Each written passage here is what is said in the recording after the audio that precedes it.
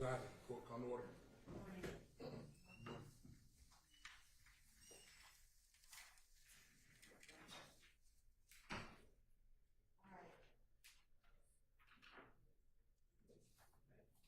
I've listened to the jail call from yesterday, and I've looked at the orders, and Ms. Weaver's just provided a rough of the transcript, so I'll take a look at the transcript and then get back to y'all on that. Good morning. Good morning. With respect to that, the court give us an opportunity before we get back with this to chime in and I'll see what I think after I read everything. Okay.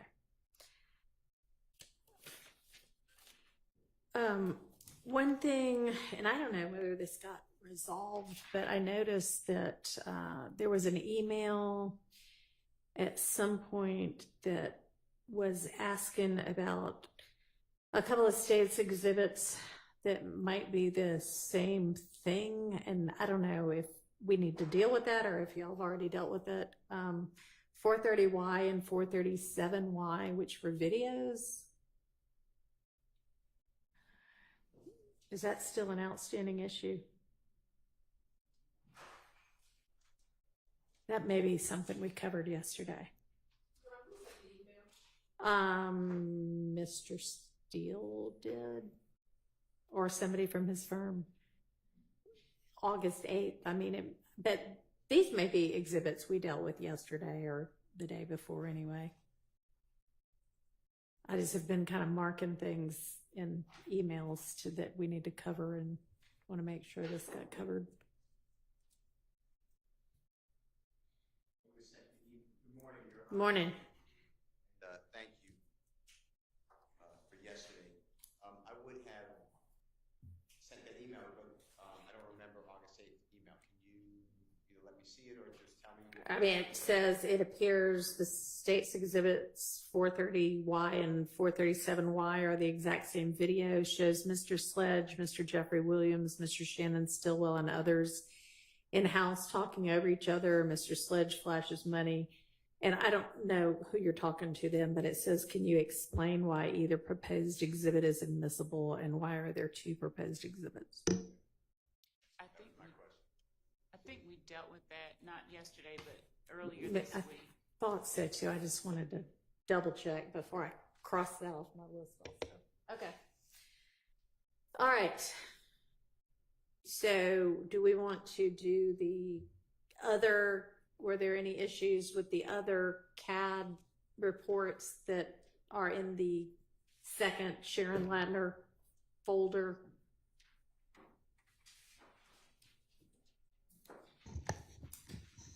Your Honor, I have not received any objections from defense counsel related to Okay. the exhibits in that folder. Are there any?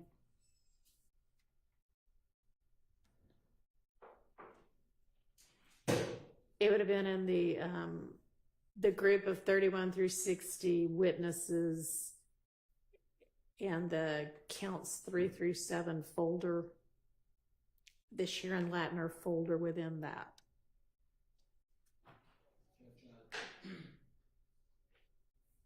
Judge, I didn't see any issues with the CAD report Okay. that haven't been previously discussed.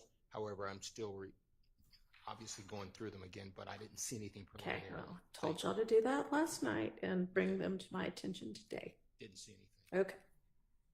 All right, I'm going to assume then that there aren't any objections to any parts of those CAD reports. Understood. All right.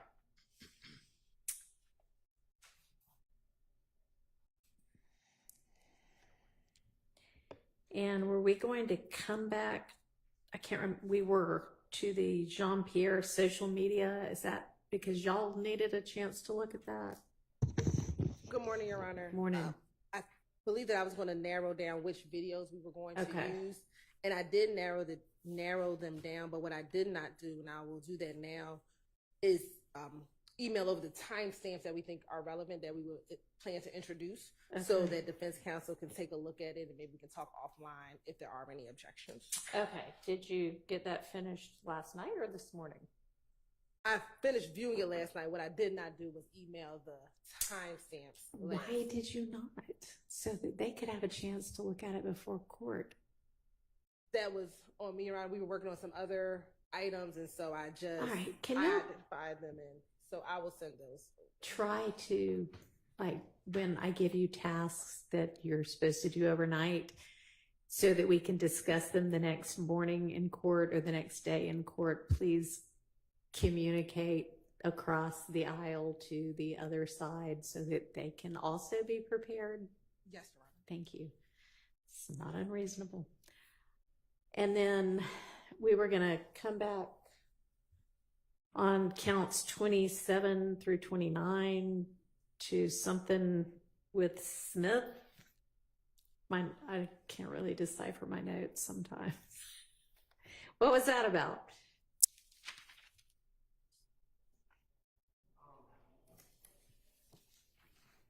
Perhaps, Your Honor, this is something that I brought up about the videos.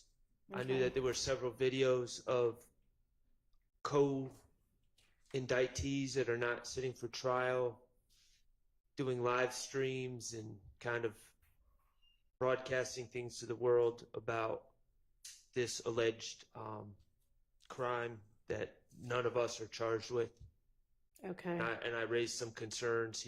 One of them, I understood that the state had a video of Mr. Beebe wearing a trap commander chain, but I was suggesting that maybe a still shot would Yeah, suffice. the state would, thank you. The state was going to narrow those down and figure out which you wanted to look at or which you wanted to use and which you weren't. That's what I just addressed, Your Honor. Okay. Those are the timestamps. Those are the 3 videos that we looked at. We have identified the relevant timestamps of those videos. So that's all the same thing, the Yes. Jean-Pierre social media and that's within count. Okay. Yes. All right. Very good. Okay. And then I think the next thing we were going to tackle was the, whatever co-conspirator statements or other supposedly admissible statements there were within the wiretaps. Is that what we were doing next? We were doing that, and then we also wanted to see if Mr. Steele or Mr. Adams could identify which jail calls that. Oh, with right. Kenneth Yes. Copeland Thank you. and- As kind of first thing on the agenda. So I think maybe Mr. Steele, you had provided as reciprocal discovery some possible jail calls that maybe Mr. Copeland was a party to. Yes, Your Honor. Did that in October, on October 25, 2023. I served on the state. They served on me numerous jail calls. Okay. I served on the state. They did not serve on me any jail calls from Forsyth County Jail. Okay. I found out Mr. Copeland was housed there. There's approximately 163 jail calls from Forsyth County. I served that on them, I don't know, 11 months ago, maybe, whatever that comes out to.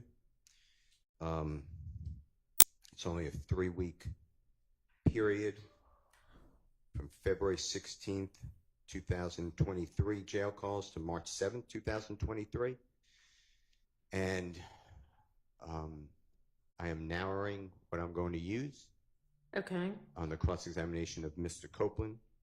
Also, the state served on me huge amounts of jail calls of Mr. Copeland. So I'm going to, I believe, use some of what the state served on me. Okay. And I'd rather not serve it on the state until they are done with the witness, because I assume that then the state will just take my cross-examination from me. So I'm not trying to play gamesmanship. I didn't have to serve any of those jail calls because I would never use them in my case in chief. It's just on cross. I'll do whatever, obviously, you tell me to do, but if I serve it on the state and then they use it on their direct, I don't really see the purpose of me just giving away impeachment evidence. Okay. In addition to that, there are not going to be many jail calls to listen to. And what I plan to do is, once the state surrenders the witness on direct examination, I would get all my exhibits to the court, to the state, to the court reporter, like I said, and the jail calls, I won't use them for a while. My cross, I believe, is going to be lengthy days on Mr. Copeland. Okay. So, they'll have plenty of time, in my opinion, to listen to the jail calls. And I'm talking about a total of maybe 10, 11, maximum, maybe a minimum of 2 or 3. Okay, so you'll provide that, which jail calls you're going to use at the beginning of your cross. Yes. Okay. All right. So then let's move to tackling this wiretap evidence.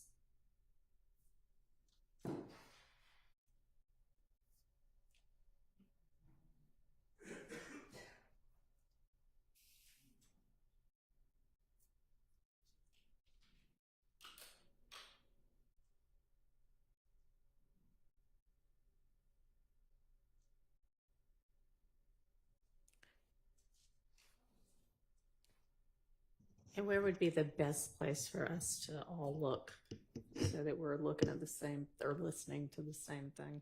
Mr. Atkins served on the court and the defendants, I believe, a Dropbox link that contains these calls that we've identified, and they are in order of the way we would be addressing them. Okay.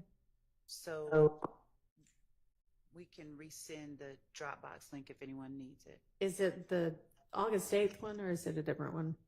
I think it's a different one. I'll let him say. It's a different one, Your Honor. Okay. I will pull up the date. It's the co-conspirator Dropbox that was on a Friday. Give me 1 second. Okay. He is. Your Honor? Yes. Well, that's being done. Can I ask the court an inquiry? Sure. Mr. Adams is, I'm assuming he told you, but he's doing another matter, which is no problem for myself or Mr. Williams. But at approximately 1:50 till approximately 3 today, so an hour and 10 minutes, I have to be, with the court's permission, on this case, but have to be outside your courtroom. So I can't believe I could say this, but my wife was going to sit in with me, and that's okay with Mr. Williams. Is that okay if Colette comes? And her name is Colette, Colette, Steele, Steel, if that's okay. Yeah, that's fine. She's been in my court before. That is fine, as long as somebody's here. Thank you. All right. And that link has been resent to all parties, Your Honor. Thank you.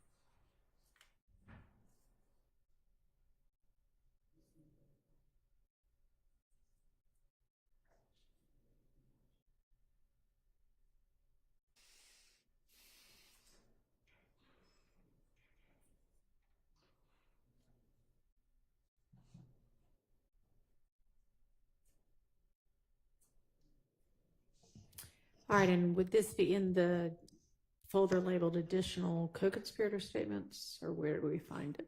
So, Your Honor, it's labeled D. Darlington 470, and it ends in 7355. Got it. And it has the wiretaps. They're saved, so we're going to be using, it stands for PDF page because the report that they generated was a 6,000 page PDF. So we will be referencing, for example, the first one is PDF page 17. So at the bottom of the D. Garlington wiretap folder, you'll see P17 and then 11 March 22 at 10:05 p.m. Okay, thank you. Yes, Your Honor.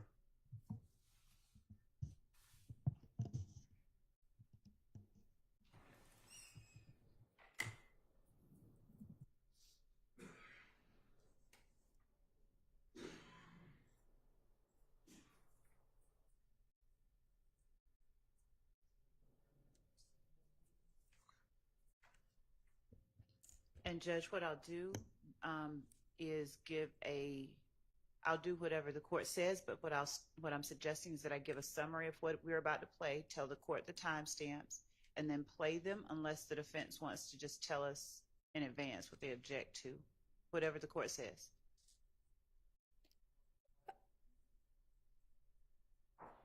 Okay. Well, if we don't need to listen to all of them, there's no reason to listen to all of them right now.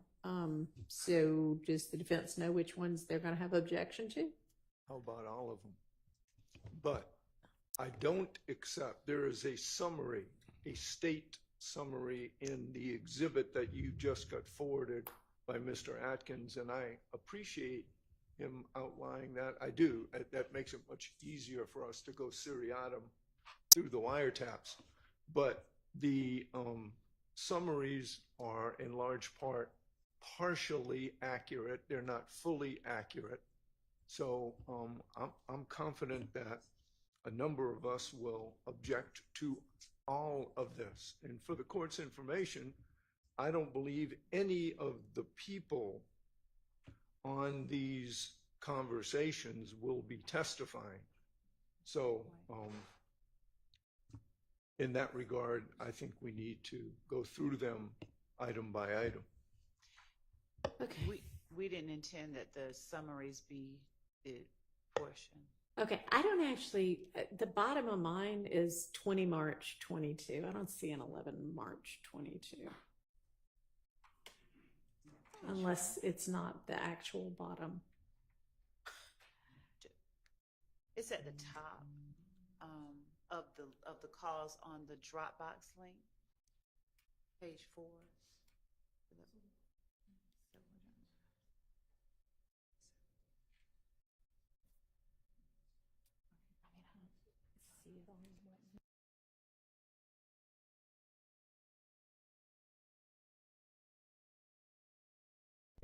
For different people. That's fine. I think what Ms. Persfield saved for me separately may be in a better order. Okay. Yeah, over here. All right. I mean, if you're going to play them, I don't need to open them anyway.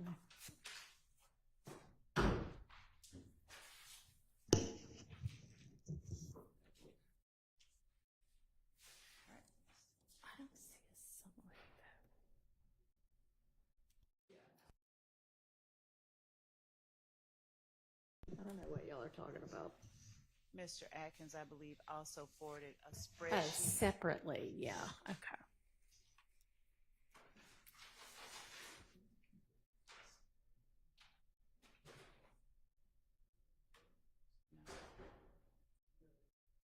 And if your honor would like that, we can resend it.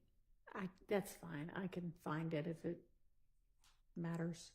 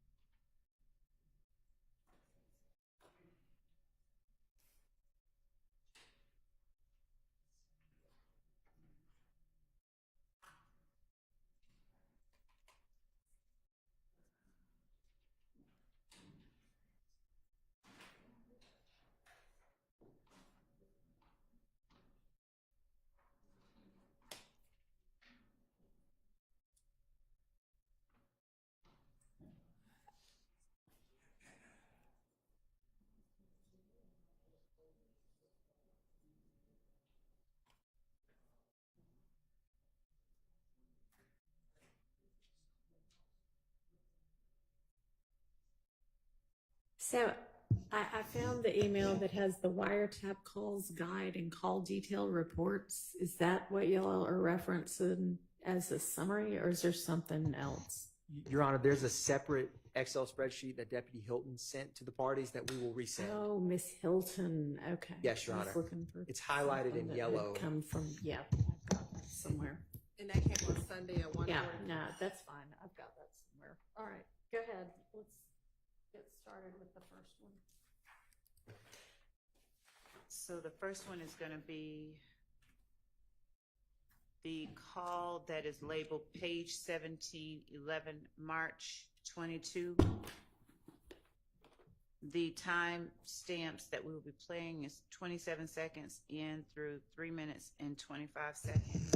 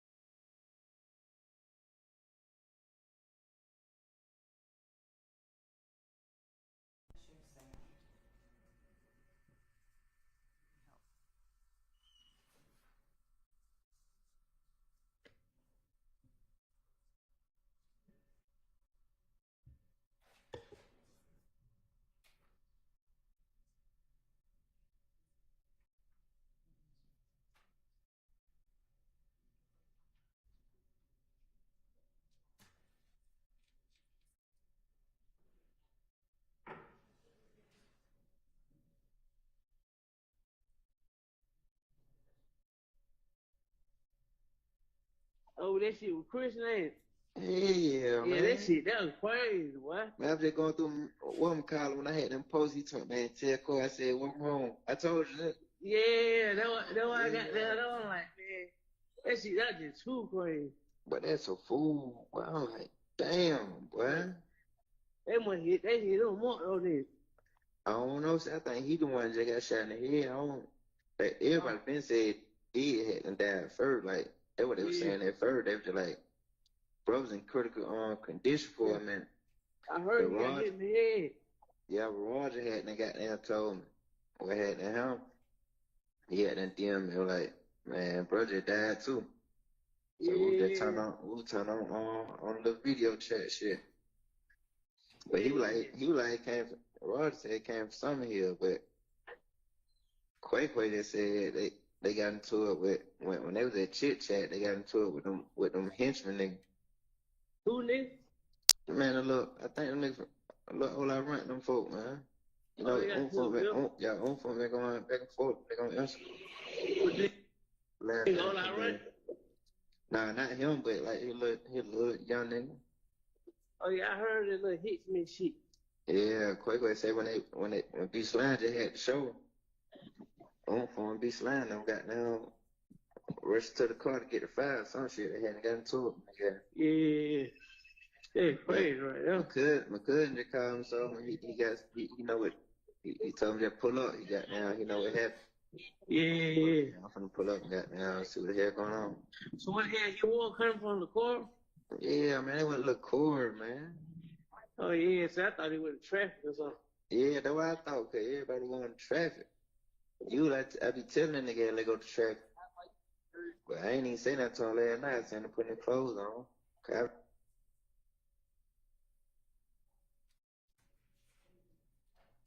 I lured his mom up by 5 in the morning. Yeah. And like somebody got shot in the car. But they ain't really showing that. Yeah. I get on Instagram by 6, 7, like 7, 8 up or something. I'm like, damn, that's what it was. Hey, yeah, man. I ain't know, man. Them folk blowing my phone up. You know what I'm saying? Them folks them folks were on one. Them folks, they ain't see none of them niggas in the courtroom. Nah, Like, man. Yeah, it was just them two, I think. I don't know, but I ain't heard nothing, bro. I ain't called nobody. Man, that nigga running, man. What the hell wrong with this nigga, man? That nigga walk so goddamn fast. I ain't talking nobody but Ed B. Oh, Ed B. Yeah, you know he on though. Yeah. Yeah. Well, Ed B just laying low. Nah, he with his folk. Okay. Yeah, the girl in charge is tripping, man. Called his phone, somebody, this ain't his number. Yeah. For real. Yeah, man. Yeah. Okay. Hey, what the hell you finna do though? You got perk? Man, I ain't got nothing, bro. No weed, no perk, no nothing. Tay finna got down, nigga, 21 nigga, he finna got down. He said he just called his folk, he went on nothing hit back. Oh, okay. What that folk we want for the week? No, you know, I got folk got down some 26. Yeah. Can't beat them right now. Yeah.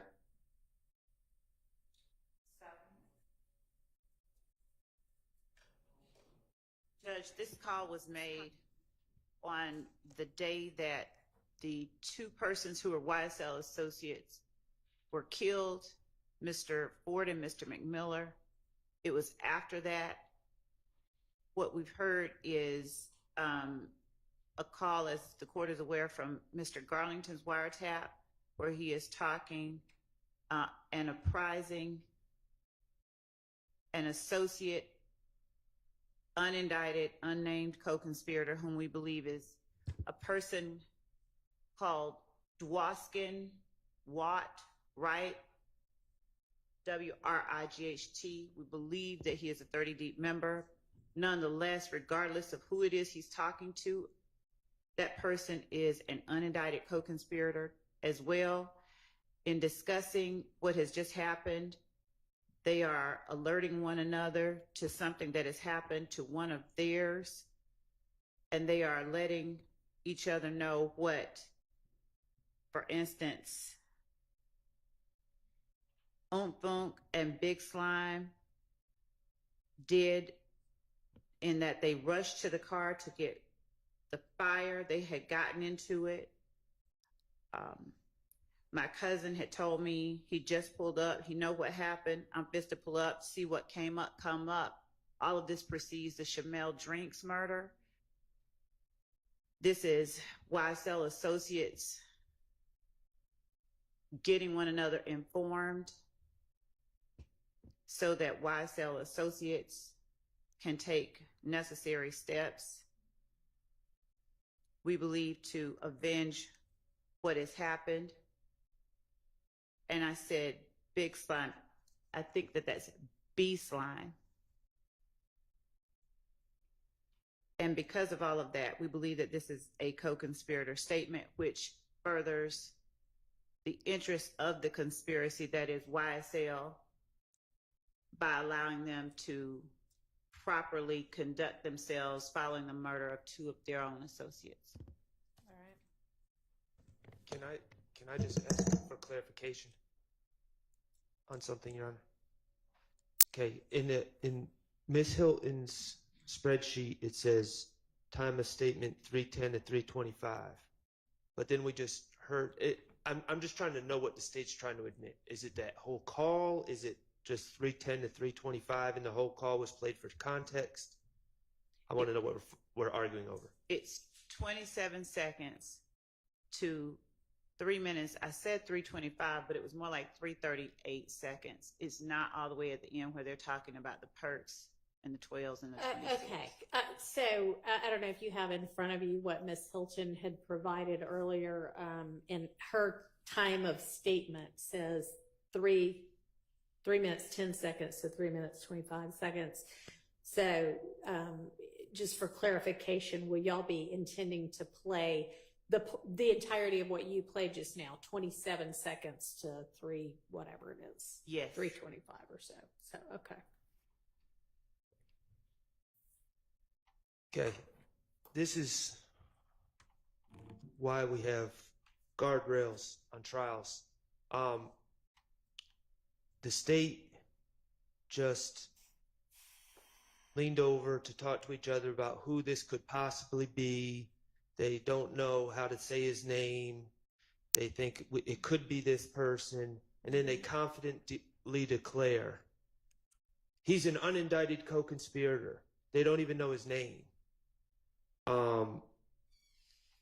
This gentleman, whomever it is, that Mr. Garlington is talking about, we've never received a list of unindicted co-conspirators, and it's just... Okay, I suspect that's because if they knew their identity, they would be indicted co-conspirators. Do you know No, I know that there are some who they know the identity of, but do you know the identity of this person? Not with certainty. That's just what, when we asked the question, like, who do you think that this is? Investigator Vivarito said, I believe that is, and she gave us a name. Okay. But there was not a further investigation on the recipients or the callers that were captured in these calls. It's the context of the calls themselves that allow us to designate the nature of the call. Okay. Well, okay. So that call, I don't know how anyone could determine that someone's an unindicted co-conspirator from the nature of that call. They're talking about past events. They're talking about gentlemen. It appears they're talking about gentlemen who were murdered earlier in that day. They're talking about past events. There's no, as far as I can tell, there's no planning. To the extent that they're saying, oh, well, it's co-conspirators keeping themselves apprised. I don't know how they can make that statement with such confidence without even knowing who the person is. And I'm aware, Your Honor, that the case law, that the declarant needs to be a co-conspirator, not necessarily the receiver. However, if you're going to make the argument it's to keep gang members or associates apprised, then yes, I believe that the receiver also needs to be part of the conspiracy. So I don't see how this furthers the conspiracy in any way. There doesn't seem to be a conspiracy. And I'll say one other thing that is going to be a common thread throughout these arguments. The alleged facts of the Shamal Drinks murder. There's video camera, and there's video camera that puts my client and a car that he's in, and allegedly Demikian Garlington's in that car, although he's never seen on any sort of video. That's the state's allegation. In a separate car is what appears to be Mr. Nichols and Mr. Farley in a car, and I think they're alleging Mr. Boyer is also in that car. They're on video at the gas station. By happenstance, Mr. Drinks pulls up to that gas station after they're already there. Now, let me be very clear. Mr. Stillwell did not commit this crime. However, I will say that Mr. Drinks was shot within minutes of him showing up at the gas station where these gentlemen already were. So by even the state's theory, there's no conspiracy to kill Mr. Drinks. It's sheer happenstance. And by the state's theory, which we are saying is not true, the decision to kill Mr. Drinks would have occurred within minutes of the death. Okay. So it's all based on happenstance, a chance encounter according to the state's theory. There's no grand conspiracy here. The two aren't mutually exclusive in that there could be a conspiracy to kill people whenever you happen upon them.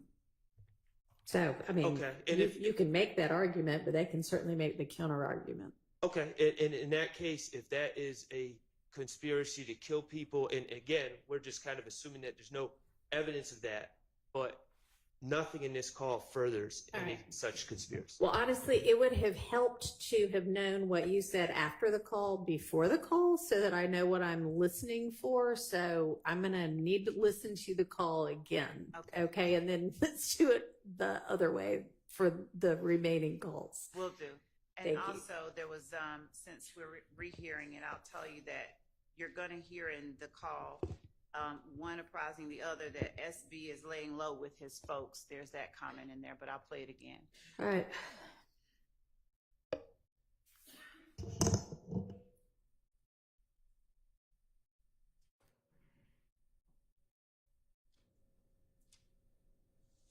Oh, that shit was Chris Nance. Yeah, Yeah, man. that shit, that was crazy, boy. Man, I'm just going through what I'm calling when I had them posts. He told me, man, tell Corey, I said, what's wrong? I told you that. Yeah, that's why I got that on. Like, man, that shit, that just too crazy.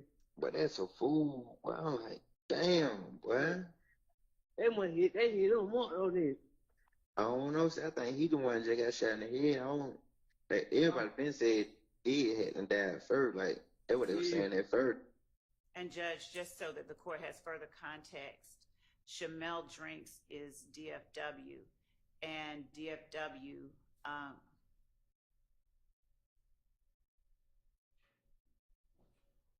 I said that wrong. Hold on.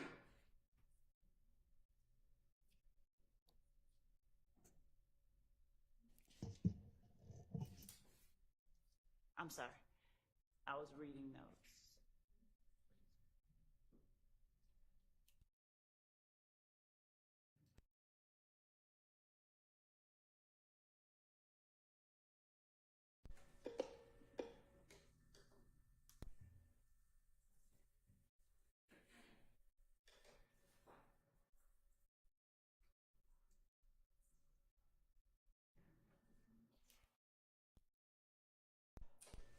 We think a timeline might help you as well, so we're going to give you a little bit more background than what I just gave you. We're going to start further back. So, Your Honor, just so the court is aware, we believe that the Chamel Drinks murder is the culmination of a few different events, really starting in February of 2022.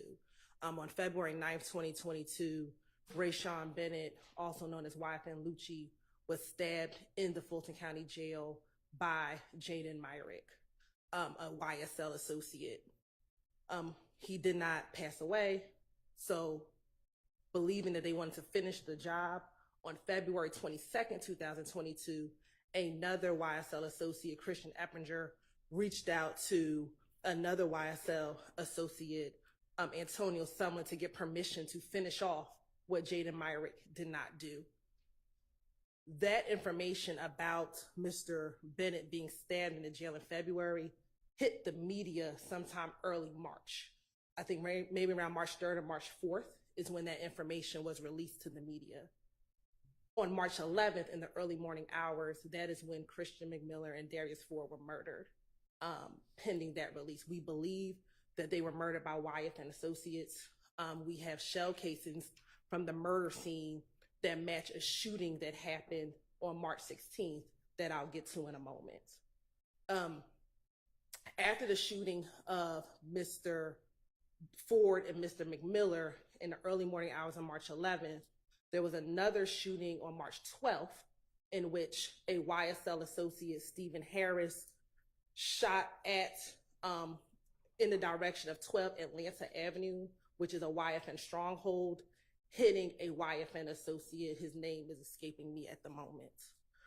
Following that, there is a call that the court will hear in a moment in which there's a shootout on Cleveland Avenue in which Demekion Garlington and I believe Mr. Stillwell are involved in a shootout on Cleveland Avenue. Following that, in the morning hours of, I believe it's the 13th of March, it might be in the early morning hours of the 12th of March, there is a drive-by shooting near 2830 Waters Road. This is what we believe is the trap house of Big Nick, who is, I think it's Nicholas Carter, forgive me on the last name, but he is a YSL associate. Following that shootout is when there's some social media postings, Your Honor, in which Shell Kel, who you've heard of, Kelvin Watts, repost a picture with Chamel Drinks, Kelvin Watts, and another individual that could have had some subliminal messaging that they were the persons responsible for killing Christian McMiller and Darius Ford a few days earlier. Those posts were posted around between the 12th and the 14th, Your Honor. Also, there were some other social media posts from YSL associates basically claiming they are not going to be the only ones crying tonight, things of that nature. Then we had the murder of Shamel Drinks on March 14th at about 9:55 p.m. in the evening. And then following the murder of Shamel Drinks, we have on March 16th in the early morning hours around 12 o'clock a.m., another drive-by shooting at 2830 Waters Road, where you will hear some wiretap calls of Mr. Garlington, Mr. Stillwell, and Mr. Farley actually at the house during the time of the drive-by shooting, or immediately after the drive-by shooting. And then Mr. Stillwell and Mr. Nichols are apprehended on March 17th. So understand that timeline. A number of these early wiretap calls are going to come into that time period with when all those events are happening. Go further and going into the conspiracy. All right, thank you. That's helpful. They were like, bro, I was in critical condition for a minute. I heard you got hit in the head. Yeah, Roger had and goddamn told me what happened to him. He had that DM me like, man, brother died too. So we turn on the video chat shit. But he was like Roger said it came from Summer Hill, but Quay just said they got into it with when they was at Chit Chat, they got into it with them henchmen niggas. Who niggas? Man, I think them niggas all I rent them folk, man. You know, own folk been going back and forth, they gonna answer. All I rent? Nah, not him, but like his little young nigga. Oh yeah, I heard that little hits me shit. Yeah, Quay said when B Slime just had the show, on for B Slime them got down, rushed to the car to get the file, some shit they hadn't got into it. Yeah. Yeah, crazy right now. My cousin just called him, so he know what he told me to pull up. He got down, he know what happened. Yeah. I'm finna pull up and got down, see what the hell going on. So what the hell he was coming from the car? Yeah, man, it went a little cord, man. Oh yeah, so I thought he went to traffic or something. Yeah, that's what I thought, cause everybody going to traffic. I be telling that nigga they go to traffic. But I ain't even say that to him last night. I seen him putting his clothes on. Okay.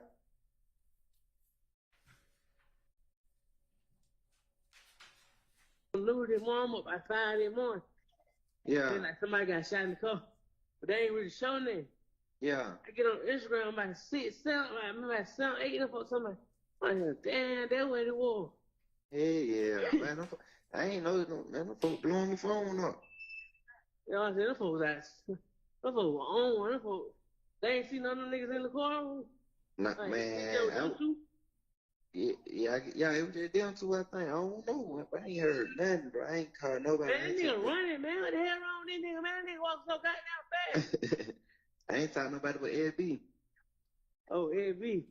Yeah, you know he don't know. Yeah. Yeah. Well, Ed B just laying low. Nah, he with his folk. Okay. Yeah, the girl in charge is tripping, man. Call their phone, somebody. This ain't his number. Yeah. For real. Yeah, man. Yeah. Okay. Hey, what the hell you finna do though? You got perk? Man, I ain't got nothing, bro. No weed, no perk, no nothing. Tay finna got down. I just stopped it at the 3:45 mark, rather than go all the way to All right. All right. Both of the speakers seem very familiar with who the people are, and it may not be. I'll give you. They don't seem to be plotting any retaliation in this call, but they do seem to be getting apprised of what's going on, and it be an all-out war and things like that. So I'm gonna permit that under the co-conspirator exception. Can I Judge, on behalf of Mr. Nichols, I'm going to join in to each of these, and I may have something additional. I do want to say that for all of these, I don't know whether the state has established that there was a conspiracy that existed, which is the first element of any admission of 801D2E purported statements. And I think what I heard in this, although a lot more was played than was in the spreadsheet, and I understand that may have just been a mistake, but I heard a lot of "I think" and "who is that?" And it sounds like I got that on Instagram. So I want to have a continuing objection, and I'll object again when it's appropriate, to what's commonly referred to as nested hearsay, which is somebody saying what somebody else said. It's hearsay nested within hearsay.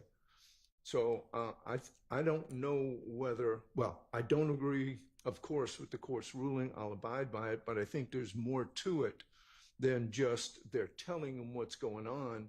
I think they're telling them what they heard, what's on Instagram, and I want to make sure that this quay, somebody said quay, not qua, or qua, but quay, and I think the response was, "Who's that?"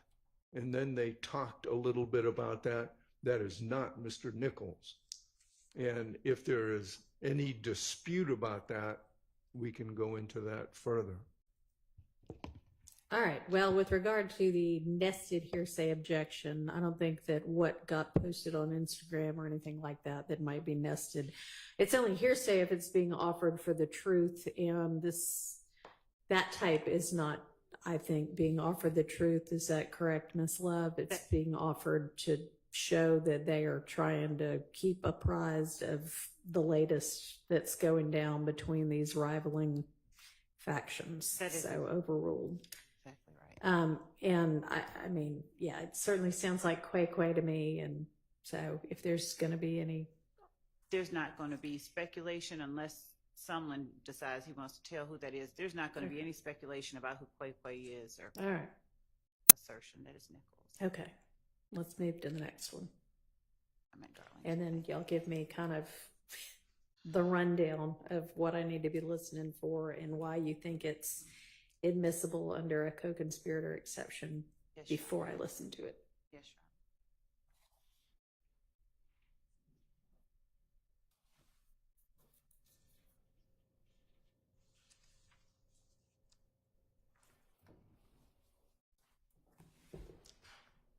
The next one that we're going to play is the call on page 25 from March 12th, 2022. And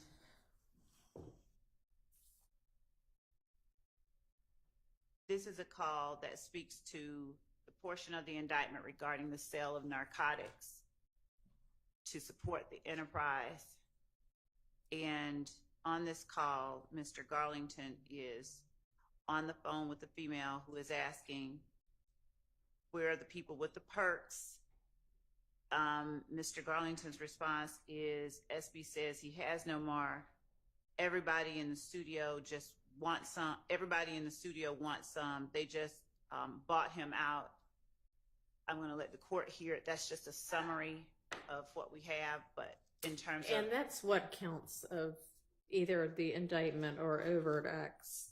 It's count one, more appropriately looked at on page...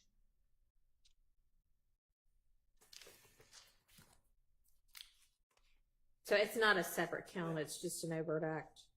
Right, but under Okay. part one, the conspiracy, if the court, in both the body of the count itself and underneath the description of the conspiracy, where we list obtaining money, weapons, and other property through acts of racketeering activity, including, inter alia, the unlawful sale and distribution of drugs. Your Honor, to address your question, in overt acts or substantive counts, neither Mr. Stillwell nor Mr. Garlington are charged with distribution of drugs. That's nowhere in the indictment. The conspiracy is described as that. Where? What page of Page the? 12, I believe, if you have it labeled the way I have it, but it is directly under count 1, after the names are listed and after the statute itself is described, we have in the indictment part 1, the conspiracy, and if the court looks at the 4th bullet point under the paragraph labeled part 1, All the right. conspiracy. Okay, I see what you're talking about.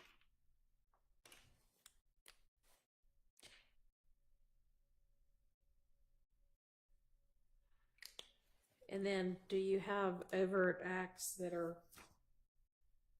We do have that, some that are drug related, Okay.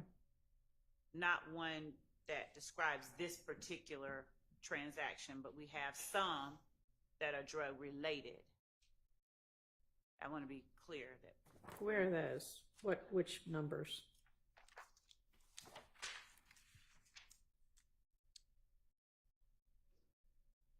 count, I'm sorry, act number 3, possession of marijuana with the intent to distribute by Shannon Stillwell.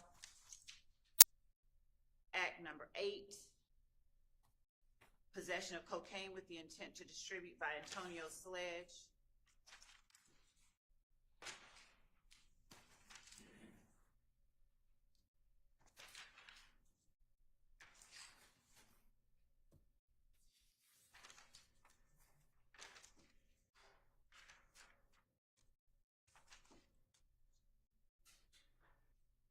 Also, in the counts themselves at the very back, we have count 60, Martinez Arnold, Diamante Kendricks, Jeffrey Williams charged with possession of cocaine. They are also charged with. Right. It just, possession of cocaine doesn't get anybody any money. No, violation of count 59, violation of the Georgia Controlled Substances Act, possession of codeine with the intent to distribute, count 58, violation of the Georgia Controlled Substances Act, possession of marijuana with the intent to distribute. They are charged with gang activity, to wit, possession of marijuana with the intent to distribute, possession of codeine with the intent to distribute. All right, and so this would be evidence simply of the pattern of racketeering activity by members of the alleged RICO enterprise? Yes. Okay. Your Honor, I'll point out that these are different individuals, different types of drugs, and from absent the count that the count involving Mr. Williams from 2022, those other examples of drug-related overt acts are from approximately 9 years before this wiretap. Okay. And, Your Honor, the counts, the substantive counts that you just referred to, they're all on May 9th, 2022. You should know that's the date that Mr. Williams was arrested.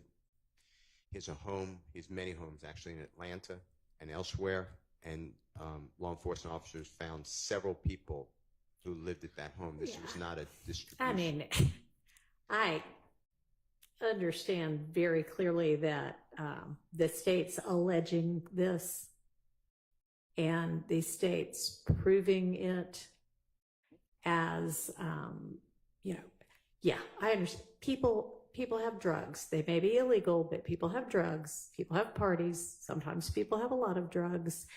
And establishing that you've got a lot of drugs and establishing that you are intending to distribute those drugs to garner additional money for your alleged enterprise are two entirely different things.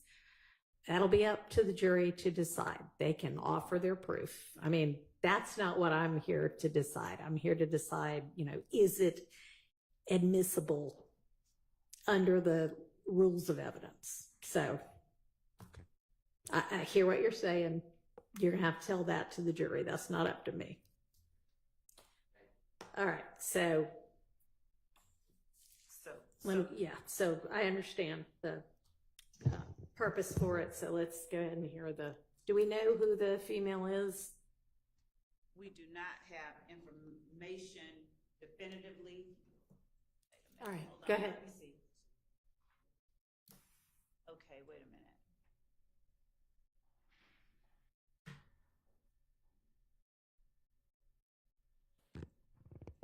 Based on the information that we received from Investigator Vivarito, the female may be a young woman by the name of, well, I don't want to give her whole name, but her last name is Jones. Okay. And she is the mother of one of our defendants' child.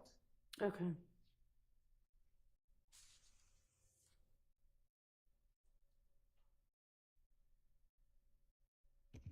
So in terms of the portion that we're playing, we're starting at 51 seconds.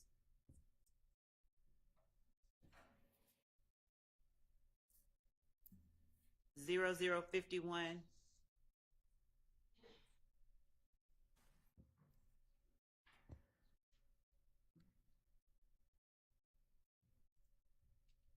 I'm sorry, going to 51 seconds, starting at the beginning of the call. All right. I gotta pull it up.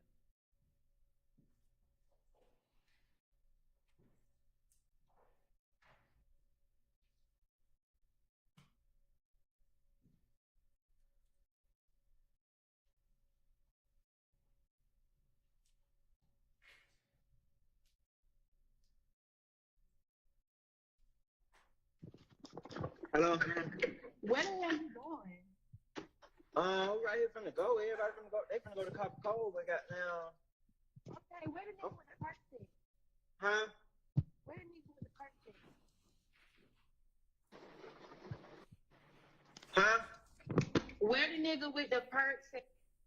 And B say he ain't got no more. He don't got no more. Yeah. We at the studio. We at the studio. You know you gonna get like. I'm outside the studio. You just seen me run out then. Right, that's why I said where you going. So you don't know nobody else that got some? Everybody in the studio just had some song. They just bought them out.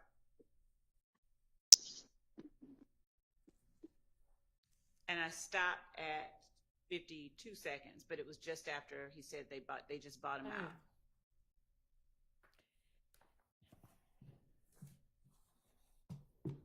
So whether it proves it or not is yet to be determined, but I'll permit that under a co-conspirator exception to hearsay. And for the record, Your Honor, I would also argue not only is this not part of any conspiracy, but also that Mr. Garlington informing someone that Mr. Stillwell is out of pills is not in furtherance of him selling pills. No, but it might establish that it's something that he typically does. I understand why the state wants it in, to show that my client's a drug dealer, which is why I want it out. But the hook for admissibility is that it's in furtherance of the conspiracy, as I understand the law of co-conspirator statements, and I don't believe it's in the furtherance of any conspiracy. It's the state's response to that. That in asking for the pills, where are the pills, and in giving the information that the studio, they just bought him out, they are furthering the conspiracy by requesting more to be re-upped and getting information about where they are in terms of their supply. This furthers the conspiracy, that aspect of the conspiracy wherein they sell or distribute narcotics to gain money, weapon, or other property through racketeering activity, including the unlawful sale and distribution of drugs. Well, that doesn't work for 801D2E. The declarant needs to be part of the conspiracy. Someone requesting pills for Mr. Garlington is not in any way, under any argument, cannot be part of any YSL conspiracy. A buyer and a seller are not part of the same conspiracy. And so we have an unknown declarant who's seeking to buy pills, and the state is seeking to admit their statements as part of a conspiracy. And I don't believe that fits under the hearsay exception. Your Honor, the conspiracy is not the interaction between those two people. The conspiracy is the broader conspiracy of the YSL enterprise and how they conduct their operations. So in as much as they sell and distribute narcotics to gain property and other activity, the conversation wherein Mr. Garlington is attempting to gain more narcotics, or this young woman is asking where the perks at. She's trying to get narcotics from a YSL member, and Mr. Garlington is saying that Shannon says, or SB says, he doesn't have any more, but everybody in the studio wants some. They just bought him out. If the court considers the Georgia Supreme Court's liberal standard applied to determining whether or not their statements in some way further the conspiracy, the statements can be construed to mean we're trying to re-up. I'm apprising you, this girl who is also, we would argue, an unindicted. She is in the sense that she is participating in the drug aspect of this larger conspiracy.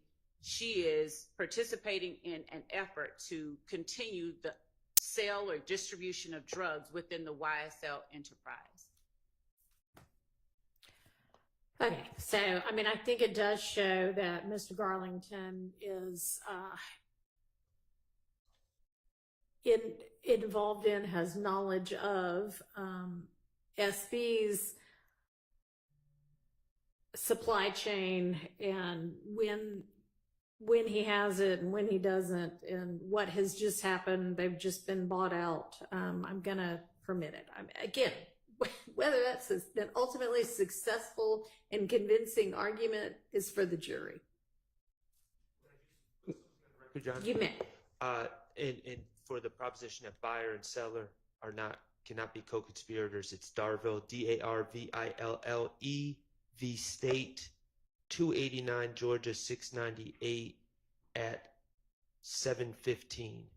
It's a 2011 case. All right, but it doesn't appear that Mr. Garlington is a buyer or a seller right now. He seems to be kind of a middleman for communication. So if your argument's he's a buyer or a seller and it can't be both the buyer and the seller, that's not who's having a conversation. No, my argument was that the state's seeking to get in the words of this young lady who is clearly a buyer. And if we're saying that YSL is a set of sellers, a conspiracy of sellers, she cannot be a conspirator with them. And that's my argument. Okay. Well, I'm admitting his statements under the co-conspirator exception, and hers would just be to give context to what on earth he is talking about. Your Honor?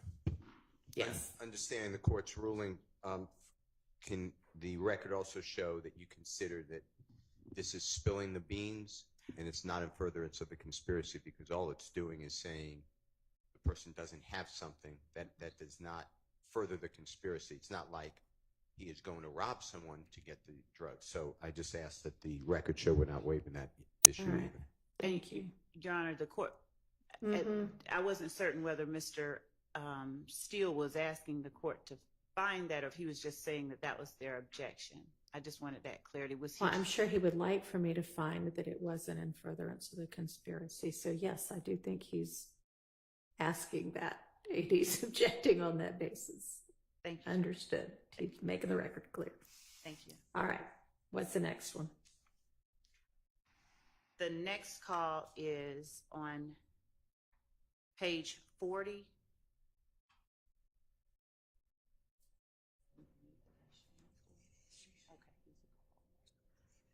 This is Mr. Stillwell speaking with Mr.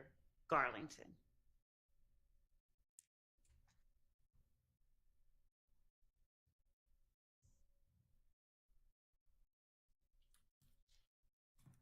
And what's this going to be about? And in that particular call,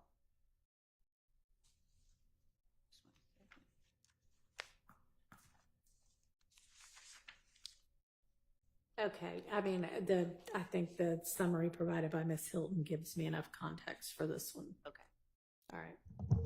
So we're going to go from the beginning of the call to 1 minute and 12 seconds. It's a 1 minute and 46-second call.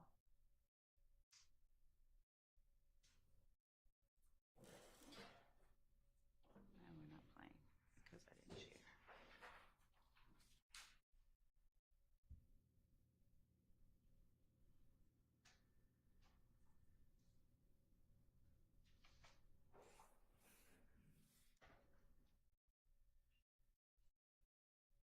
Yo, What the hell you got going on? shit, you got up? Anybody asked, we went and looked like soon in the midnight. Anybody just said we went and looked for that motherfucker. We couldn't find it. Okay. Don't tell nobody. Yeah, I know. Well, over there you at? Leaving the room. Leaving the room. Yeah. What you finna get up? Huh? What you finna get into? Shit, same old shit. Same shit. Same shit. I'm saying, what you Some told me he gonna come pick me up. Shit, that was going. Yeah. Yeah.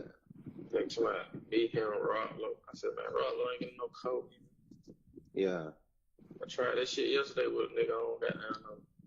Yeah. Yeah.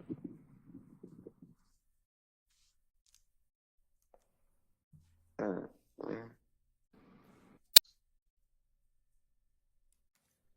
I stopped it at 1 minute and 14 seconds.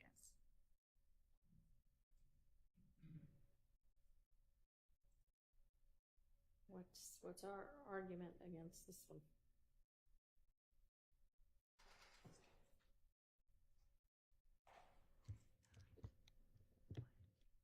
Mr. Stillwell is apparently on the recording, or what's alleged to be Ms. Stillwell saying, but I couldn't find it.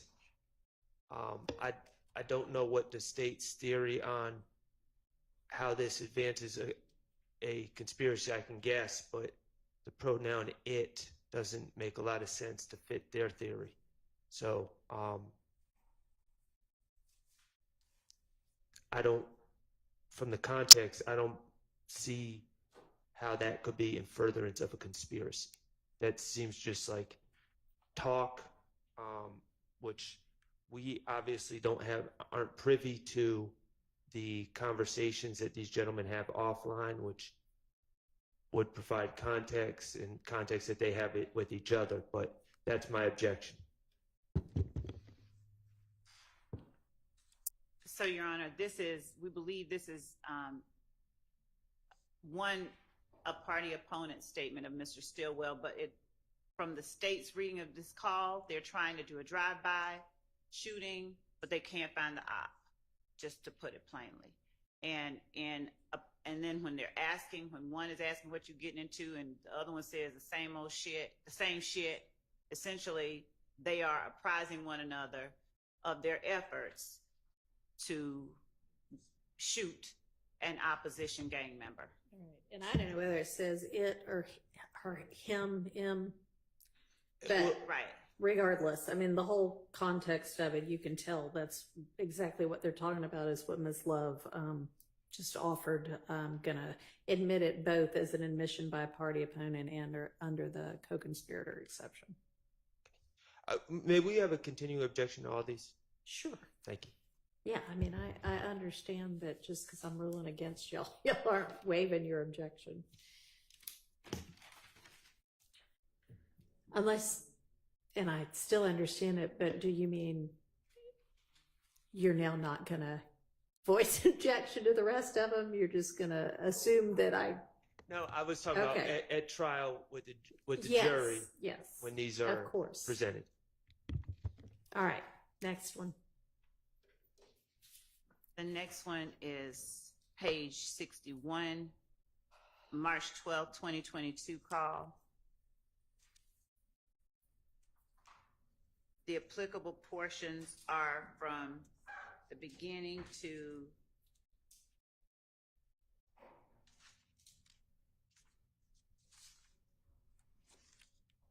(2 minutes and 35 seconds). And in this call, well, we have the summary that's listed. If the court needs more, I can give more. No, go ahead and listen to it.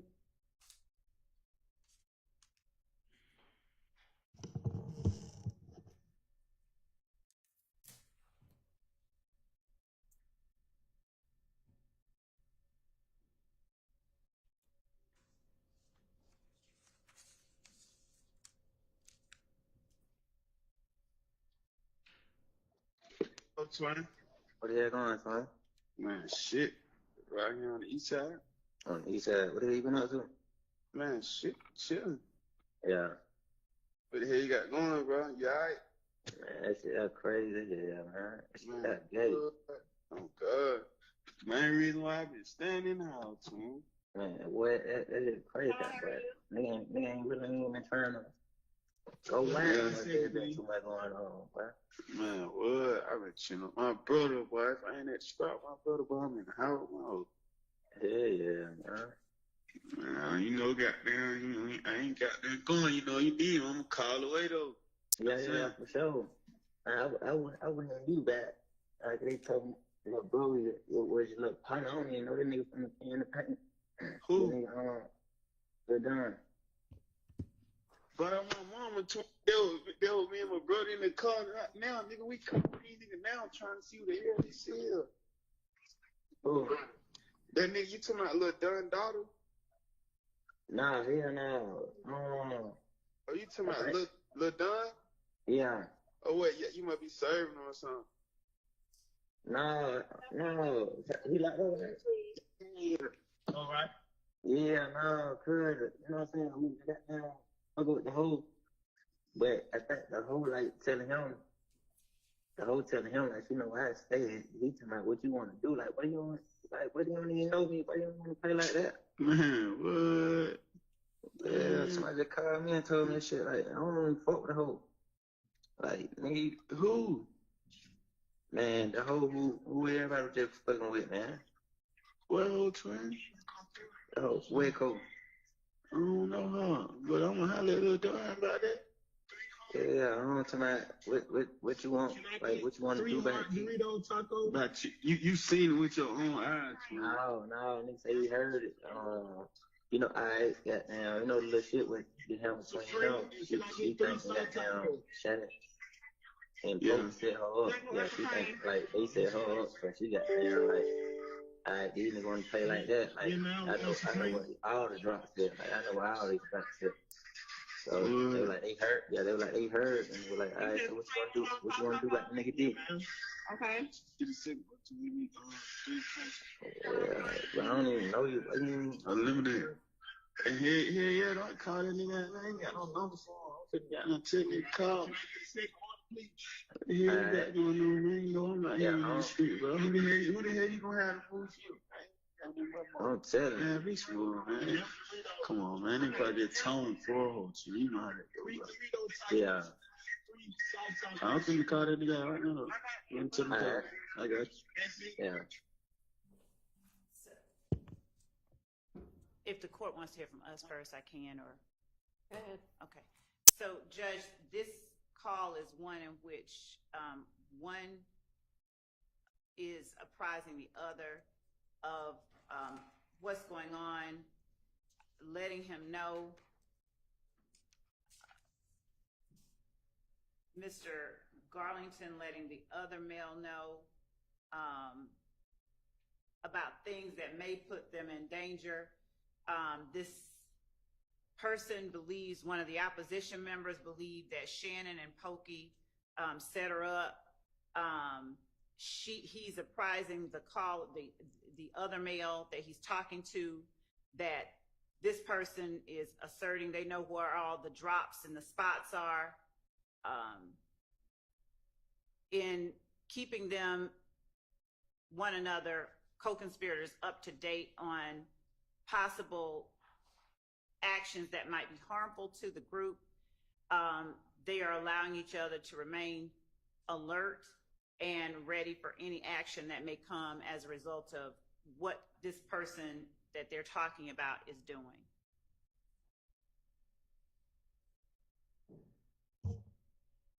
I hear from anybody on the defense side. Same objections, but I heard a lot of nested hearsay in this. There's speculation. There is, I heard it, they heard it. It's replete with nested hearsay, and we still don't have an identification of the person being called. So for all the reasons that we've said before, I think that this cannot be considered to be something that fits within the particular definition of 801D2E. And I just want to say that the courts have said, and I quote, "The proponent of the out-of-court statement is not entitled to a free pass. A judicial determination that a co-conspirator's statement tended to further the conspiracy must be supported by some plausible basis in the record. To that extent, the in furtherance requirement represents a real limitation on the admissibility of co-conspirator statements." Here, half of the conversation is by an unknown declarant. We do not know whether or not that person is part of this alleged conspiracy, or even a non-noticed and never noticed alleged co-conspirator. We asked for a list of co-conspirators in November of 2000 or December of 2023.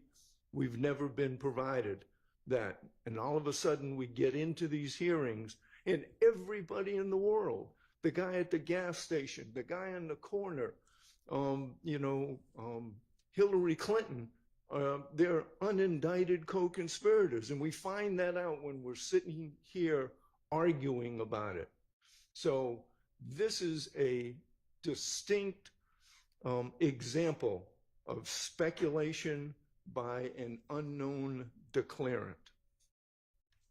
And I'll add, Your Honor, that, and maybe I'm the only one, but listening to that, I mean, I understand that there seems to be general criminality maybe discussed, but as far as distinct, what they're talking about and distinct crimes, I'm a little lost when I listen to that. So I don't know how, if we don't even really know distinctly what they're talking about, I don't know how we could deem their subject matter part of a distinct conspiracy. State want to reply? Yes, Your Honor. I think that the context of this call makes it clear that they are apprising and warning one another of possible harmful actions by an opposition member, and keeping one another apprised of possible harm at the hands of opposition is an act that furthers the interests of the conspiracy. The conspiracy being the YSL enterprise, the criminal street gang that is YSL, in keeping their members out of harm's way, from being harmed. That type of sharing of information furthers their interest in knowing what the opposition is doing and is about to do and may do to them. All right, I'm going to rule that that's admissible.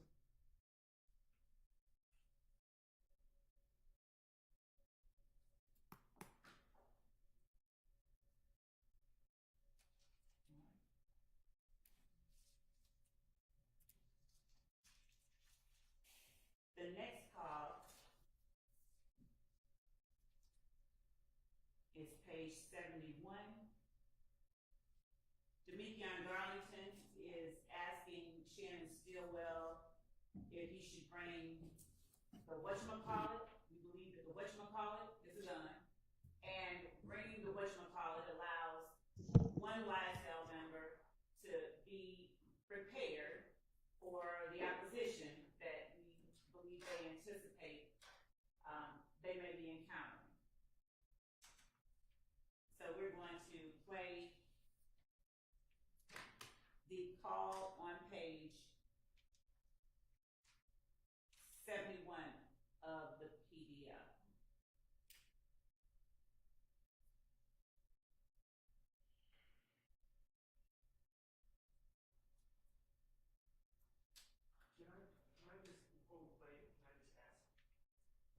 The state in their lead-in, are they giving the court and us what they believe this is about, or are they quoting to a previous call that they're saying provides context? Because the state just declared like all of these facts, but I don't know if that's based in fact or just kind of their theory. Judge, we give the court the reason that we believe that the call is pertinent and the reason that we believe it furthers the conspiracy. If there is an alternative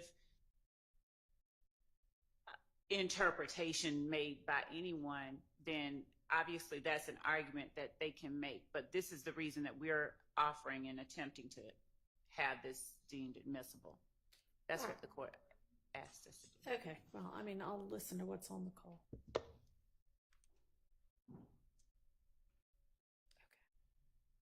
And we'll take a restroom break after this call. Yes, Your Honor. That's a phone Yo, Come outside, bro. hey, Yeah. Brandon, what I'm calling? I told you, don't bring it yet, bro. All right. Yeah.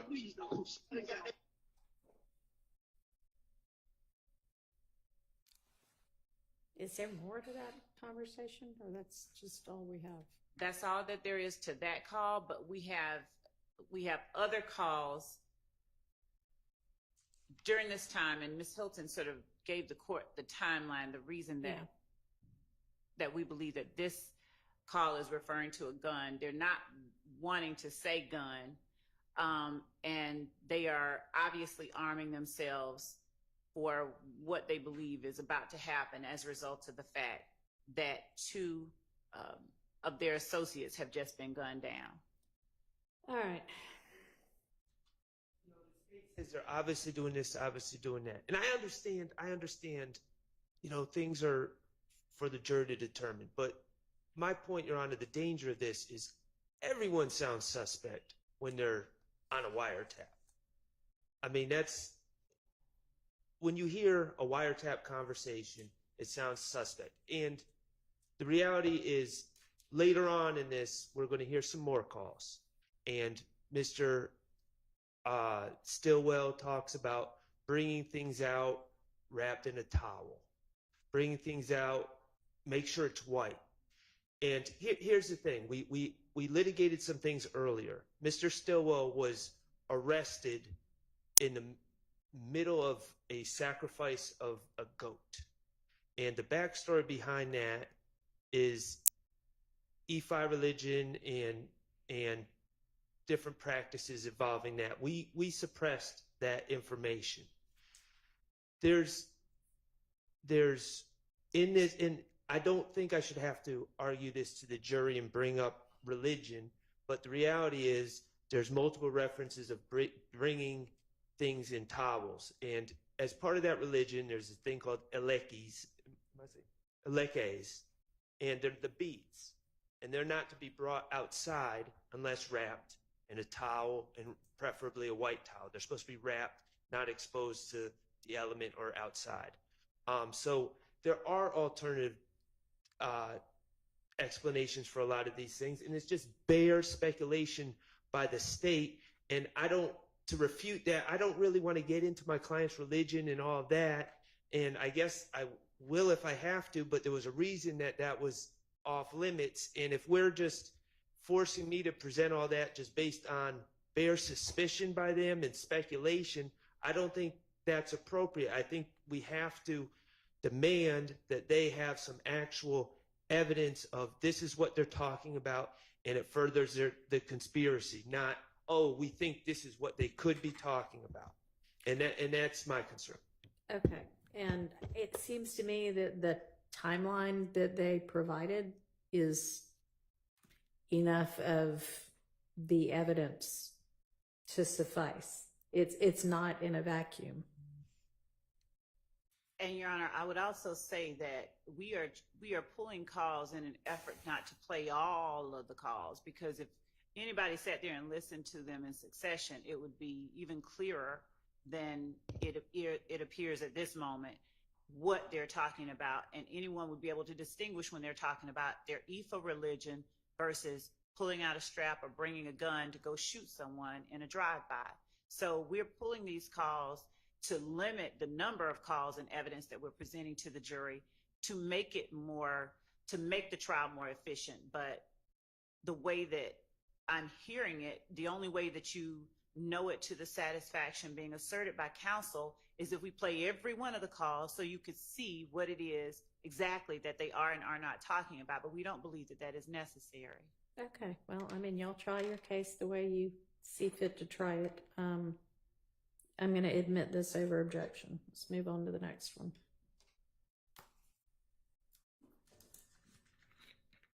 Oh, sorry. We were going to take a restroom break. Yeah, I obviously don't need one yet. I'm still up here drinking water. All right. We'll take at 11.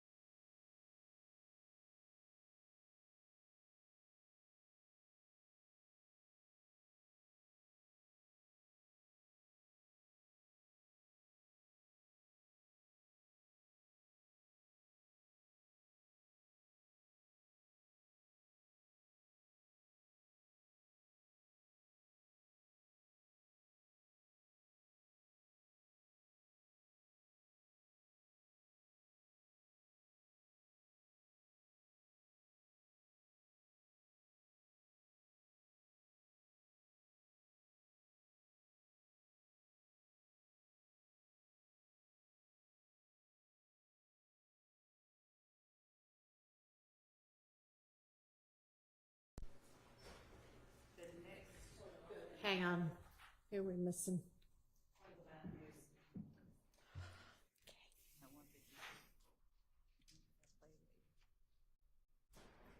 You can go ahead and get it queued up. All right.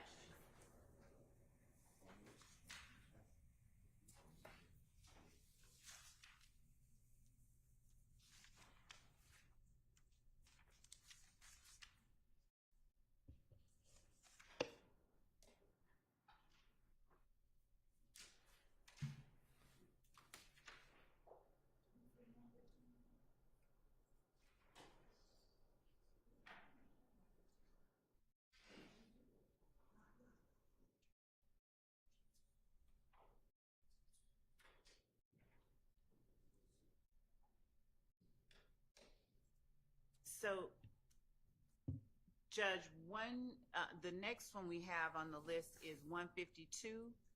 The 115 is one we'll come back to. We didn't have it on the list that Ms. Hilton sent. It's in the Dropbox link, but it's not on the shorter list. So we'll come back to 115 and just go skip to 152.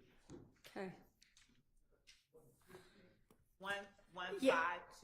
I think maybe it seems like maybe the page numbers on this are maybe one off on a lot of these. So I think it's 150 on this, but for whatever reason, 152. No, Your Honor. So the left column is the reference number. Yeah. Don't look at the reference number column. Look at the PDF page number column, which is the second column in. Honestly, so that I could fit it on one screen, I ditched some columns. Oh, so whatever. I'm following y'all. Okay. Go ahead. So, all right. I don't see 151.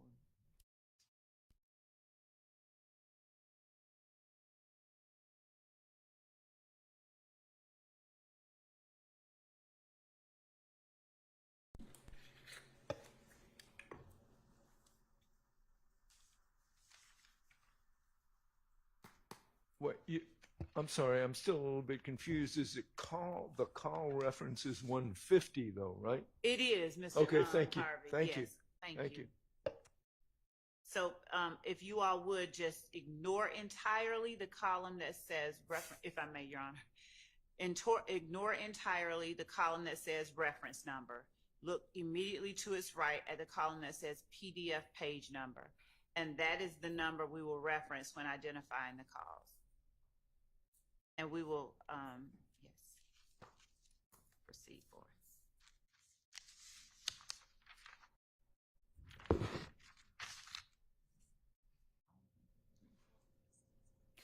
So when we were before the jury with these, is there going to be any faster of a way for y'all to get these queued up and to the right part?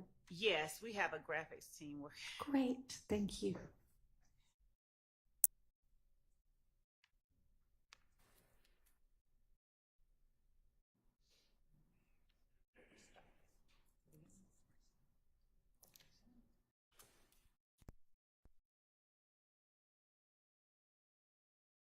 Start at 4 minutes and 47 seconds in.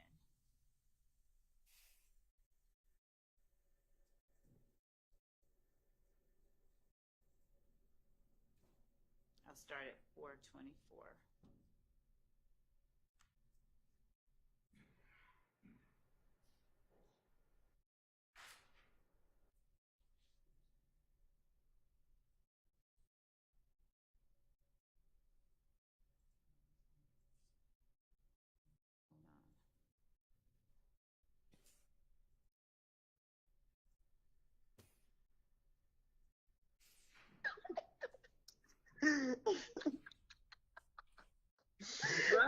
Like, oh, why I'm good? I love you like a motherfucker, but I don't love you like Stop playing with me. What is for real, girl.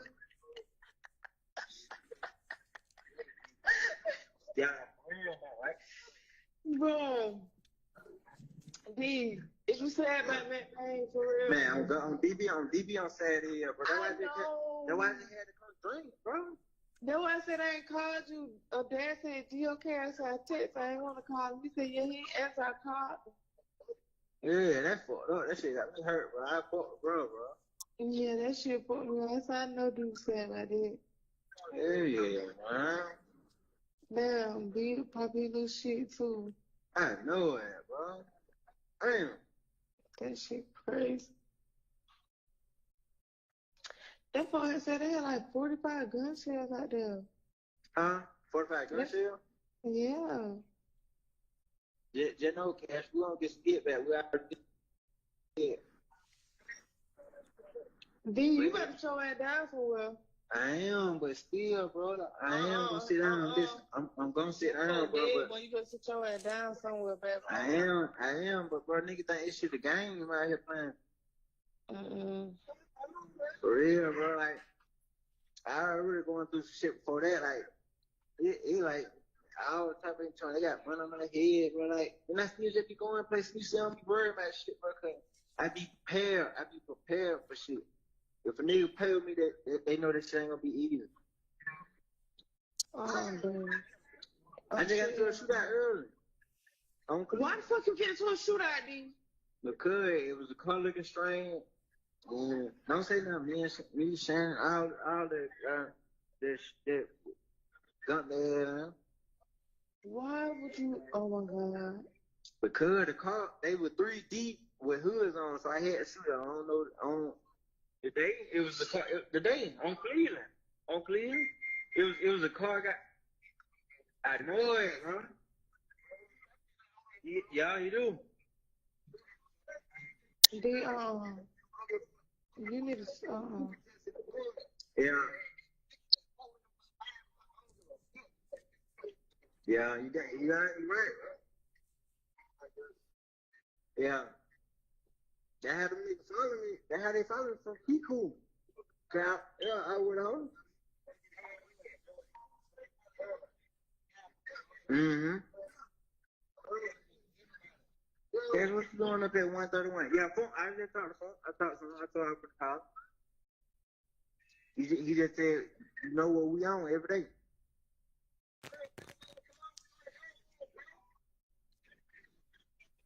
Hello? What you doing up at 131, bro? I was asleep. They woke me up and said me was dead. Oh, yeah. I was like, damn. I'm gonna text you. I'm trying to fuck. I'm in the car, right? All right, be safe, love you. All right, love you too. If you want to take me back, you're going on block. You heard me? Okay. All right.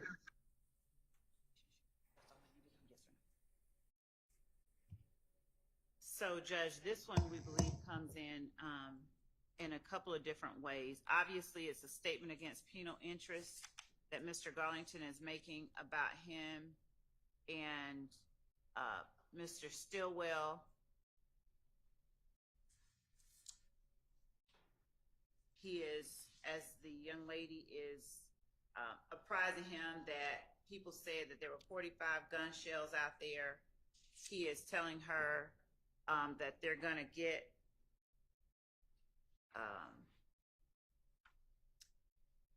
some get back. There's going to be retaliation. Those come in under that exception. The called party, it appears, is playing a role of support to Mr. Garlington as he is telling her what they are going to do. She's apprising him of the number of gun shell casings they said that they found, as he's telling her that they have money on his head and he's prepared for stuff. This isn't going to be easy. Telling her that he had just gotten into a shootout earlier on Cleveland again is a statement against penal interest. But in talking with her and in communicating with her, he is able to further the interest of the conspiracy by this furthers the interest of the conspiracy in that he is able to lean on this person for the support that she is giving him through the course of this conversation. So our position is that it comes in, it's a couple of hearsay exceptions that it falls under. Co-conspirator statement and statement against penal interest, and it also is a reflection of Mr. Garlington's state of mind, his statement that they're going to get some get back. So it's sort of a reaction and a present sense impression.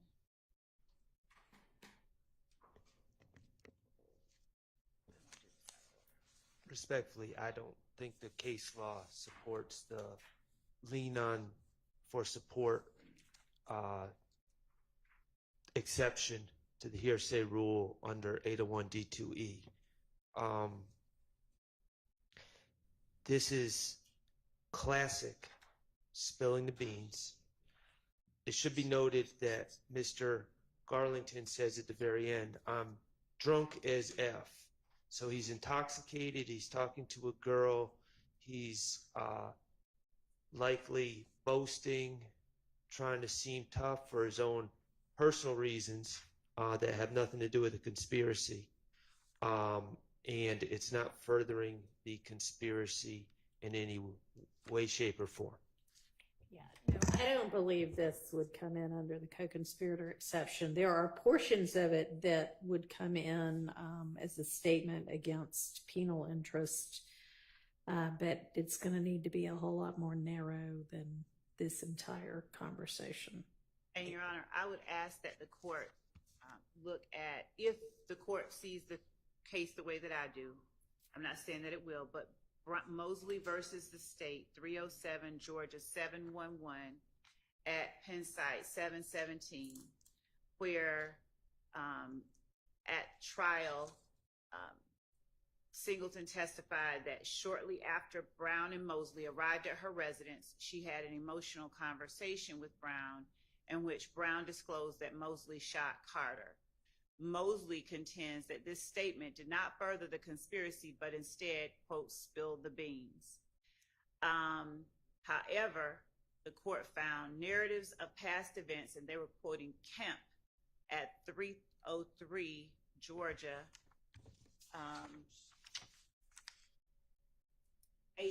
385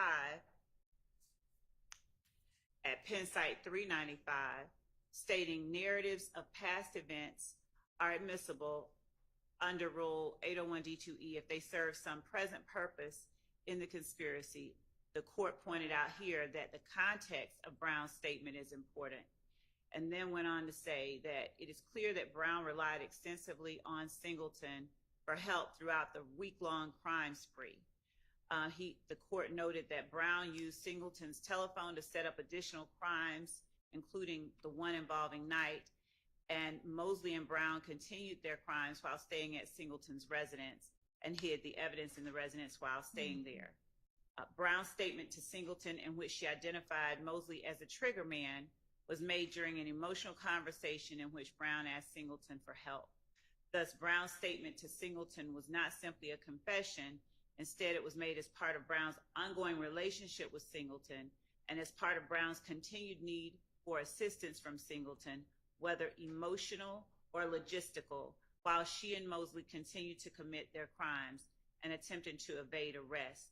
Accordingly, given the liberal standard applied to this inquiry, it was not clearly erroneous for the trial court to conclude that Brown's statement that Mosley shot Carter was made in furtherance of the conspiracy. And we understand that the court may need more context than what it hears, but I just wanted the court to be aware of that particular case that we think might. Okay, well, this doesn't seem to be that kind of a situation where he's saying pouring his heart out and needing support and logistical backup and anything like that. So I understand that that could be a co-conspirator statement in that kind of circumstance. I just don't find this to be that kind of a circumstance. So do you think you understand the portions of it that would be in against penal interest, or do we need to, you can take a look at it and then bring back a more narrowed one? Yes. Okay. In my understanding, for statements against penal interest, my client's name would need to be redacted out of that. Agreed.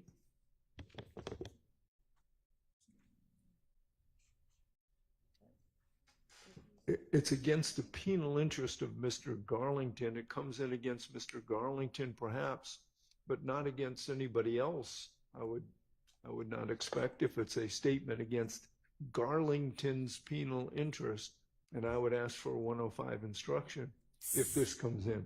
Okay, well, I don't know if that would be appropriate considering that this is all also being considered in the context of the greater conspiracy. So if you can get me some law on that, I'd appreciate it.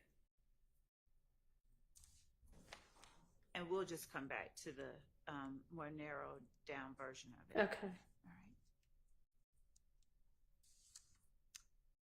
So we're going to skip down to, we're not saying, we're just going to come back to some of the other ones that I want to make sure that I have tightly tailored for the court. Okay. So we're going to skip down to page 235.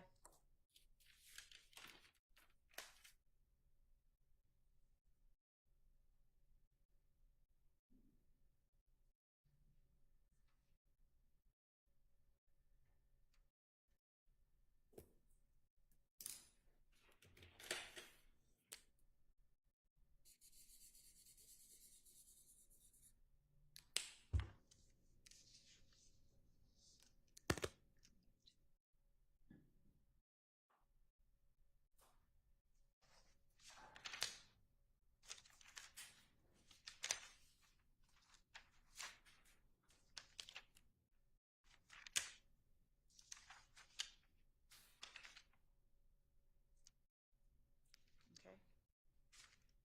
And it's going to start at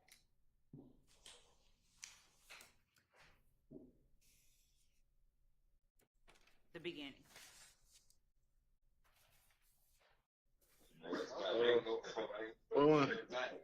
What's that?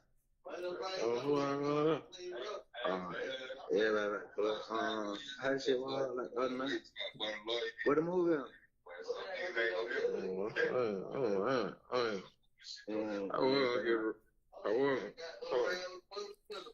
was gonna get one. No, sis, I was gonna get one, but my mind ain't there yet. I'm really on the other one. Yeah, that's what I'm saying. Nobody just with the movie. Yeah, I'm just trying to wait. Yeah. I said, I ain't fly, bro. Like, I was just telling myself, I ain't made no money in about 2-3 days. Nigga ain't. You too? For real, bro. Nigga, mine ain't done. I told you, I've been leaving my drugs now, bro. I ain't said shit. Yeah. I ain't even got down. I still left out, bro. What you got going on? You know where I'm at, bro? Hey, I'm talking about, man. What happened? I ain't even went. Yeah. Yeah, that's what I'm saying. You know where I'm at. I'm right here. I just be right here. Yeah. Wayne. And, you know, man, that time come, I got on. Yeah. Got to, bro. You got them. Huh? Get with me. You know where I'm at. Right. Yeah. Okay, but I got some whole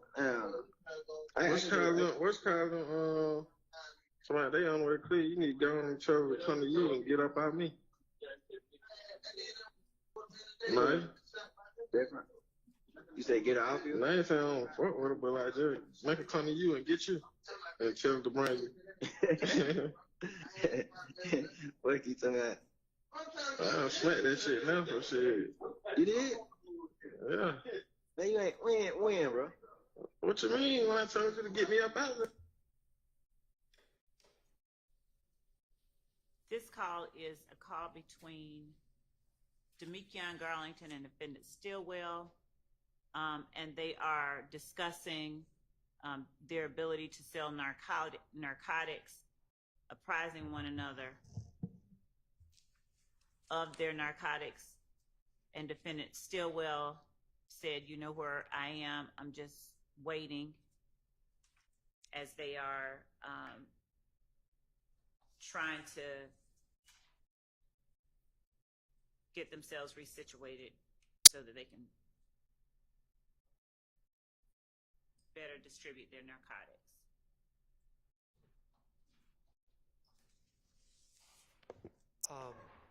Well, I will start out by, and I misspoke earlier, and I think Your Honor realizes that Mr. Stillwell is charged with, well, he already pled to it. It's a 2013 possession with intent marijuana, which is one overt act as part of count one. Okay, after 2013, to my recollection, there's no other allegations of Mr. Stillwell selling drugs in furtherance of YSL. In addition, we have heard absolutely no evidence, and I don't anticipate hearing any evidence that there's any sort of profit sharing or anything else involved in drug distribution. We've heard about Durante Beebe selling drugs at a gas station. There was no indication that any of that money. Mr. Trontavia Stephen talked about his sale of drugs. He actually testified, and we asked him, and he was like, no, it was worth like $150. I'm not giving it to anyone. I was selling drugs. I acknowledge that it actually appears that they're talking about drugs and not selling drugs for the time being. But so that's not really furthering any conspiracy. But there's to say that just because they put in their indictment in count one a mention, an allegation of drug dealing furthering the YSL does not, in my estimation, open the door to any discussions of any individuals on trial selling drugs to pad their own individual pockets. There's nothing that supports the argument that this is some sort of vast conspiracy as alleged in the indictment. So to me, we're just end-arounding how to get in bad character evidence about Mr. Stillwell, about talking about drugs with Mr. Garlington. And so I don't believe it's part of any conspiracy. I don't believe it's in furtherance of any conspiracy. And I don't believe it's relevant, and it is prejudicial. And so 401, 403, and hearsay are my objections. All right. I don't hear how any of what gets said in this particular conversation can be in furtherance of a conspiracy. So I'm going to exclude this. Yes, Your Honor. And Judge, just so that I want to give a little bit more context to calls similar to this with the drugs. Okay. In this wiretap, where there are, as they've described accurately, about 60,000 pages of calls, there are more calls, or 6,000, there are more calls on this wiretap discussing the sale, the distribution of narcotics than we have time to ever listen to during the course of this trial. So the idea that the calls between YSL members are isolated incidents that should not be deemed in furtherance of a conspiracy is belied by that very real fact that we could show if we sat here and just listened to all of the calls where they're talking about re-upping, selling, running out, who to get it from, where to go get it. So I just wanted to make certain we're not trying to revisit what the court's ruling just was, but I want to make certain. Well, I don't hear anything in this call about where to get it from or re-upping or anything like that. I just hear them going, yeah, man, I'm not selling any. I'm not either. So yes, Your Honor. There may be another one that might meet the requirements, but this one doesn't. Yes, Your Honor. All right. All right.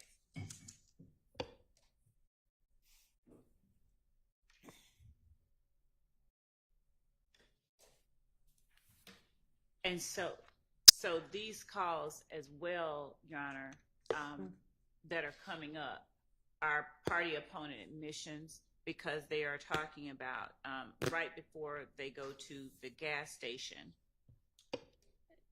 Okay. Which ones are we talking about now?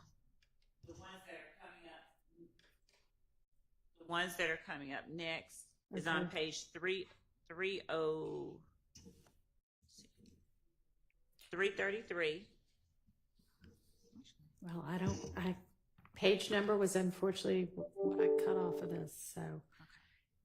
I know we don't want to be going by reference numbers, but. Oh, I'm sorry. If you can give me a date and time, that's fine too. Reference number is 326. Okay. And the date is March 14th. All right, I got it. 2022.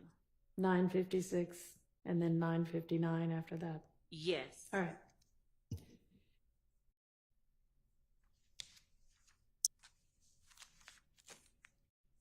Is there any evidence that they have any reason to believe Mr. Drinks is going to be at this gas station?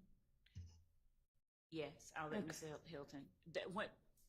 When you mean that before they get to the gas station, I think seeing him at the gas station is happenstance. When they see him at the gas station. Okay. So I mean, I'm wondering, maybe there's something more going on here, but if they're just talking about meeting up. No, Your Honor, I don't believe, we don't have any evidence to show that they knew prior to going to the gas station that he was at the gas station. I do think that part was happenstance. All right, well, I'll just have to listen to what the content of this call is to see whether this might be. Oh, I'm sorry, y'all are saying this one's a party opponent, so I'm sorry, never mind. Scratch what I said. Go ahead. But we do think that they were on the prowl because Mr. Stillwell earlier that morning on March 14th had rented a car from Alamo at the airport and then went and got the car tinted. Okay. And so we do think they were on the prowl, but not that they knew that Mr. Drinks was going to be at the airport. All right, understood. Thank you.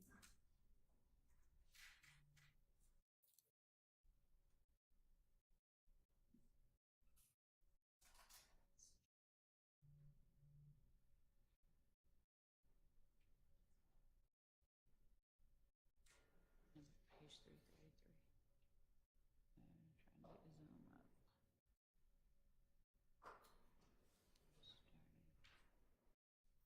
Trying to zoom up. Yeah, the whole call. 333.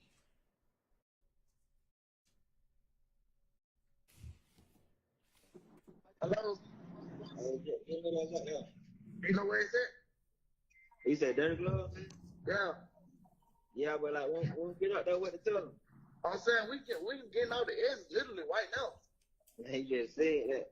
I'm telling you, I promise you we can get out the edge right now. We stay right here. Yeah, come on, bro. Tell Sharon don't be mad at me, bro. We can bound. We can bound. He said,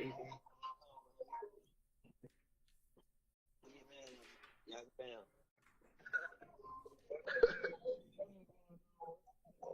Yeah, I guess. Well, no, on my mama 12 on deep 12. We get out the edge right now, man. All right. All right.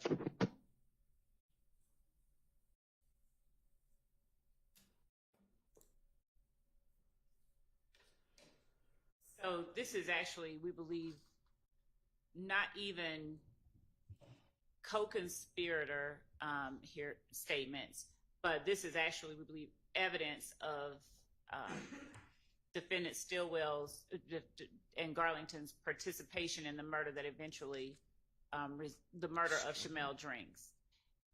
So, Wait. My client was not on that call. So if the state's just going to say things like that, I need to know what they're talking about. Your Honor, he is in the call. He's in the background. So when you hear, I believe, the caller, I think maybe DeMarco Boyer saying, tell Shannon don't be mad. Tell Shannon don't be mad. You hear Shannon make a response in the background. So I think him and Garlington are in the car together. The other car is calling him saying, don't be mad. We're going to meet you at the gas station. And Mr. Stillwell says something in the background. All right, let me hear it again. The state's spreadsheet says Garlington on the phone with Nichols, and now we're saying DeMarco Boyer's talking. Nichols on the phone, and they're using Boyer's phone. Because Nichols and Boyer and Miles Farley are in one car, And Shannon and Demekion Garland are in another car. And how would they determine that that's Mr. Nichols? Because when they get to the gas station, we see that it's Nichols, Miles Farley, and then we are able to investigate that this is Boyer, and Investigative River is familiar with these individuals. So we're saying that that is Mr. Nichols on that call? I don't know. Who are we saying Because is talking? We believe it's Mr. Nichols. Now, that's using Mr. Boyer's telephone. there's a lot of we believe, and I have little faith in those assertions. In fact, I know those assertions to be incorrect. So You said there's a video from the gas station, right? And does the video from the gas station show who's in what car? We know for sure that we see Mr. Jackson in the two cars, Your Honor, is an Audi and a Ford Fusion, a white Ford Fusion, a white Audi.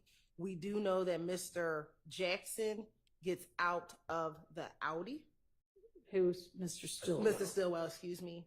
And then we know that Mr. Nichols gets out the Ford Fusion, and that Ford Fusion is actually his wife's car.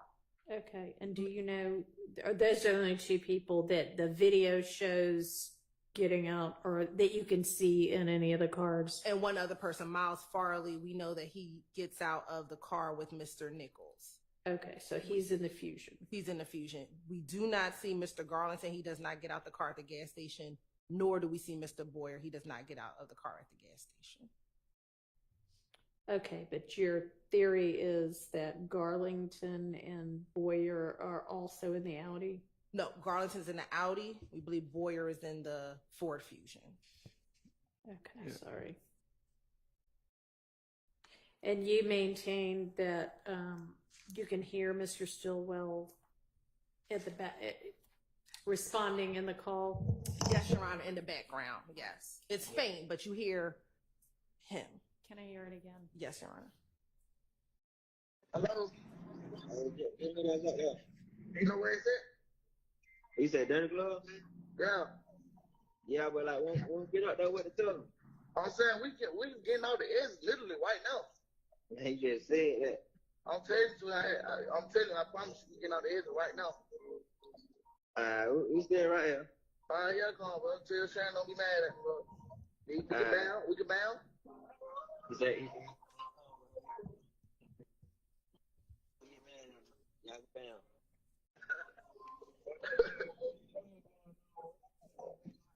I guess. Well, all right. No, I'm my mama 12 on deep 12. We get out the edge right now, son. All right. All right. And somebody says something on the background. So, well, what I hear is this. I hear Mr. Garlington speaking to someone, and them trying to explain to each other where they are. My understanding from what the state's saying is this conversation occurs from the context of the call before either car, or at least the car that Mr. Nichols is in, according to the state's theory, arrives at the gas station, which means this is before Shamal Drinks arrives at the gas station, which means there's nothing, according to the state's theory, nothing immediately criminal afoot. And they're just talking about getting up, and the person alleged to be in the car with Mr. Garlington is Mr. Stillwell.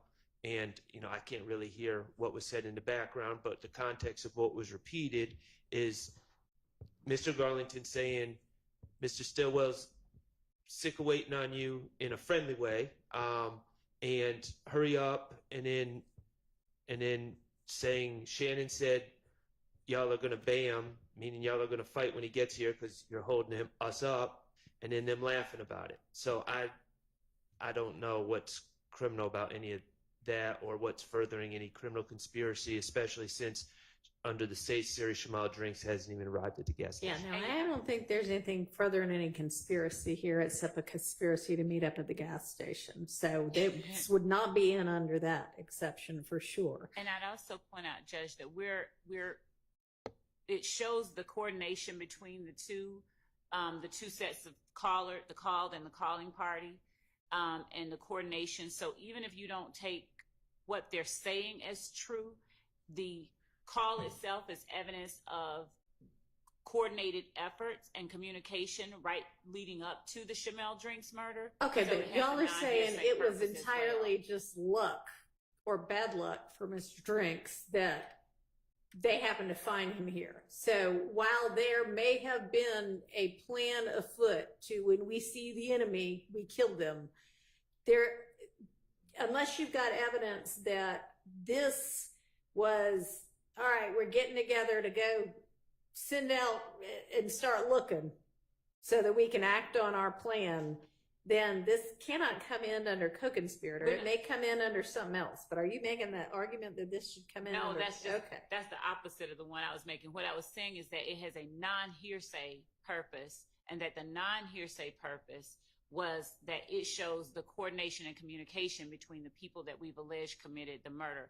even outside of the fact, even if you don't take as true anything that they're saying. So not even trying to take the truth of what they're saying, the fact that they are communicating with one another is one. And then the other was that we were saying it was the statement of a party opponent, in that Mr. Stillwell was one of the people that was communicating with Well, one another.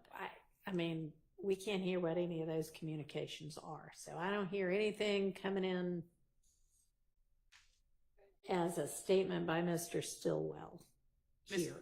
If Your Honor could allow us one more comment on that. No, I was just going to say, Your Honor, we agree. We don't think it's a co-conspirator thing, but it is evidence of the events leading up to the murder of Shamel Drinks. And so we believe it can come in as we're not offering for the truth of the matter asserted that he was getting off the exit at the time that he says he's getting off the exit, but simply, like Ms. Love just said, to show they are the series of events that occur right before the murder.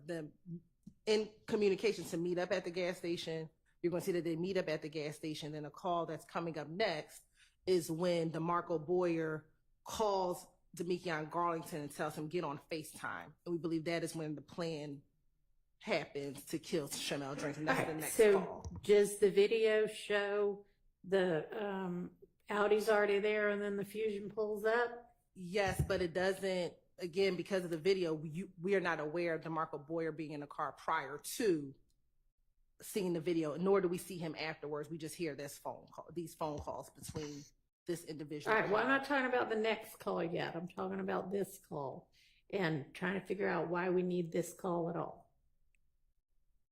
Because I think it shows them coming from wherever they're coming together. We believe that they were either near each other or had planned to meet up prior to do whatever they're doing. And so it just shows a series of events, Your Honor. Just if we have to prove what happens before, during, and after the murder, this shows before the murder, they were in communication. It's not like they randomly met up at the gas station together. They literally planned these two cars, at least, to meet up at the gas station. They meet, they unfortunately see Mr. Drinks, and then the plan becomes afoot. But it's not like the Audi and the Ford Fusion randomly meet at the gas station. They have plans to meet at the gas station. And all right, well, if that's your purpose, I think you can narrow it down a little bit. We don't need to hear the whole conversation. And Your Honor, I also said that they have a call log that establishes that, and they actually had Mr. Burney, the cell phone analysis gentleman, plot this number in question that they're saying belongs to Mr. Boyer. They've plotted that. So they have a call log of who's calling who to show coordination. Okay. And they have the plot of where the phone was at times that it was used and who was calling who. So the coordination, they don't need the contents of the phone call to show coordination. Yeah, but I would believe that the defense will argue, we don't know what they were meeting. We don't know what they're meeting up for, but now the jurors can hear. We still don't know what they're meeting up for at this point in time. But it's still just a series of events that lead up to the murder. These two cars and the individuals in these cars have some type of relationship. If you want to use the little tiny part that's we're getting off the exit right now, that's fine. But we don't need all of it. I mean, it just... And who's going to identify the voice? Because it's not Mr. Nichols on that call. Yeah, and we'll lay the foundation as to the call and where it comes from on the wiretap. Well, if I'm admitting it as an admission by a party opponent, then it needs to be one of these people on trial right now. So if you can't establish that it's Mr. Nichols, that's problematic. We will, Well, if we're offering it to show that they were, not that they were getting off the gas at the gas station, that's the hearsay, that we would need to, what we're saying is they were meeting up they were on their way to the gas station, not that we're getting off right now. That would be offering for the truth of the matter asserted, which would be the hearsay. Which would need an exception.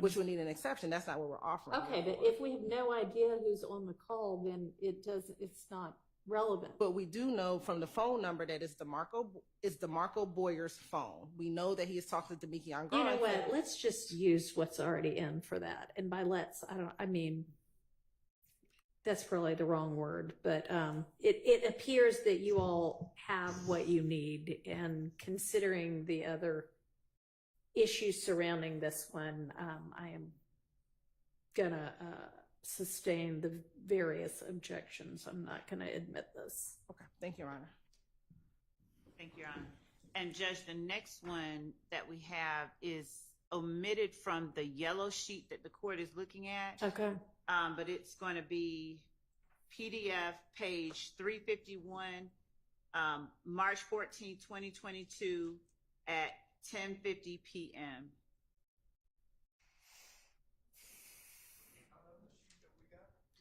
It's not, but Your Honor, as I stated, it's not on the yellow sheet. It is in the Dropbox. Okay, yeah, the yellow sheet was something that got sent later that was just to guide us, but. What's the reference number? It is the PDF page 351, reference number 345.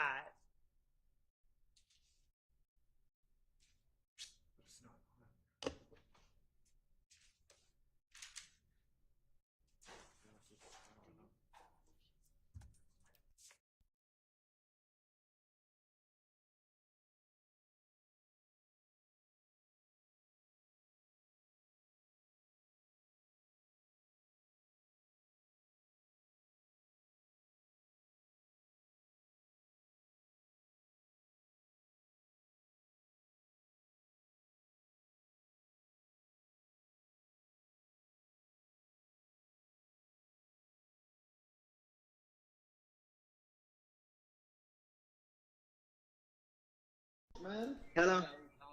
Where you at, boy? Right here at the studio. Somebody got killed in Kennedy. I was trying to see who it was. For real? Yeah.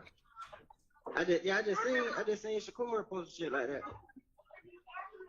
Yeah. Huh? They called me. They called me. I was just trying to see who you were. All right.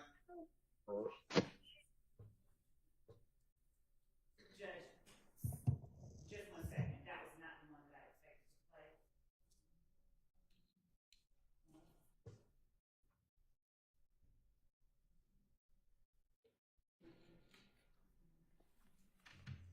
We're playing call 330, page 333, and reference number 326. That's the one we just played. No, yeah, That's the one no, we just it is. talked about getting off the exit. 335, 335, I'm sorry, it's the one right under. 335, page 341. My apologies.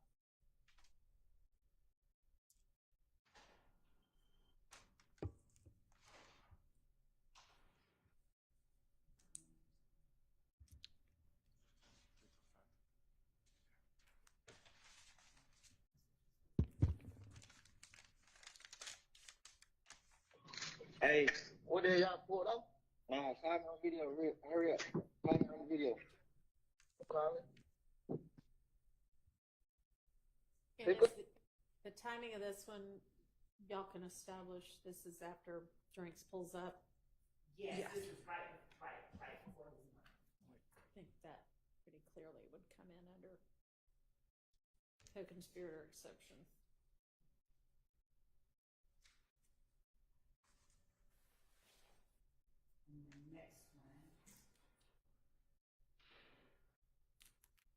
And so, just so we're clear, though, that the state is asserting that because, like the last one, there was some question about the involved parties. The state is still asserting that is Mr. Garlington and Mr. Boyer. Yes, we believe that's Mr. Boyer telling Mr. Garlington to get on FaceTime.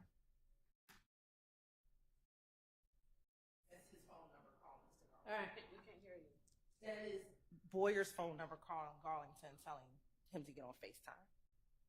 And this is right after Shamel Drinks. When we look at the timestamp from the surveillance video to this call is after Mr. Drinks has pulled out of the gas station, and they are pulling out behind him. Whose phone's making noises? Can you make it silent? Yeah, I did. I'm sorry. That's all right. Okay. All right. What's the next one? It's reference 350, page 357.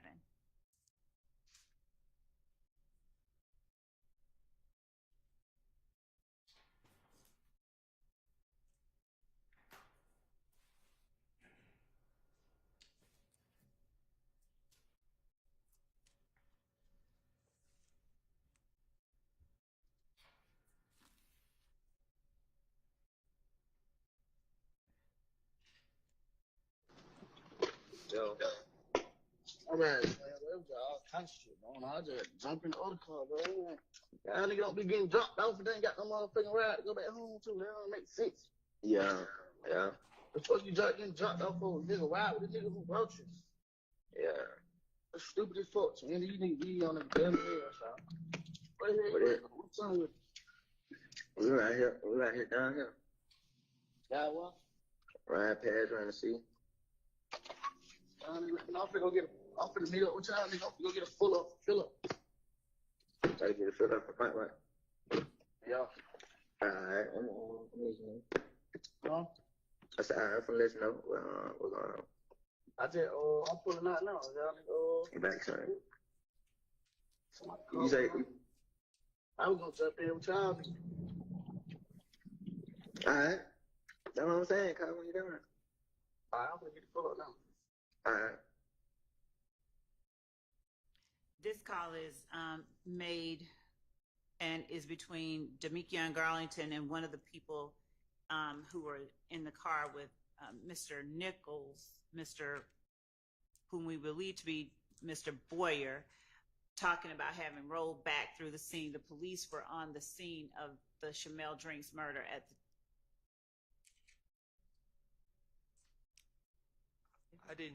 I didn't hear all that. You didn't hear it on the call, or you didn't hear what Miss Love was saying? I didn't hear it on the call. Yeah, I didn't Okay. either. Okay, this is them when they said we just rolled back through the scene. I'll play that again. It was at least that's what this team. And this is supposed to take place at like 2 a.m.? Yes.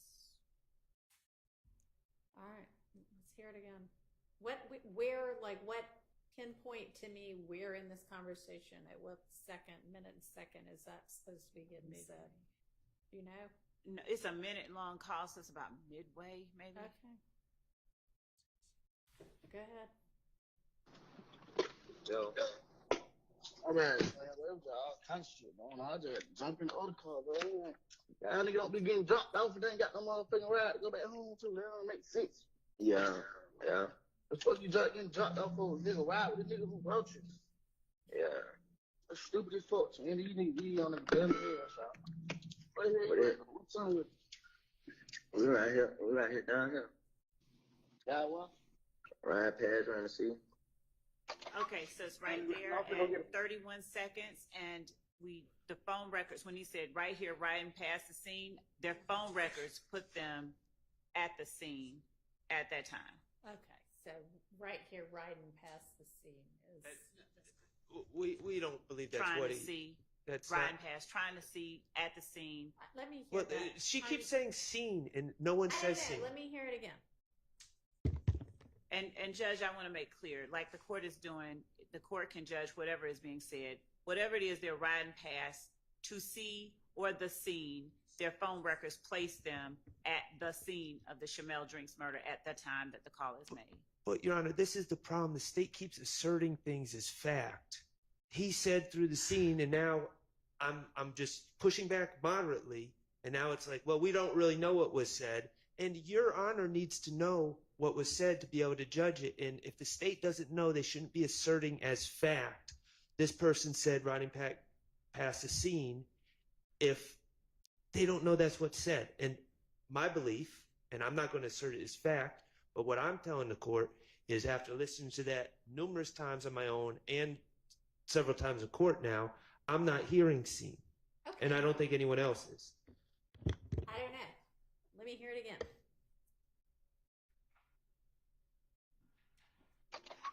I'm finna meet up with y'all. Nigga, go get a fill up. Gotta get it filled up. Right. Yeah. Wait a minute. All right, I'm gonna sit down here. Y'all what? Ride past around the city. Yeah. Stupid Trying to folks. see. Nigga, you can be on the damn air, so. What is it? What's on with? We right here down here. Y'all what? Ride past around the city. I'm finna meet up with y'all. Nigga, go get a fill up. Y'all what? Ride past around the city. I'm finna get a. Ride past around the city. I'm finna meet up with y'all. Nigga, go get a fill up. I mean, I don't know what he's saying, but they're talking about, I mean, it's, never is saying I need a ride, right? A little It's context. saying, no, not right there, but before then. And they're saying, why don't you ride with the person that you started out with? And they're trying to figure out where each other is, right? He's asking where are you, and he said riding right here, riding past the scene, trying to see. Either way you look at it, the point at which he is saying that, yes, they are trying to apprise each other's location, and that person right there saying that he is riding past, his phone puts him at the place where Shamel Drinks was murdered at that moment. I'm hearing, and I think everyone else is hearing over here, riding past around the city. Okay, around the city. I mean, And maybe he is saying around the city if they've got something that's going to. I don't believe. Well, they just said. I mean, it honestly doesn't matter whether he's saying riding around the city or riding past the scene, when what they're trying to do is communicate with each other about what's going down between them right after they have allegedly shot and killed somebody. Well, it's 4 hours after Mr. Drinks was shot. The context of all this meeting up is to go to the studio. That's the part that the state's not playing. They're all going to a music studio, and so I hear who they're saying is Mr. Boyer, fussing that it seems that someone should have gotten a ride with someone else, and he's fussing with that, and he's asking, where you at now? And he says, riding around the city. There's nothing conspiratorial or anything else about that. But my bigger concern is we just have this situation where, like, if Mr. Garlington really said, I'm riding around past the scene, that would be some damning evidence.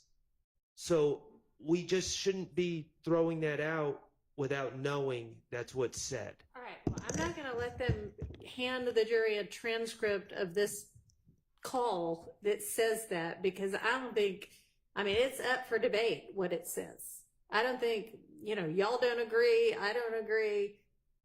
Who knows what it says? But I mean, it could very well be a part of a conspiracy, and they could be meeting up at the studio to figure out what it is that they're going to do next. That's not for me to determine. That is part of their theory. They can present this evidence in support of that theory. Whether the jury buys it or not will be up to the jury.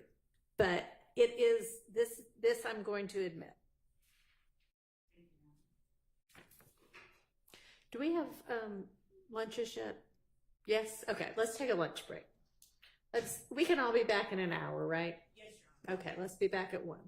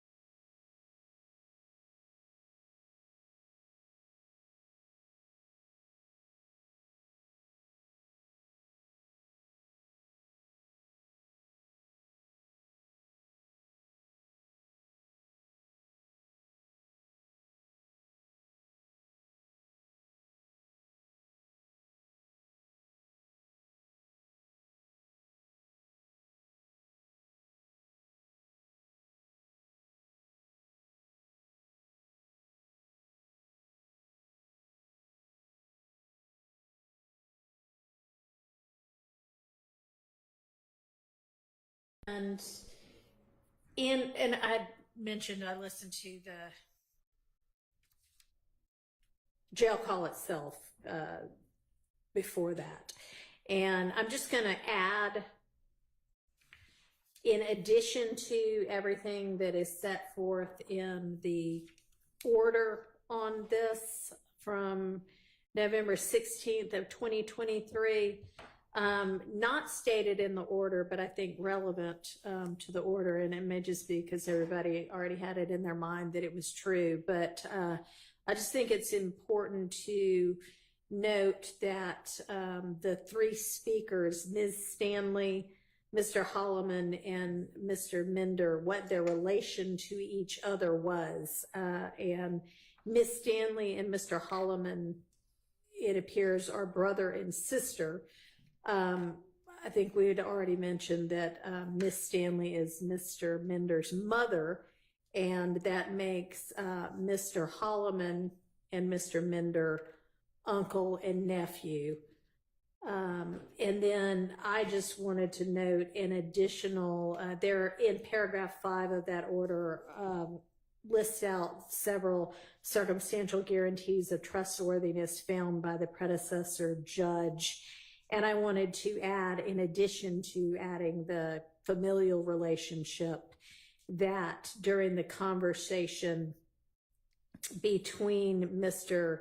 Minder and Mr. Holloman, Mr. Minder actually states to the effect that this wouldn't have happened if I hadn't been locked up. Essentially that, his uncle would have been under Mr. Minder's protection.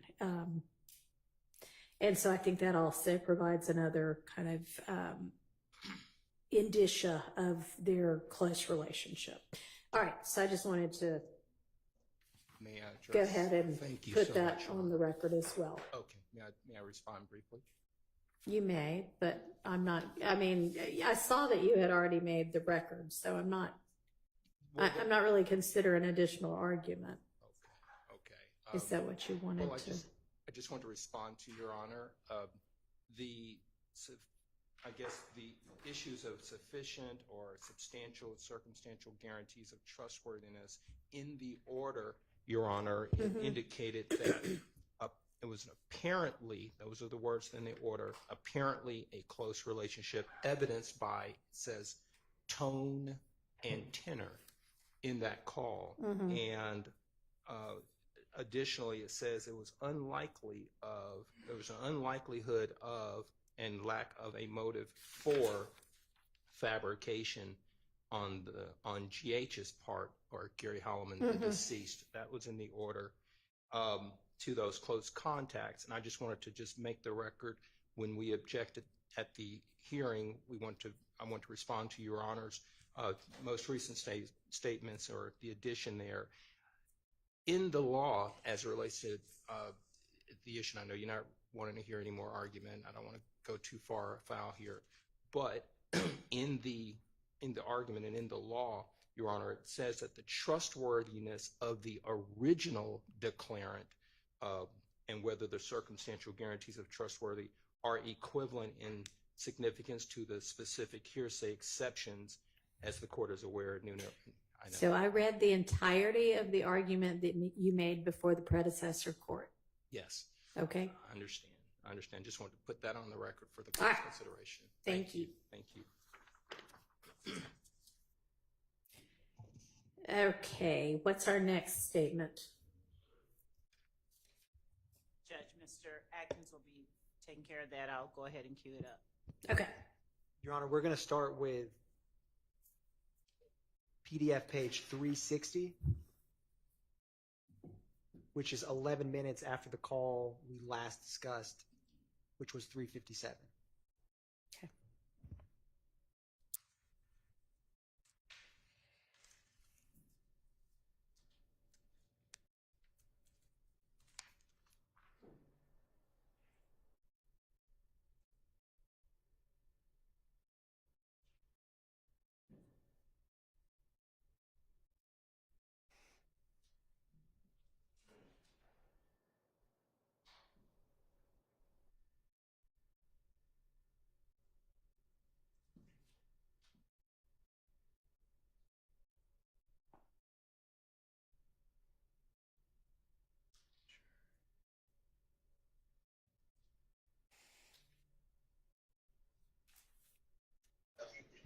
Where you at? I'm out here on Boulevard. That shit dead, though. One down. Yeah, one down. This nigga just sent nigga on the gun mission. For real, got you over there when he now? Man, we pulled a got yeah, but that nigga ain't even there, and I ain't pick up the phone. Damn.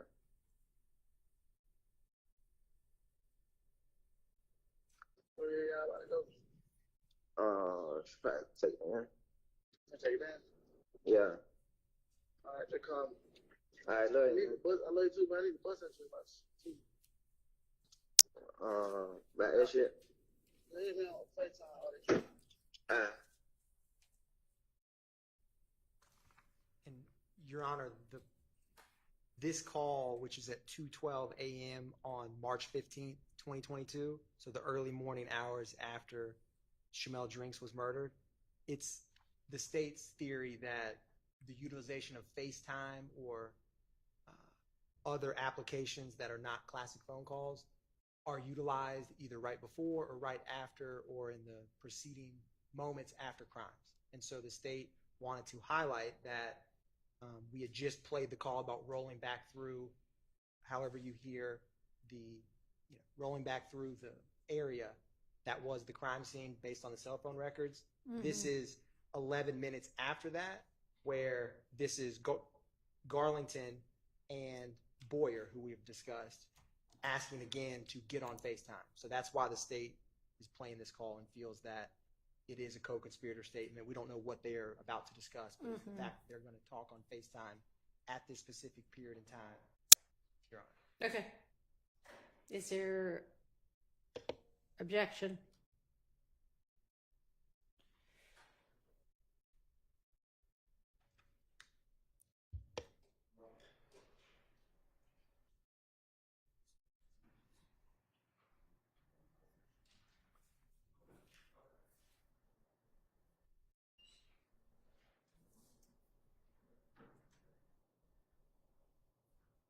It appears there is objection. There's just uncertainty as to who's going to voice that objection. I think we have different objections. Okay. I'm going to object. I don't see how this is furthering any conspiracy. I understand that the state wants to they have things in these calls that they feel is important and is relevant, but you still need the hook of the hearsay exception if these gentlemen are not testifying. So my objection is that it's not furthering any conspiracy. Okay. And before anybody else makes one, just so I understand, so are you going to have some, or have you already had some expert testimony that explains why a FaceTime call might be beneficial for utilizing in a criminal enterprise? So, Your Honor, old school Mike. Your Honor, two things. One, Demekion Garlington himself, in a call we have not reached, he explains, get on FaceTime because they can't record that SHIT. So he says that. I don't remember the exact call, but we will get to it eventually. And so, for one, that's his own statement. Number two, I wasn't present when Detective Belknap first testified, and so I don't know if he addressed that, but it's my understanding that Detective Viverito, when she is reached, is going to discuss, because it's intimately wrapped up into this murder of Shamel Drinks from the state's theory. Okay. And Detective Racy, who discussed the April 26th shooting of Mr. Dwayne Carter's tour bus, talked about how FaceTime doesn't show up in records. And so... All right. Thank you. I'm going to overrule that objection. Was there another one?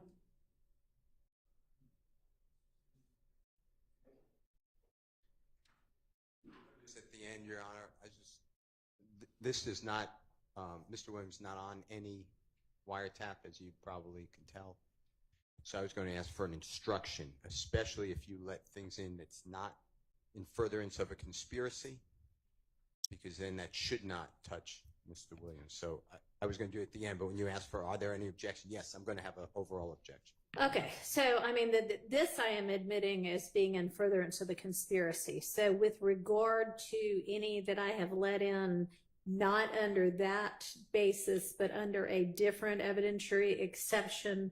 If y'all wouldn't mind, I think maybe the only one that's occurred for so far is the one that I let in as a statement against penal interest. Okay. And Mr. Harvey had also asked for a limiting instruction as to that. Now, the issue that is still, I'm not sure 100% settled on this, is whether a limiting instruction is appropriate when the evidence is coming in to show, to prove some part of the RICO count, which everybody here is charged with. So that's what, you know, I'm not sure whether it's appropriate to give a limiting instruction in that circumstance.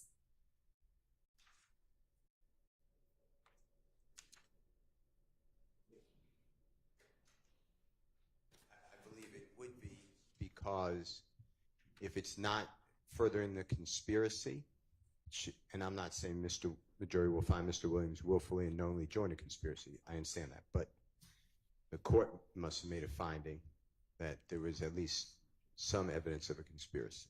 So then it becomes a statement. Right. You make a good point there. Yes. So I guess yes, you're right. So if I have, and I did for that one, specifically said, I don't find any kind of furtherance of a conspiracy with regard to that one, then yeah, a limiting instruction I would think would be appropriate as to that. So if somebody doesn't mind keeping track of which of those need one, then if y'all would provide me also with a suggested limiting instruction, I would give that. I think that would be appropriate. Thank you. And Judge, just for the purposes of the court's knowledge about the prima facie showing of a conspiracy overall, there was a finding prior to the court presiding of a conspiracy, that there has been evidence shown of a conspiracy. That finding was made particularly on the record as it relates to count one. Judge Glanville said, he flat out said, I find that the state has presented evidence showing a conspiracy that tends to show a conspiracy. Okay, sure. But we're talking here about a statement that's not made in furtherance of a conspiracy.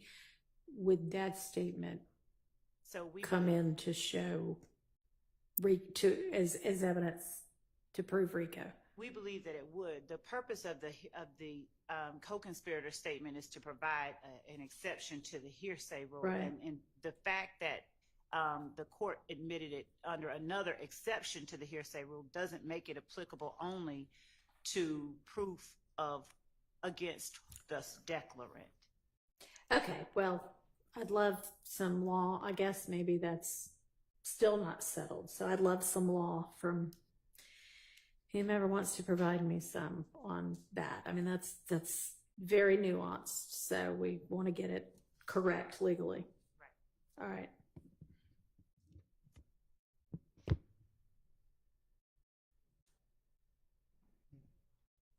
Your Honor, Mm-hmm. if I may, Sure. what with the call that we just discussed, number 360 on the FaceTime Yeah. call, what was the court's ruling? That is in as a co-conspirator statement. So specifically for that one as made in, like the discussion we just had about. Yeah, the only one that I have so far, there are two I haven't let in, and one I let in under an exception that wasn't co-conspirator. Yes, Your Honor. So for the rest of them, they've all been under the co-conspirator exception. And Your Honor, for your notes, I believe that was PDF page 152, wasn't it? Yes, mm-hmm. That's right. Thank you, Your Honor.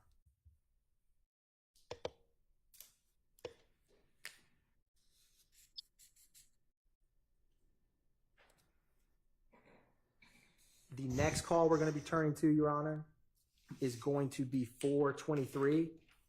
And just to give the court a little bit of backstory, in addition to what Deputy Hilton discussed this morning, is this call is on March 16th, 2022 at 12:22 a.m.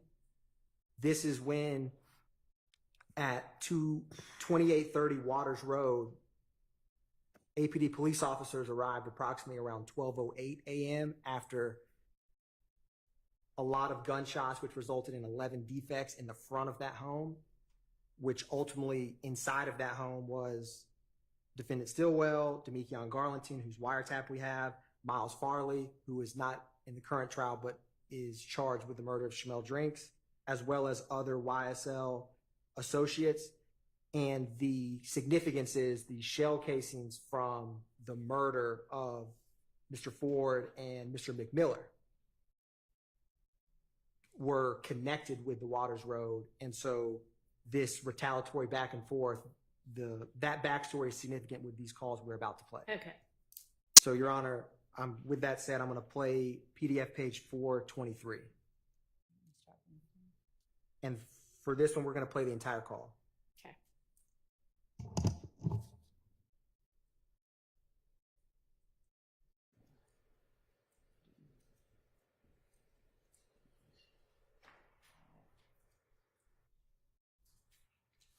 Like no look back.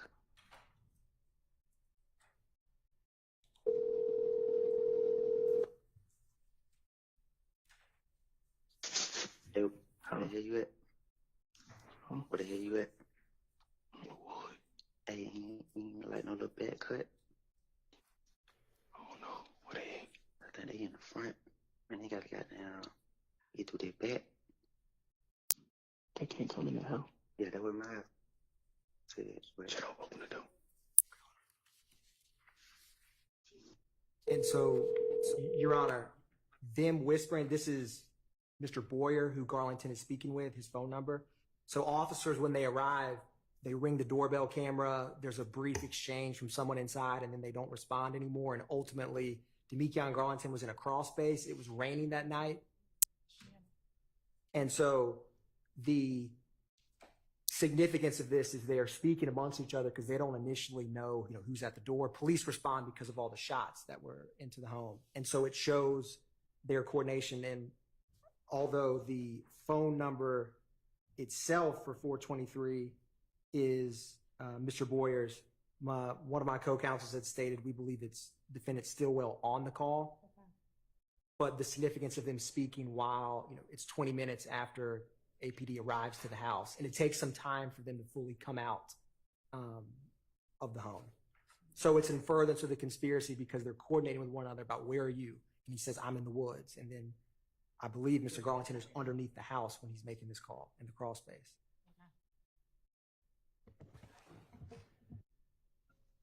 So the context of this call is after, it's directly after, to my understanding, individuals shot at 2830 Waters Road.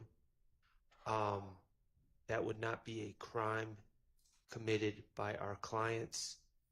I don't know what could.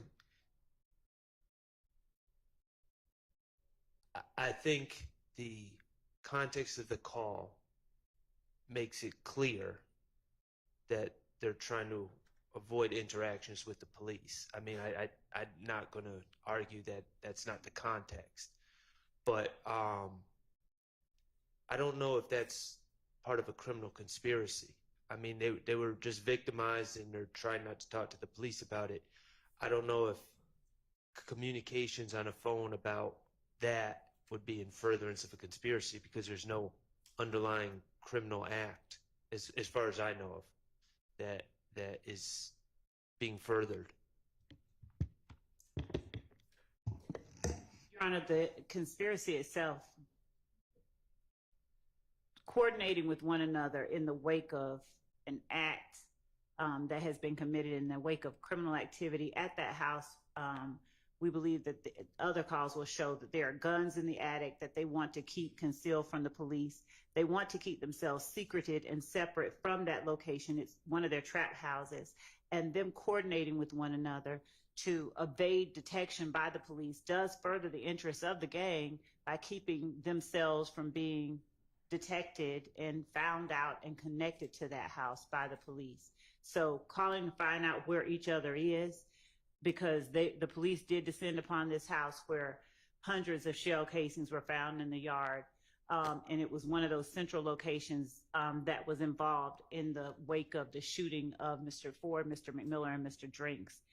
We believe that this communication does further the conspiracy of the YSL enterprise and the criminal street gang, and its enduring, detection from the police for their criminal activities by apprising each other of where they are in relation to the hot spot or the hot zone. Okay, and let me ask you so that I am sure what my understanding of it is. Mr. Atkins, you had said shell casings from this scene are connected to the Drinks murder.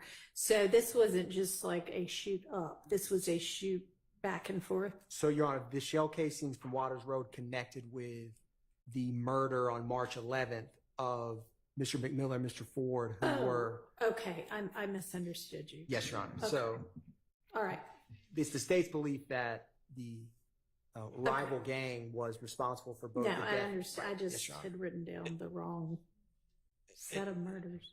And Your Honor, I left out one, I think, relevant fact. The police actually did come in contact with these individuals eventually, and they released them without charging them with anything. Is that before? I mean, did they search the house at that Yes. point? Yeah.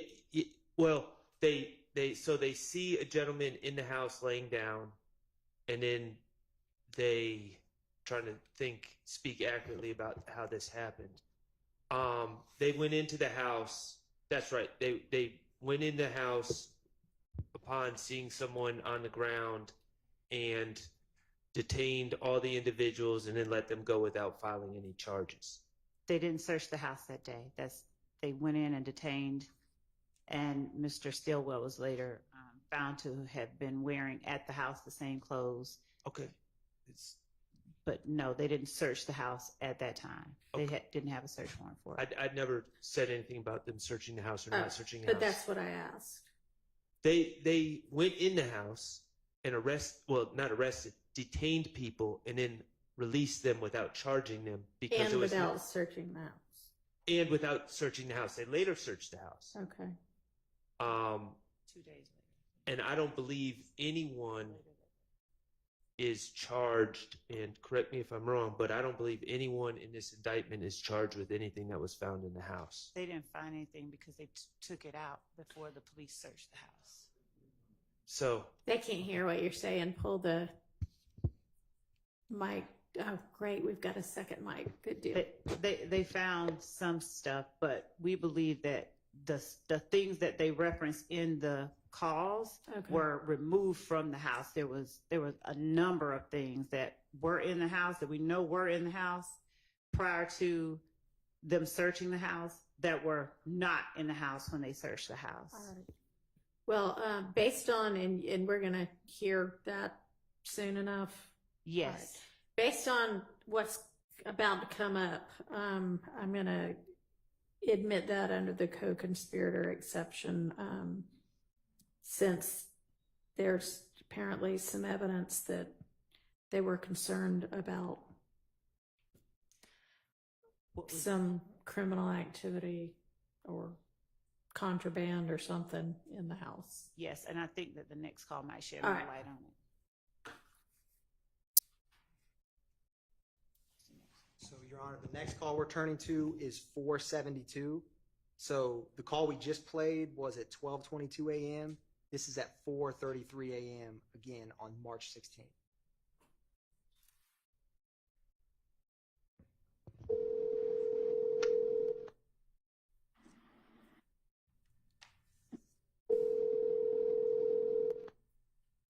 Oh, you good, nigga?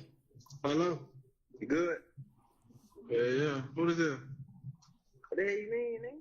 Oh, I ain't even say, I ain't saving no number. Yeah. Oh, yeah. For sure. Where the hell you at? You gone? Yeah, I'm about to drop miles off. 10 miles, boy, it's all love, boy. I can't wait, boy. I gotta go home. Oh, yeah. Yeah, he just ran in the store real quick. Yeah, so it was all love. I ain't waiting, boy. I gotta go, boy. That shit just shook the fuck out of me. Man, wet, man. When I seen it, when I seen V, I just... Man, what? Man, that whole just, man, boy, listen, boy, I just said to myself, boy, man, let me out that car. Boy, I'm gonna go in, boy, and I ain't coming back outside, boy. I don't care about having no run or nothing, boy. Them motherfuckers ain't moving. Hey, boy, I said the same shit, boy. Somebody really think I'm like, yeah, man. I'm like, What's so crazy, bro? I was just being cheap. Actually, it was being cheap. My whole keep saying, let's get it wrong like him. I'm not gonna pay for no wrong. Man, listen, boy. I just said, damn, boy. They can send a nigga right street with their money like that. My nigga gonna spend this shit on them in the room, man. Man, what? I'm trying to listen, hey, that's on DV. I'm in there like, but I got to get my last 2,000. I got to get lawyered in. I'm like, man.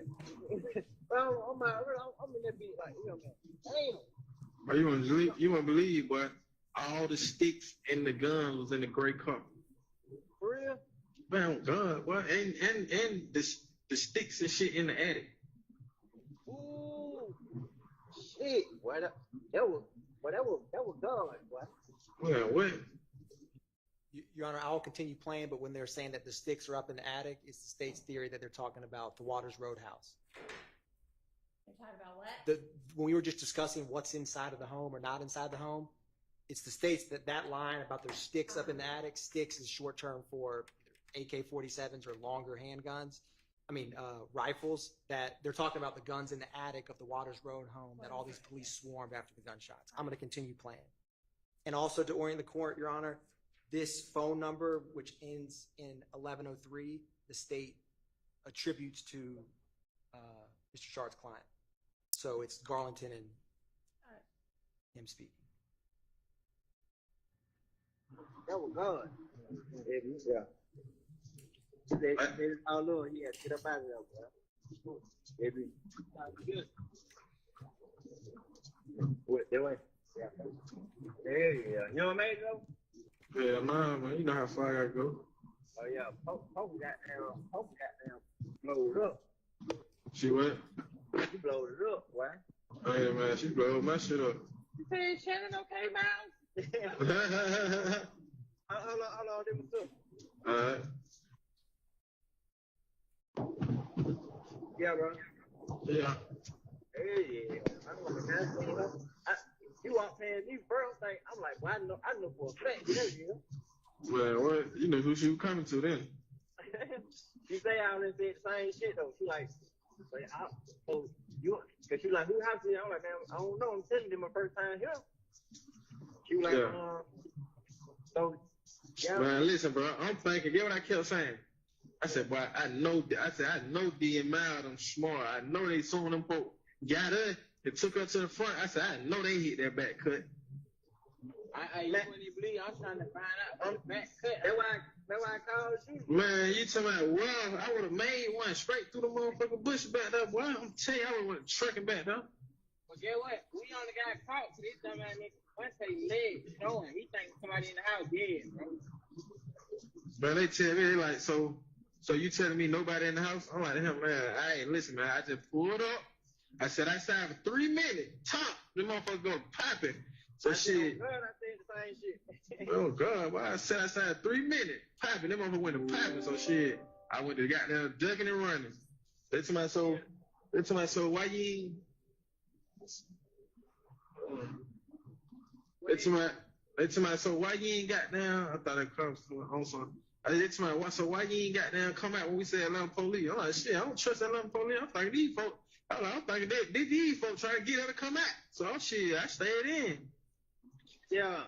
Oh God, they're like, yeah. I'm like, yeah. I'm like, look, bro, y'all question me like I'm the suspect. I'm a victim. They're like, yeah, you right. They're like, but let us do what we gotta do. We'll get back with you if everything come out clean. Then we'll let y'all go. Like, say, Lynn, I'm in the car sleep. I kick when they tell me that, I kick back. Don't goddamn go out. Yeah. Oh God. You know that? They can't get the video from Nick on camera. Hell no. Yeah, okay, man. But you wouldn't believe, boy. I'm in the motherfucker like, boy, I know they can't come in here. We good, bro. I'm telling bro, like, we good, boy. They proud. Y'all was there. You told me I was in the woods. Huh? You told me I was in the woods. I was up under the house, man. You don't see how dirty I am? Oh, we heard them get their ass. They like, hey, move. You like, hey, my dumb ass, I go out the back door. No, I go out the back door, right? So I'm finna go toward the car and hop in the car, just sit in the car the whole time. That's what they at, though. Man, I go to the other side, finna try to hop the fence. They like, hey. I'm telling you what you gonna do. Go hit that cut, boy. I know it. I everybody what a cut was. They said they ain't know. Man, listen, man. You probably made your cut. Yeah, like you ain't from the hood, boy. You know how this shit go. I would have went back there and made me a cut, boy. I would have been trucking through the motherfucker. That's why my goddamn shoes so dirty, my pants dirty, and my shoes dirty. Real. They say, so this is about Matt, man? I say, ma'am, I don't know. Man, listen, man. They asked me, do I know Matt, man? I said, I don't know no motherfucking Matt, man. Who are that? Yeah. I said, man, I'm not even from over here, bro. I'm from Tumbleville area, bro. Yeah. So what you doing over here? I came to see a friend, man. I'm trying to talk about that game, man. What you talking about? Damn, man. That whole blowing me up. That whole thing, nigga Sheen, all type of shit. That nigga was so cool though. He got damn called it back. I need to put a lock on my phone and take my have my messages pop out. This shit crazy, boy. I'm finna go in, boy. I'm finna get out the driver's seat, let her drive, tell her drive slow as possible. I got down, my stupid ass went in the car, got my stick out the car and my FN out the car. Watch her right there, and got in the car, pulled out. They're really why I ain't want to wait on mine. Yeah.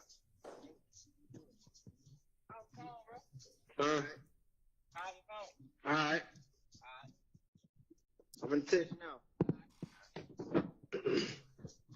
Hey, man. Folks blowing her air. She called too. Sure. How she get? How she get though? I don't know. Cause, Kira got my Instagram on her phone. Oh.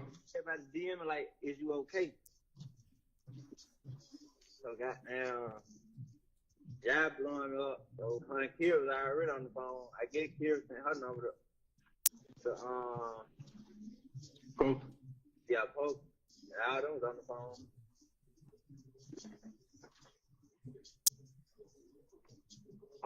Damn, man.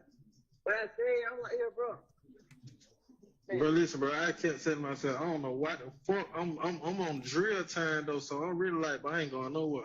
But I'm telling myself, pull out, baby, pull out. You ain't hear me say, boy, let go. Man, listen, you said let go, Miles said let go, Brett said let go, but I'm on drill time, so I'm just like, man, fuck that, boy. Yeah. I'm so mad. This time they served. He was just telling me like, he was like, either somebody follow D or your girl or it's that whole Elmo, cause they serve Elmo. I was like, man, Elmo, Elmo fuck with them folk. Yeah.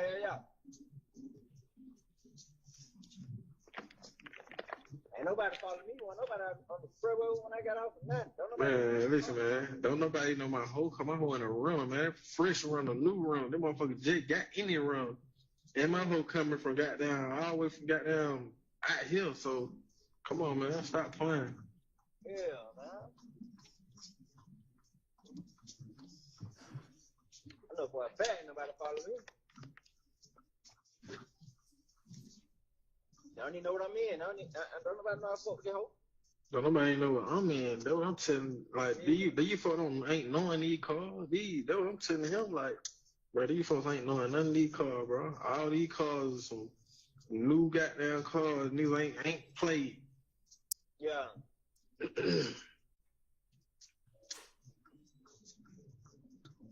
Damn, I hear them boys. Damn. They're crazy, bro. Don't nobody know. Them folk don't be knowing where that spot at, man. Yeah. Somebody get head drop out, boy. Boy, on God, boy, that's what I believe. On TV, that's what I believe, boy.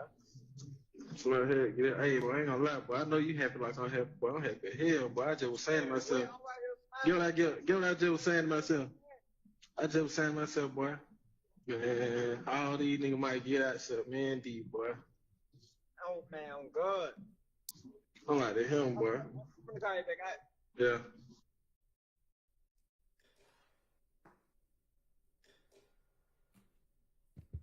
That's the end of that call, Your Honor. The state feels this really has two methods of admissibility. The state feels that Garlington and defendant Stillwell speaking about, for one, when they say sticks and FNs, those are firearms. They're mentioning about a female they know, and they say that she's dating or sleeping with the ops. They're also mention how APD, this is 2022, was the APD gang units was following the YSL and YFN or IF gang back and forth. And so they kind of, in APD gang unit, when they were talking about, they're like, I don't know McMahon. They're laughing. They're kind of saying, I just got to the house. APD is thinking, like, before the investigation is complete, because the shooting just happened, that it was probably YFN who just shot up this Waters Road, which is a known YSL spot, because they believe that they murdered their friends 5 days ago. And so with that said, all of their conversation, they're talking about getting away. You should have run this way through the woods. And when he says, I'm on drill time, because they were just shot at by the state's theory of rivals, if you're on drill time, you're trying to go either shoot somebody or murder somebody in retaliation. And so that's why he says, I was so mad I was on drill time, but the police came because they were just shot at, so they all hid at that house.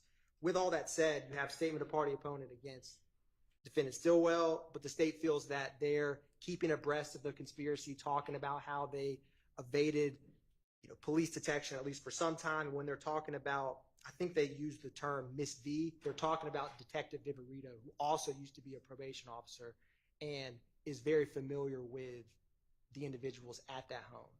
And so what happened in terms of the search warrant, Your Honor, is the search warrant was executed March 17th. This was March 16th. But pending any questions from the court, that's why the state feels that this is admissible. So I'm going off of my understanding of the events, and I'm sure Mr. Atkins will correct me if he disagrees. I don't believe what was said earlier by another person on the state side was completely accurate. The police entered the house. They secured the location. They searched the house. I believe, and Mr. Atkins can correct me if I'm wrong, but my recollection is they did find firearms and they found ammunition.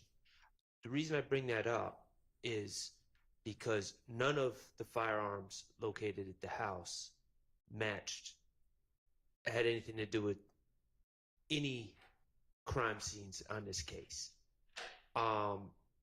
So when we're, the state's saying that that's my client, it's clear the context.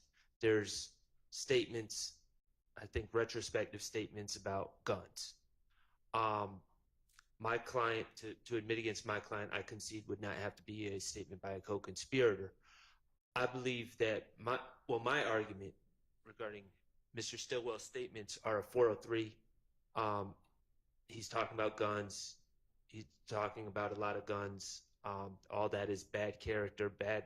It's prejudicial to us.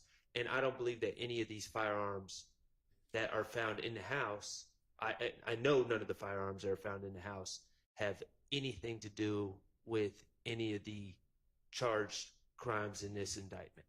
So that's my argument on behalf of Mr. Stillwell, who doesn't really have a co-conspirator argument.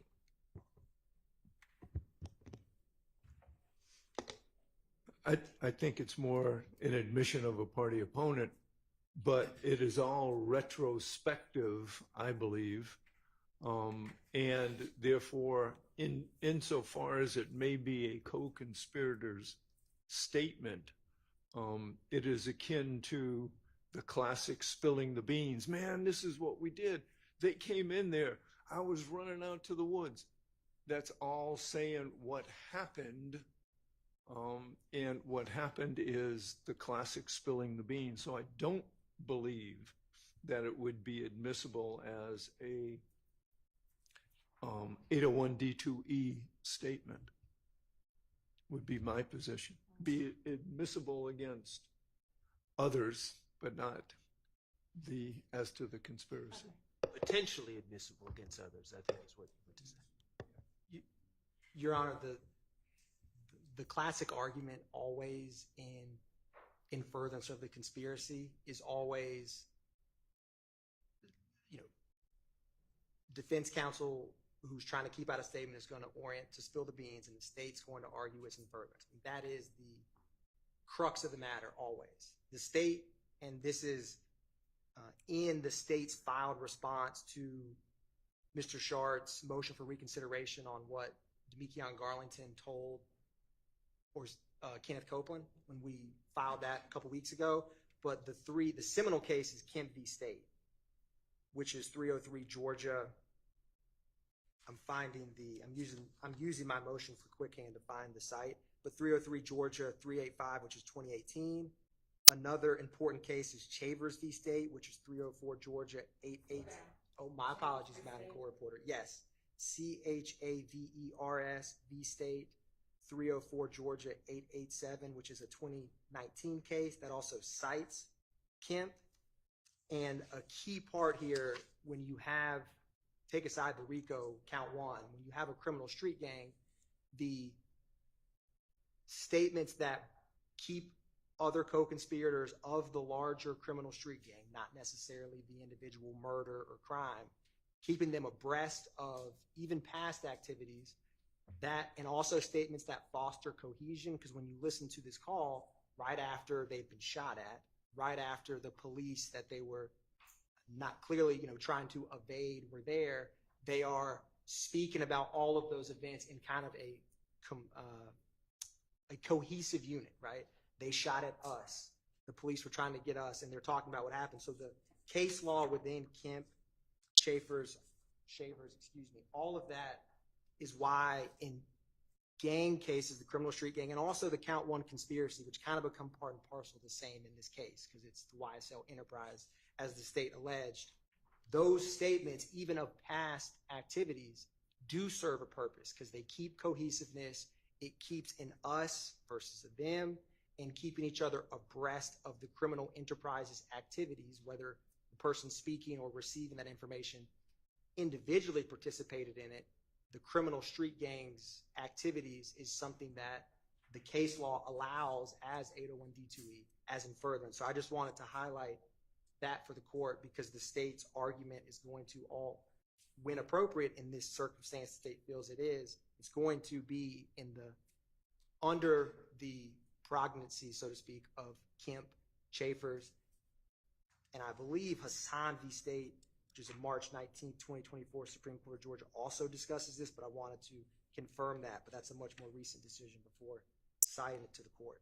But that's the state's response, Your Honor, in terms of why it's in furtherance. Can I please respond to that? Yeah. We're talking about, the state starts by saying, oh, the defense always says it's not it's retrospective. Well, the state always says, they throw out these buzzwords, cohesiveness, kept them apprised of the events.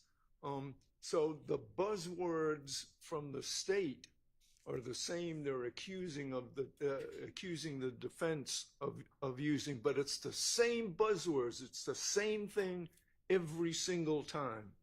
And there are just as many cases out there that say retrospective prior conversations are not part of the co-conspirator's exception to the hearsay rule. Stafford versus the state, 312 Georgia 811. State versus Lane, 308 Georgia 10. State versus Wilkins, 302 Georgia 156. There are cases after cases after cases that specifically say a retrospective statement that merely recounts what happened.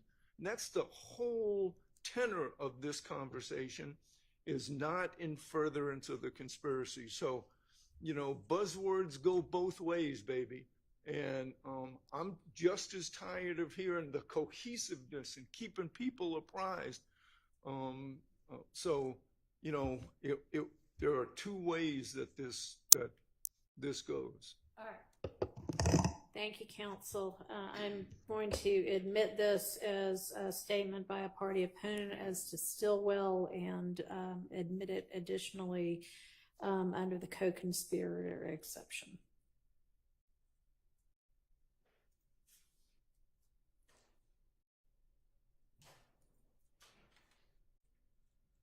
Your Honor, the next call we're going to go to is 512, which is, again, March 16th, but it's much later in the day. The last call was at 4:33 a.m.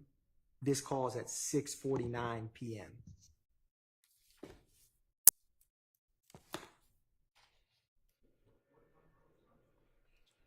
Mr. Harvey, it's page 512. Okay, I got it. I'm sorry.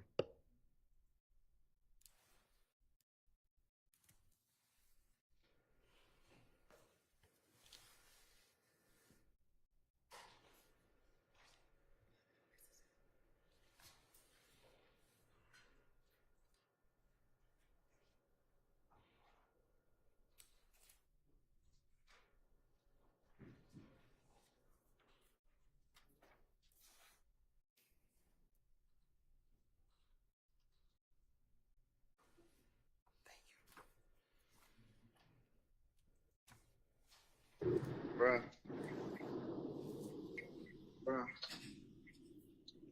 D. Yeah. Man, that's what I'm looking at weed, man. Man, you told me you had it. I got it now, bro. I got it. You do? And I got a few different flavors. You say you got a few different flavors, right? Flavors. Oh, okay. The same though? Yep. Okay. When I got now, it was too much going on yesterday. Man, that shit crazy here, man. 12 head nigga about 3-4 hours, man. For real? Sweat. Holy? Yeah. Yeah, now, they shut up Big Nick spot I was in, though. We think. Oh, they shut up Big Nick spot, bro? Yeah, man. So we got down, we think them niggas gonna come back. You think they gonna come back through? 12 pulled up. God, be more careful, D. But them folks shut up Big Nick spot, bro. Man, yeah, I'm motherfucker coming through the window. All this in the living room, it's crazy, why nobody get hit. And you know what one bid was, bro. One of y'all don't get hit, bro. But yeah, for sure. Hey, what the fuck wrong with these niggas, bro? Man, when they little punk just died in McKinneyville, about 2 nights ago. Boy, that's wild. I don't even know that, boy. He gonna be. Hey, Clay had locked up. That's the only reason you seen his ass. Why I ain't even know that? Hey, he locked up, bro. That's the only reason you ain't seen him, bro. Yeah, this shit was last night. If you talk to him on the phone, you know what I'm saying? They be like, shit got shut up, you know what I'm saying? Yeah, Bob. Yeah. Damn, he gonna be that. I ain't gonna lie, but that nigga gonna be, that's crazy, bro. Yeah, man. That's crazy, but your ass need to goddamn be smooth, bro. Man, smooth, bro. That's too much going on. Like, this shit. Too much going on, bro. Hey, nigga, bro. Why the hell y'all ain't got no drop on these nigga, bro? Man, nigga hand, bro. That's wild, bro. That's wild. I'm on the way to the spot. I just got down, whenever you pop out, bro, pull up on me, bro. All right.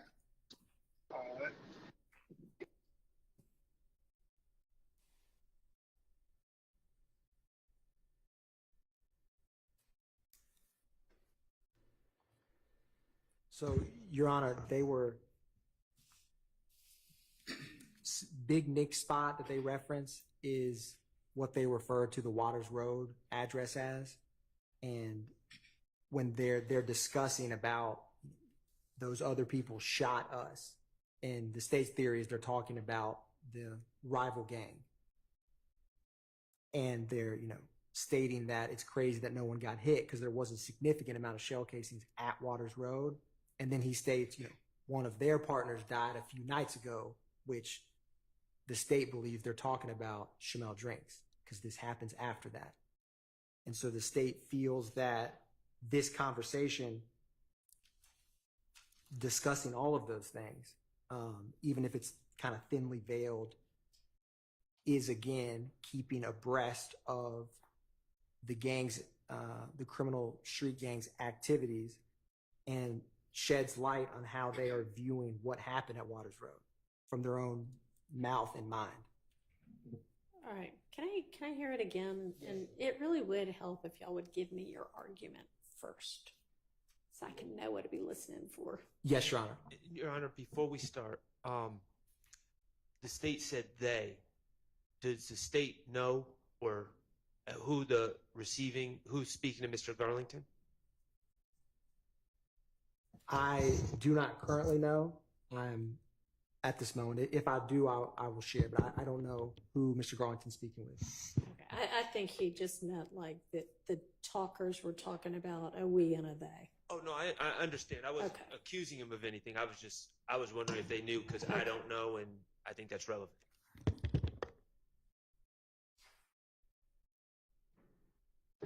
Bruh.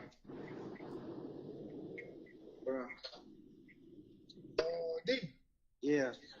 I thought you were gonna look at the weed around me. Man, you told me you had it. I got it now, bro. I got it. You do? And I got a few different flavors. You say you got a few different flavors? Flavors. Oh, okay. The same though? Yep. Okay. When I got down, it was too much going on yesterday. Man, that shit crazy here, man. Twitter had me back like 3-4 hours, man. For real? Sweat. Holy? Yeah. Yeah, now they shut up Big Nick spot I was in we think. Oh, they shut up Big Nick spot, bro? Yeah, man. So we got down, we think them niggas gonna come back. You think they gonna come back through? 12 pulled up. God, careful, D. But them folks shut up Big Nick spot, bro. Man, yeah, I'm coming through the window. All this in the living room, it's crazy, why nobody get hit. And you know when one did work, bro, one day one of y'all don't get hit, bro. But yeah, for sure. Yeah, what the fuck wrong with these niggas, bro? Man, one day little party just died in Kennerville, about 2 nights ago.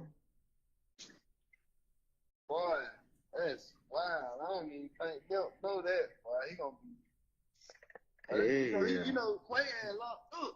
That's the only reason you seen his ass. Why ain't he know that? Hey, he locked up, bro. That's the only reason you ain't seen him, bro. Yeah, this shit was last night. If you talk to him on the phone, don't, know what I'm saying? If like, shit got shut up, know what I'm saying? Yeah, Bubba. Yeah. Damn, he gonna be that. I ain't gonna lie, but that nigga, bro. That's crazy, bro. Yeah, man. That's crazy, bro. Your ass need to goddamn be smooth, bro. Man, smooth, bro. That's too much going on. Like, this shit. Too much going on, bro. Nigga, bro. Why the hell y'all ain't got no drop on these nigga, bro? Man, nigga hand, bro.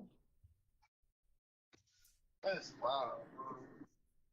That's wild. I'm on the way to the spot, bro. I just got down, whenever you pop out, bro, pull up on me, bro. All right. Any further argument on this one? I have some, Your Honor. Okay. We don't know who Mr. Garlington's talking to. Mr. Stillwell is not a part of this call, so this would have to be a statement in furtherance of a conspiracy. There's no apparent conspiracy, criminal conspiracy that's being discussed. It's a retrospective statement about them being shot, or them being Garlington, and I don't think he names anyone else that was there, but Garlington is telling this other unknown individual that people shot at me at Big Nick's spot last night. That is a retrospective statement that falls under the line of cases that Ms. Harvey just cited, and there's also, of course, 11th Circuit cases that talk about spilling the beans as well. So I don't believe that there's any apparent conspiracy that is being discussed here. They're victims, and also anything that's said that's a retrospective statement is not in furtherance of the conspiracy.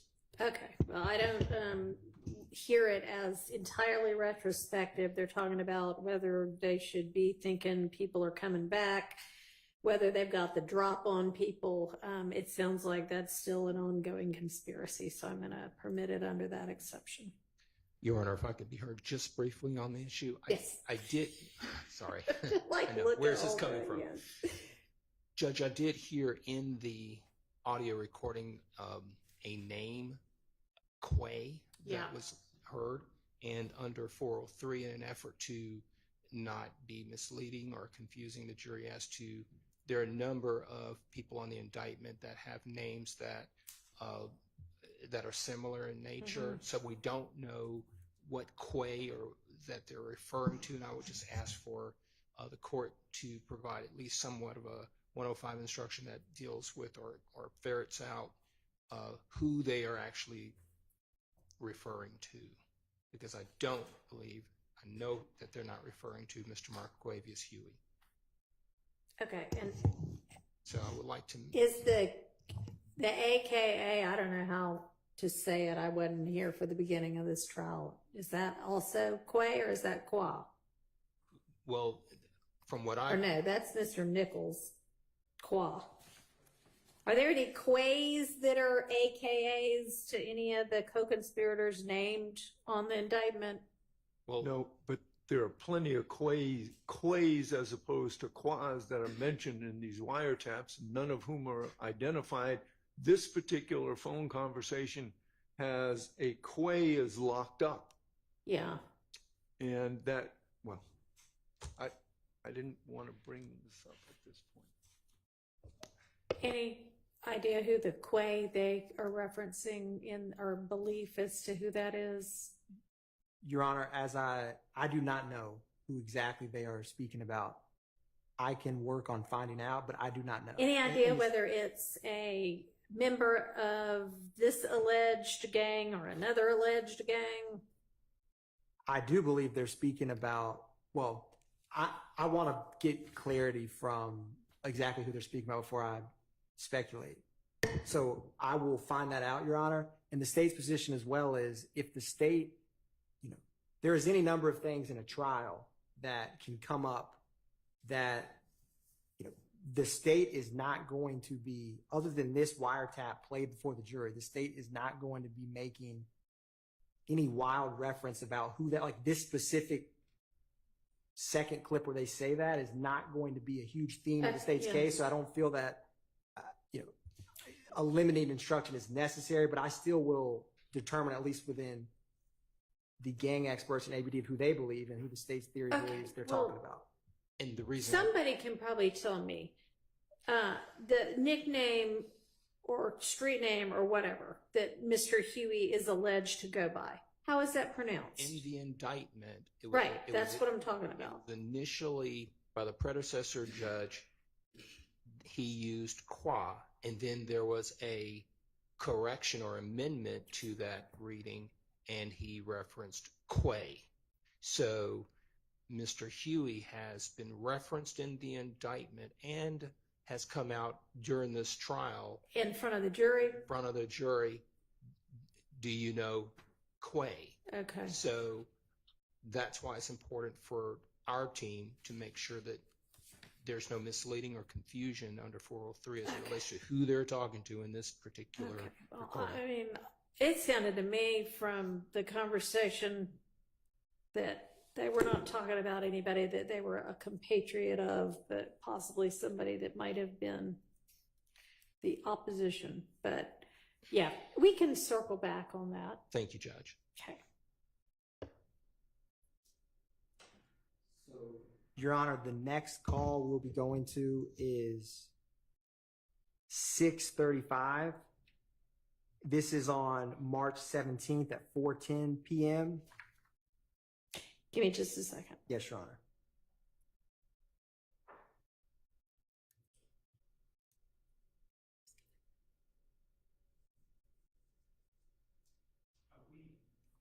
Oh, I might have skipped one, Your Honor. I actually believe the next one's 5:23.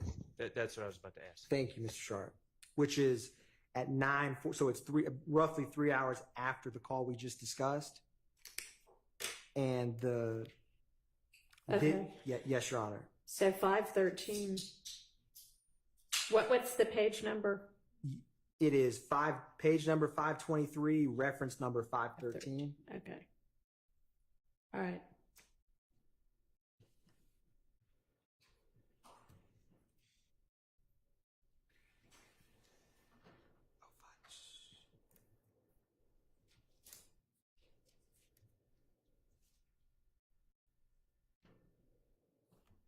And Your Honor, the state's theory of what this call discusses is, for one, there's a mention of they flipped a car under the bridge by the Ville. The Ville, the state believes, is Mechanicsville. Schmel Drinks was murdered near a bridge in a vehicle. And so they're also discussing the funeral of the March 11th murder of Mr. Ford and Mr. McMiller. Do we know who the other person is? So the call, or the phone number, which ends in 0484 for this call, I have associated with a Mr. Wright, who is a 30 Deep member, according to APD gang detectives, with a nickname of WOT. So, Your Honor, we're going to play that call now.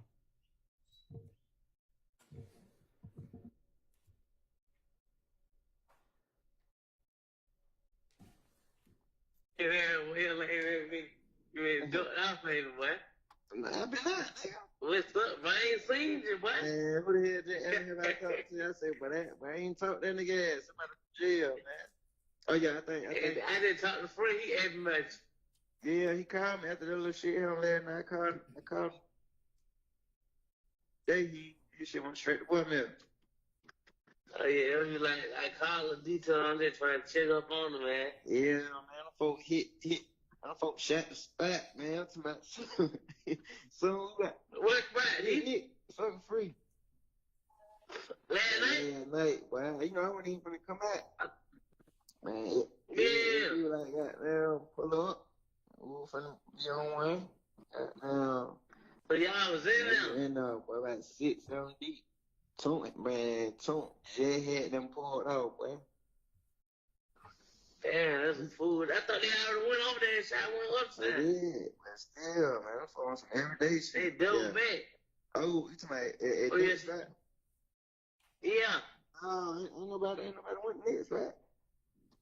Oh, no, I heard it a couple days ago. Somebody, they said they went over there. Oh. That one ain't know. No. You said they just went over there last night. Yeah, well, we down, man. I'm like, hey, man, boy, I wasn't even finna come over here, man. Yeah, you talking about, yeah, I ain't even know nothing about this shit. Yeah, man, look, we like to hear, we think, we like, all right, they gonna come back through. Man, we think they gonna come back through so we can hit that motherfucker up, man. 12 pull up, man. Hey, what? It happened? Yeah, I'm like, the hell. We hit them folk, like, cause we got our lights out. Them folk, like, we gonna have to come in, we gonna have to come in and goddamn, make sure ain't nobody dead, man. I hit the back door like, hey, boy, I'm on parole, man, all this shit in here, man. Hey, you talking about, like, y'all have to come in. Yeah, no, we just heard them talk to the other officer, like, yeah, we can go in, make sure ain't nobody. Man, it be them up under the house. Goddamn, man, about 4 of us in the house, They keep saying, man, you don't go out. I'm like, man, I got me fucked up, man. You took out right? No, I hit the back door. Them folks they was on both sides. And I was just like, I seen them on one side, 'cause I was just finna sit in the car, in the yard. Yeah. But I seen them looking at the cars over there, go through the other way. They know they was over there. I feel like, hey, come here. I'm like, hey, man, I just heard some gunshot. Yeah, you I'm like, say? hey, I just heard a gunshot, man. Okay. Yeah, that's where you coming from, like the wood. I'm dry here. It pouring down rain. No for like, man, you ain't wet at all, man. I'm like, man, tell me, man. I was in the woods. I don't know how I ain't wet. I was in the woods. But I ain't no salvage. Man, what? Y'all check that house, man. I'm good. I went in there, well. Hell no, I ain't got nothing to do with They that still house. went in there, though. They checked that. That was good, well.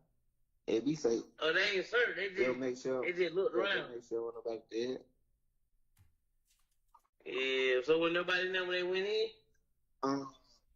Yeah. They found Mal, goddamn Lil Quay, and another name. Okay. Yeah. I'm like, yo. What they at the house? Yeah, finna pop out for Colt on her. Colt on the they got a little video shoot. Oh, they got a video shoot. Yeah. I ain't really been outside, bro. I really, bro, you ain't got nobody who been trying to say you no pill. Boy, nigga, bro. Man, I think I'm get some beer tomorrow. One guy just told me he get 120 tomorrow. Shit, that 1,800. I told him give me all on. Then I gotta get some weed. But I ain't make no money in 5 days, boy. Yeah, nigga gotta make something, yeah. Well, now there been too much going on. There's too much going on, though. Yeah, nigga gotta see what's going. They felt nigga get up on the bridge in the Ville. Yeah, I heard. Yeah, I heard. Where the hell you at? I'm right here in the Ville. I'm right here in the store. You say you at the store? Yeah, there's a little 2-4 store down here at the bottom. Yeah. Where the hell you been at, man? Shit, I've been around the way. Yeah. Yeah. I don't even really be popping out at nighttime, though. It's nighttime. Everything been going on in the day, though. Yeah.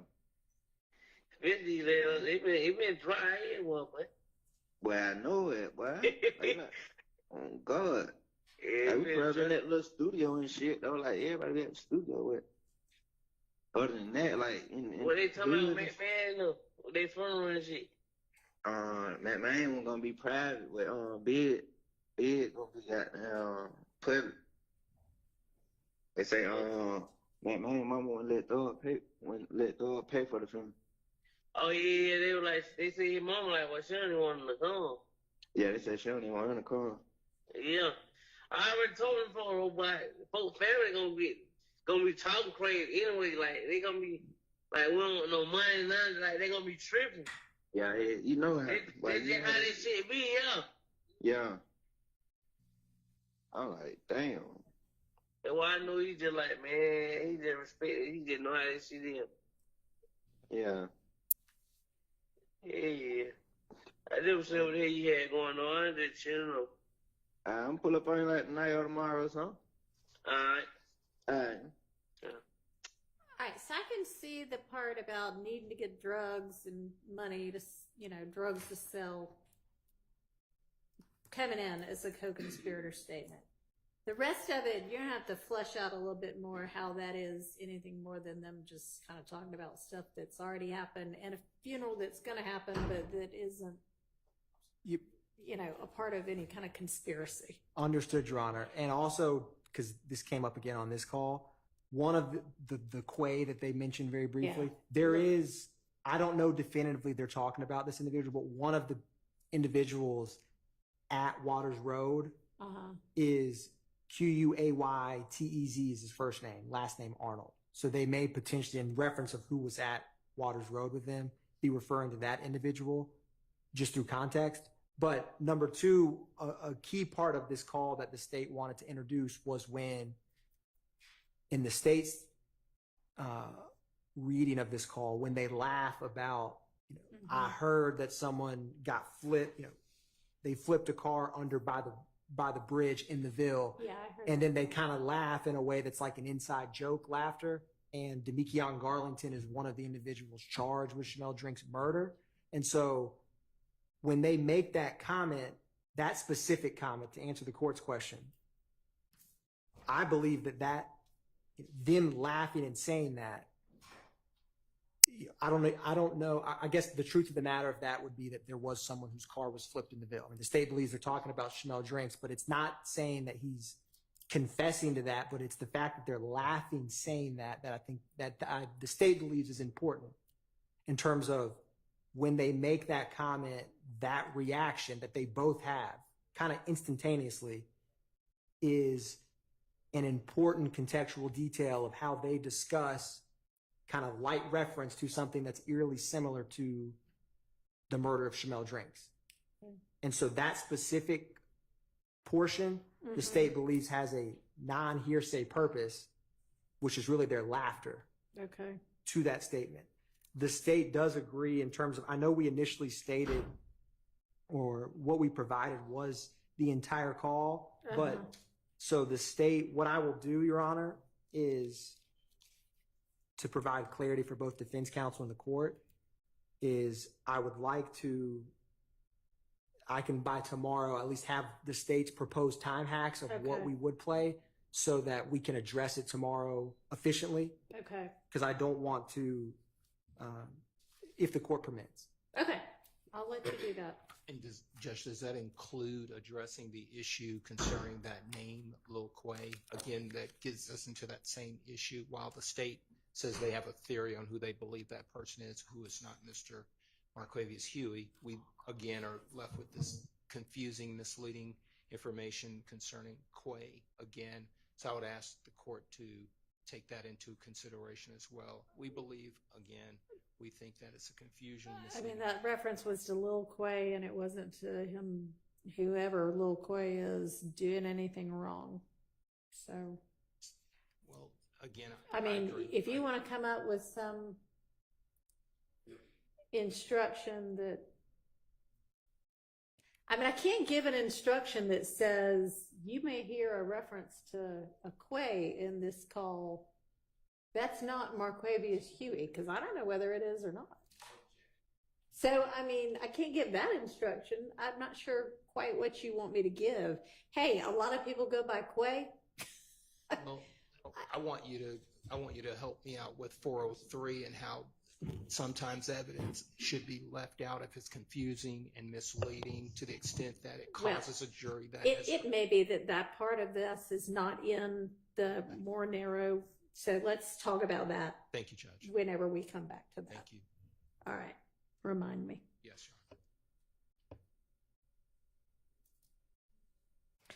Your Honor. We're reserving argument. Yeah, we're just gonna, no point arguing if it ends up being two little things that. Okay, thank you. Yeah, we'll just come back to this one.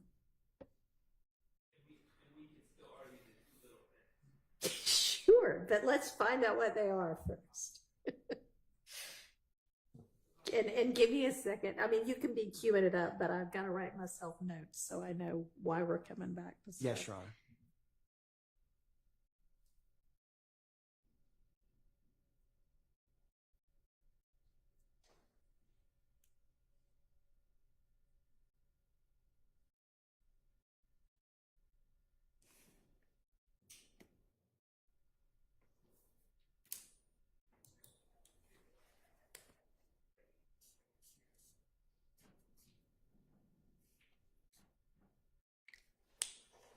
Okay, ready.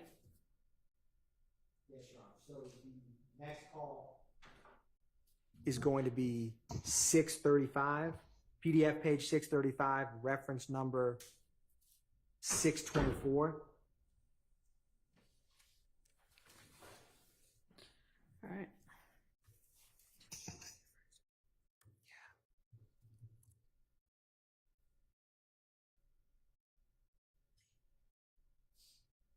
So what's going to be like the significance Yes, Your Honor. of this, and why do y'all think this comes in?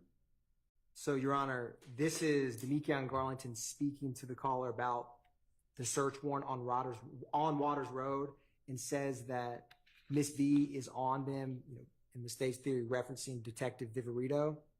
Okay. He calls the individual on this call Unc, like UNC. I don't exactly, the state does not know who definitively he's talking with as Unc.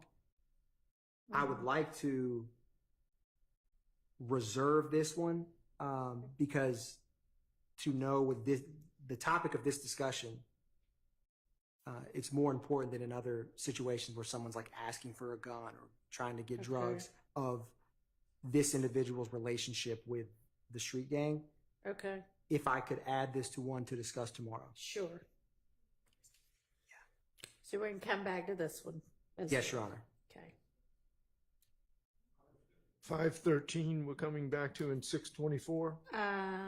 Or it's 523? 523 and 635. 635, yeah.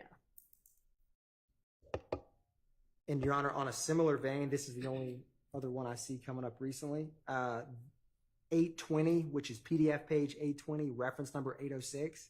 It's the same number, same individual. So come back to that one. Yes, too? Your Honor. Yes, Your Okay. Honor.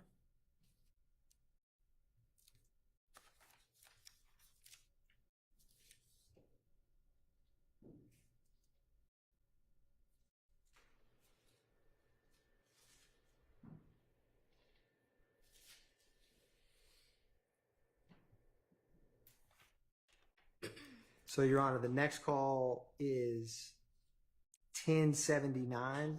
Excuse me. Is that right? Okay.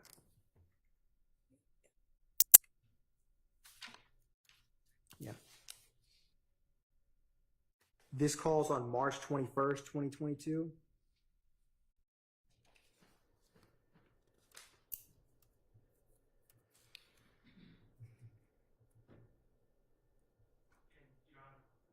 I'm just going to add this before you listen. I just want the court to know that my client, Mr. Stillwell and Mr. Nichols, had been arrested by this time. All right. Thank you. And so, Your Honor, in the states, what the state highlighted in this call, just before we play it, is they say that SHIT just came in, and Unfunk, who is Defendant Williams' brother, has already pled out on this indictment, just called and told me to pull up. The state believes that they're talking about some type of contraband drugs when they say that it just came in and told him to pull up. The reason the state, I don't definitively know, it's not like I have a eyes on Garlington and he goes and picks up a bag of drugs, but it's in the context of other wiretap calls where Garlington is primarily selling Percocets. And so that's why the state wanted to highlight this, because it speaks somewhat in code and also references another co-conspirator when he says, the shit just came in, Unfunk just called and told me to pull up, which is like in reference to going to get it from another co-conspirator, at least in the state's theory. Okay.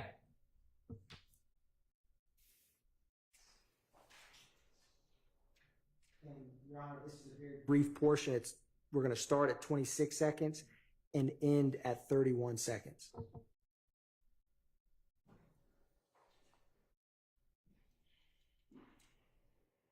For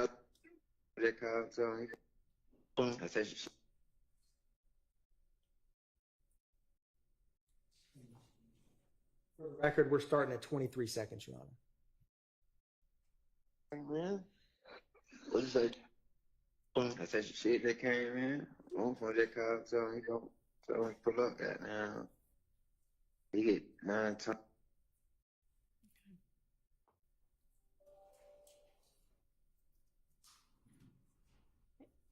Any argument on this one? Yes. Okay.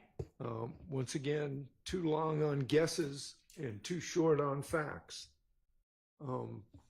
It's just an assumption. It's the fact-free world of conjecture. Their argument is a reasonable inference that could be made by a jury from this evidence. That's all that's really required. So how about an evidentiary objection? Any of those? Relevance 401. Relevant to their argument that part of what the enterprise engaged in was illegal drug sales. So overruled.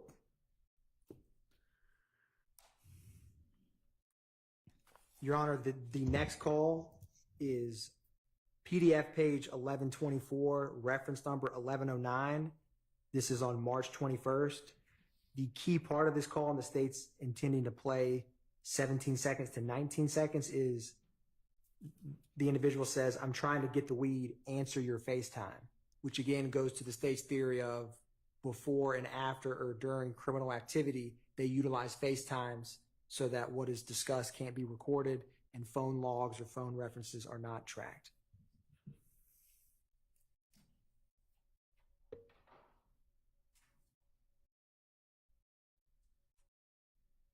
Yo.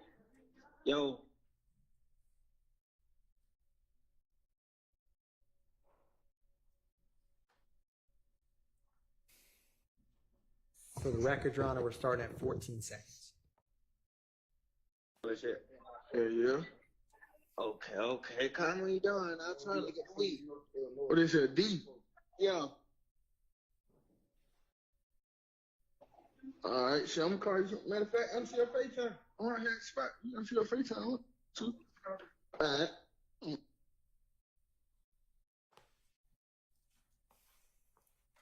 And Your Honor, we ended up playing it till 29 seconds. I think that was a typo. It was meant to be 17 seconds to 29 seconds. Okay.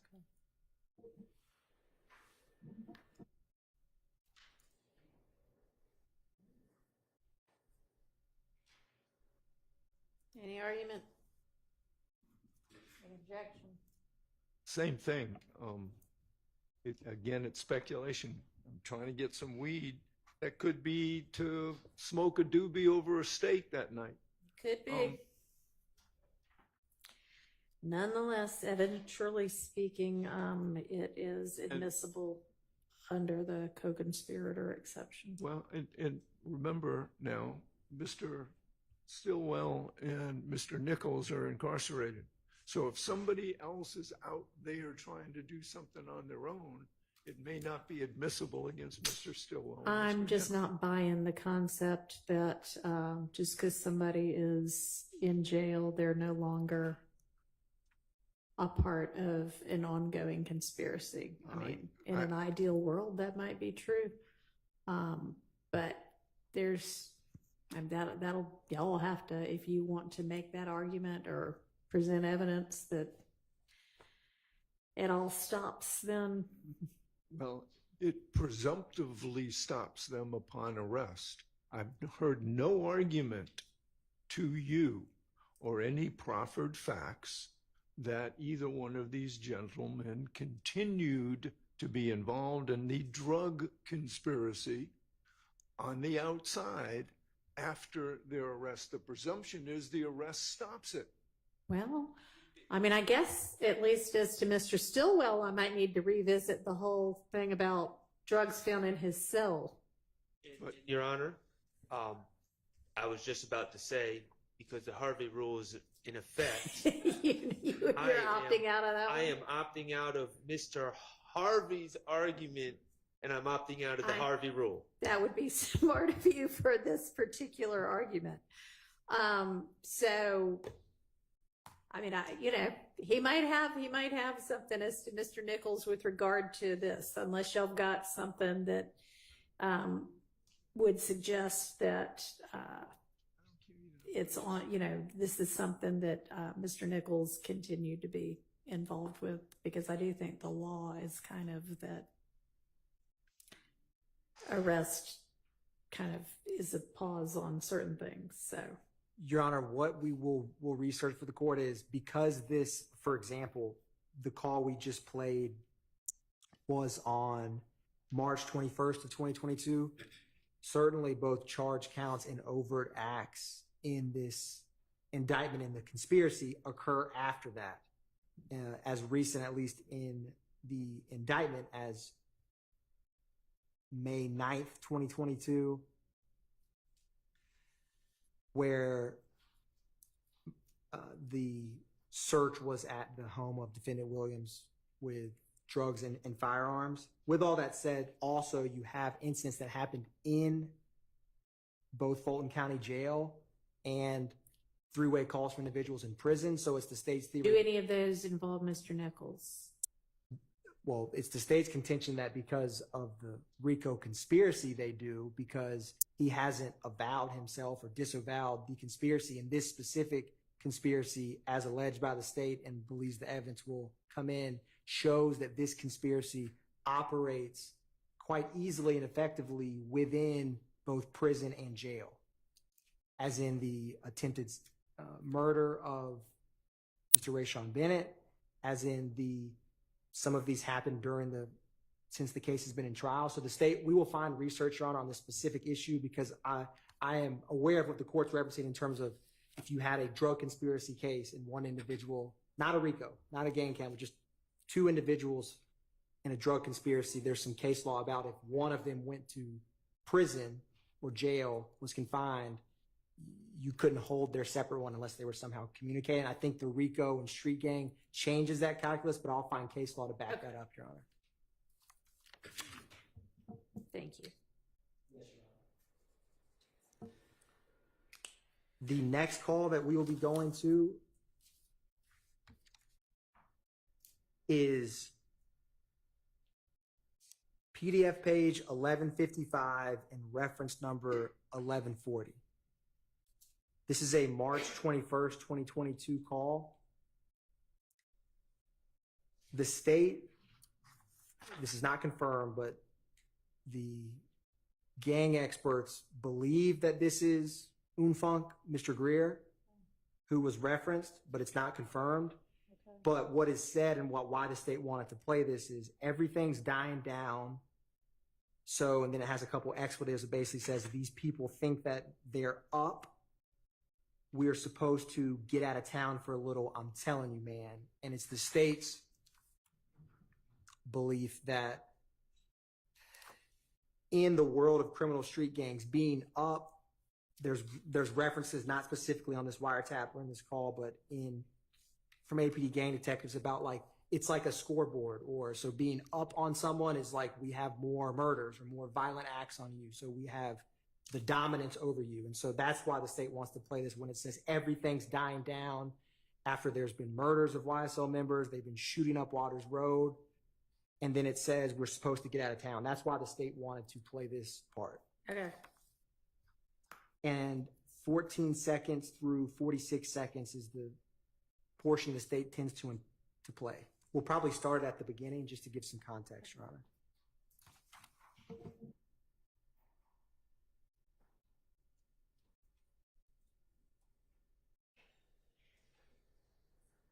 One thing to him, yeah, that shit, FaceTime shit was tripping. I said, let me know, I'm gonna pull up.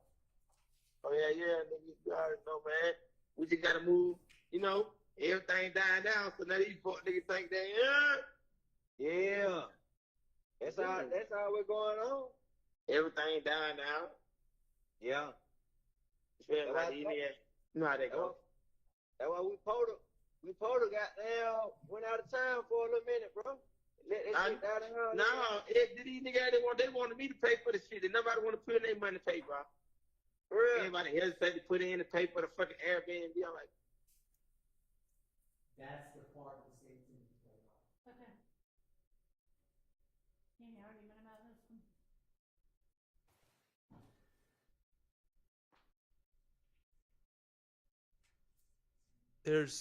There's no doubt that Mr. Garlington is a talker, but not everything he says furthers the conspiracy. And this is just two people being chatty. And it's just idle chatter and not in furtherance of any aspect of this conspiracy.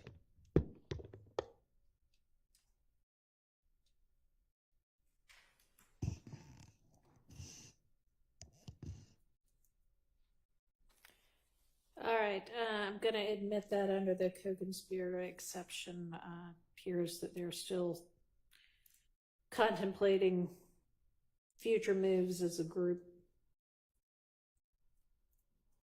What's our next one? Your Honor, our next one is reference number 1163, PDF page number 1181. And the part that the state wants to introduce is Garlington is speaking with DeMarco Boyer, whose nickname is Little Co. And so he says, I'm fixing to have Co pull up and give him that stick. Okay. And so the state wanted to just highlight the exchange of firearms and reference to firearms in their own. So the state will play it. We're playing the entire call. I believe it's quite short.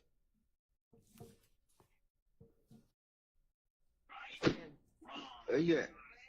Uh-huh. I'm finna have Cody pull up, give him that the stick. All right. All right.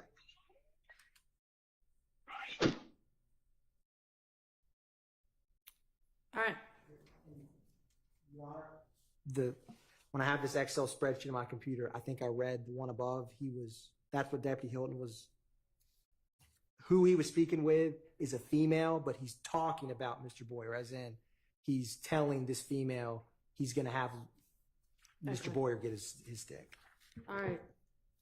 That seems to be covered under co-conspirator exception. Are there other objections besides that?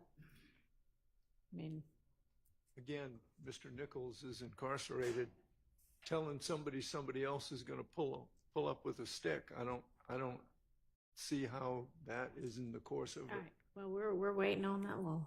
Okay. Thank So you. just reserve my objection, please. Thank you. Your Honor, Yes. I'll email it to the court and everyone, but it's, I think, United States versus Harding, Harding. It's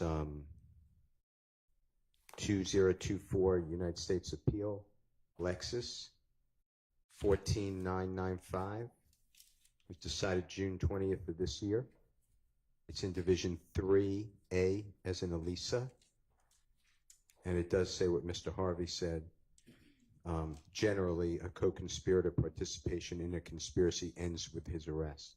Oh, yeah, no, I know that's the general rule. What I'm looking for law on is what are the exceptions? When is that not the case? So, yeah, no, I thank you. That maybe I wasn't clear about that. I'm looking for what I just said. Okay. So, Your Honor, the next call is reference number 1205, PDF page 1224.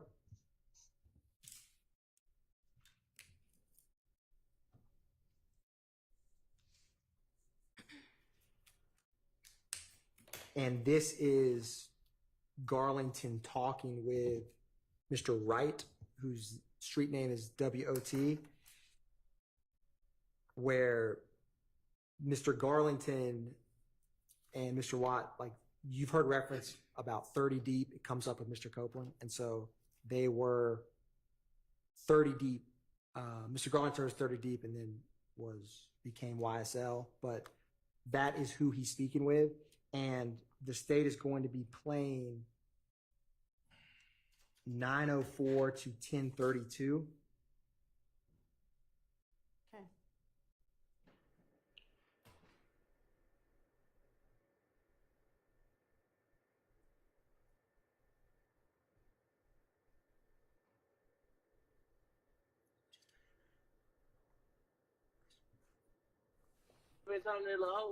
Oh yeah. Okay.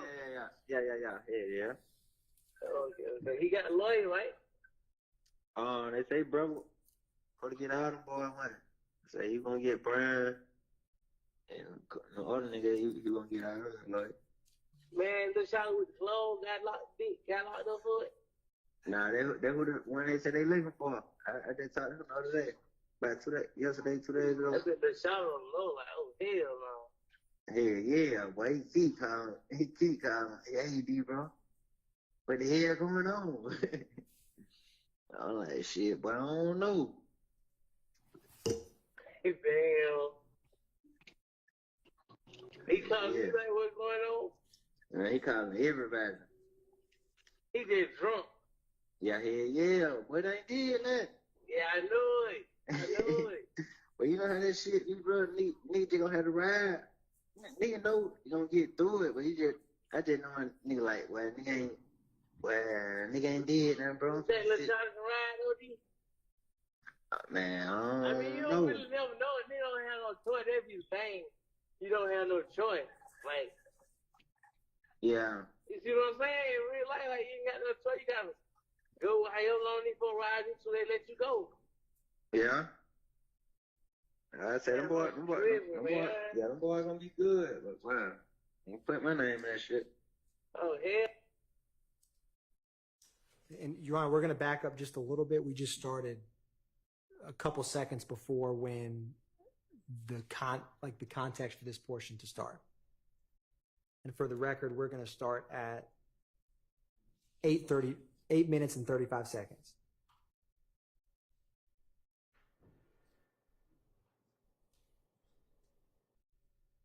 To the house tomorrow.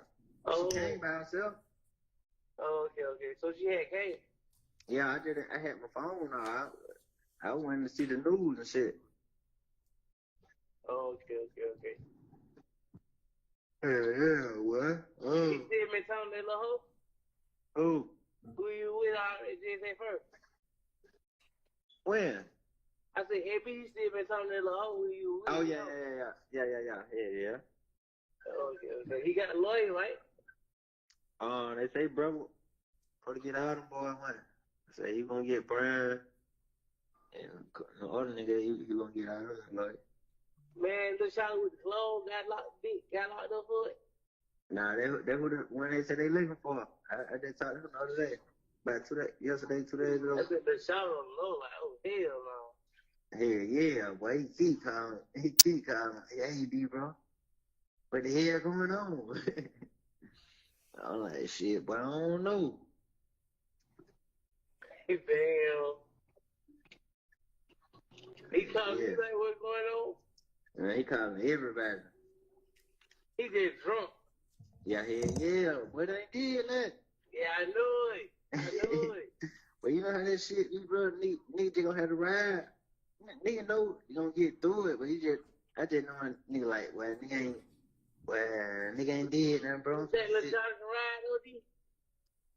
Man, I mean, you don't really never know it. Nigga don't have no choice. If you bang, you don't have no choice. Like, yeah. You see what I'm saying? In real life, like, you ain't got no choice. You gotta go however long these folks ride you so they let you go. Yeah. I said them boys gonna be good, but wow, I'm gonna put my name in that shit.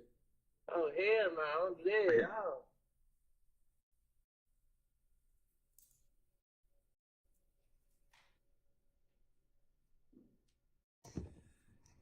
That's the portion, Your Honor. It's the state's theory that when he says bro is going to give all the boys money, he is referring to defendant Williams. That's a common theme that the state has put forth argument on to the court. That's why the state wanted to include this in terms of when criminal street gang activity occurs, trying to further the conspiracy through that. That's a common argument the court's heard about the relevancy of that, Your Honor. All right. What about the rest of it? So, Your Honor, they when they mention little Shorty got locked up for the clothes, Miles Farley, who was charged with, he's one of the individuals charged with Chanel Drink's murder. He had a clothing line like Keep America Slime. And so that when they say, this comes up a couple times in the wiretap, and it's going to come up kind of frequently because you're going to hear later about YFN and some Goodfellas, which is another street gang members, attacked Miles Farley when he was in the Fulton County jail. But people reference him in terms of little Shorty who sells the clothes. And so it shows familiarity with, and he was not on this date of March 22nd. I do not believe he was not arrested yet. And so that was the portions that the state, and then they say he's just going to have to ride, don't put my name in this. And at the time, of course, Mr. Garlington is not arrested either for this. And so we're going to get in a couple calls where he gets nervous when he hears about stuff on the news or they're worn out because when he's making these calls, he's obviously not incarcerated.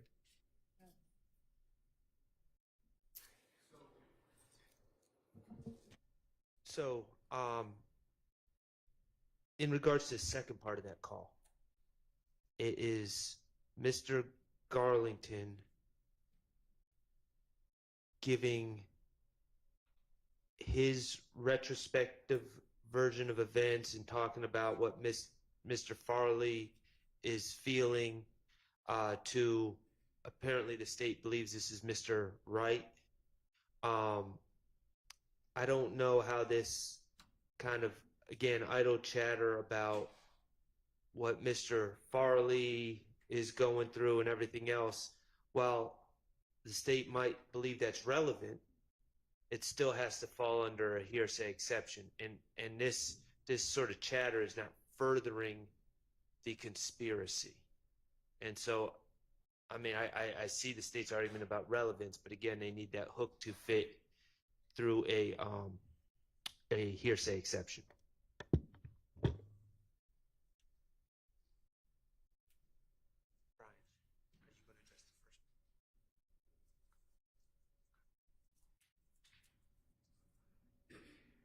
Is there some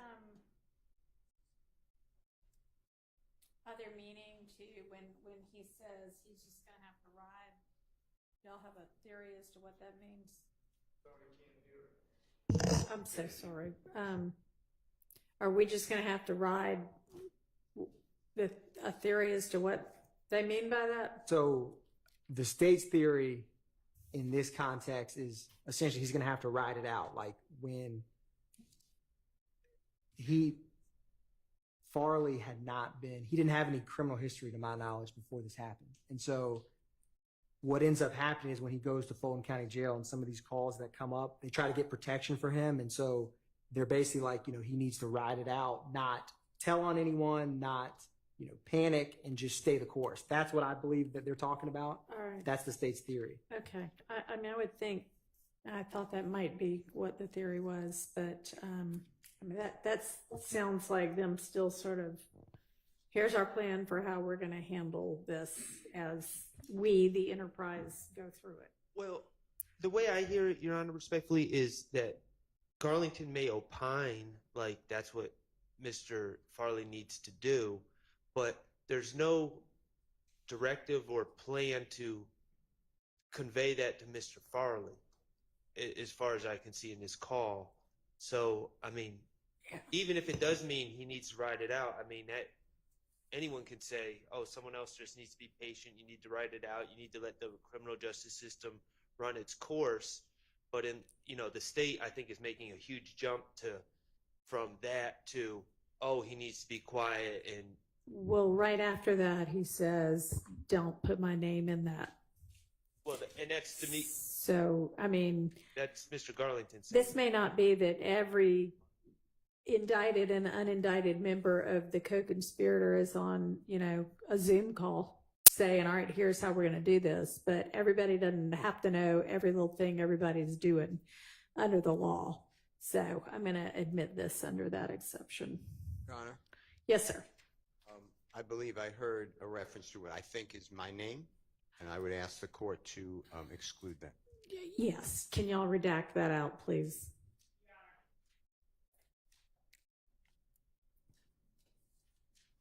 Yes. And of course, we'll do as the court instructs.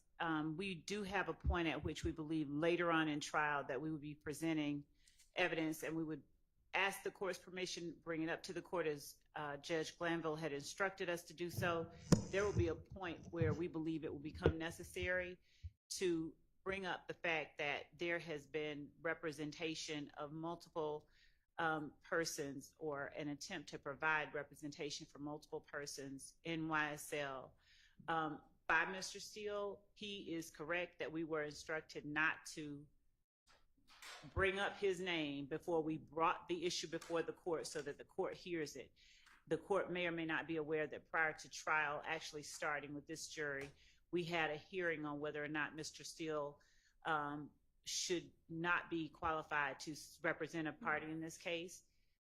The judge determined that there was not a conflict, but also noted that the case may be that the state has the right to present that evidence, but before we do, we have to bring it to the court's attention and litigate that issue.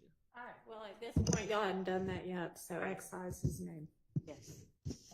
And when do you expect to get to that point?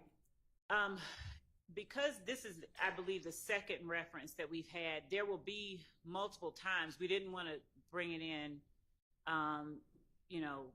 like piecemeal here, piecemeal there. So it would be later on, like at the latter part of the trial, around the time that we present the Drinks murder, that we would be bringing up Mr. Steele's representation. If the court permit, we're going to bring it to the court's attention. Okay. So I don't know.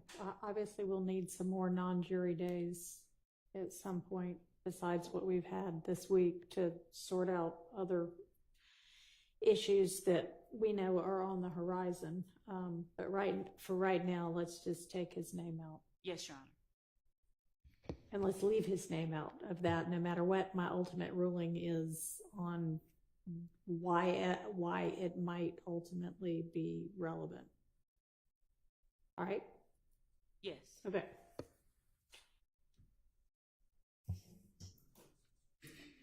Why don't we stop and take a restroom break? Be back at 3. That gives everybody about 12 minutes. Yes, Your Honor.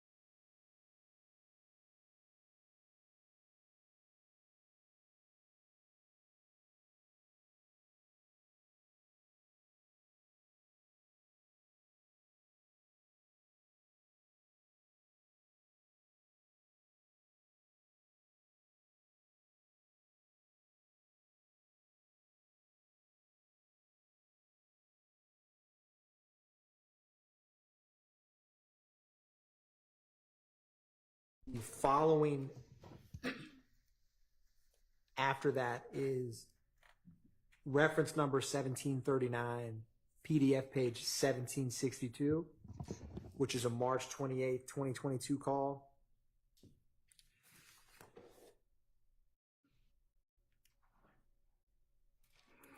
And on that call, Your Honor, is Little Co. Mr. Boyer, who asked Demekion Garlington that he needs to come get the blick, and he told Garlington to take it home with him. And then Garlington replies that he has his fire at the house, but he just didn't bring it with him. And then they asked for an address. Again, that's what the portion of this wiretap call the state wants to play to show, one, how they reference firearms, and two, how firearms get exchanged between members.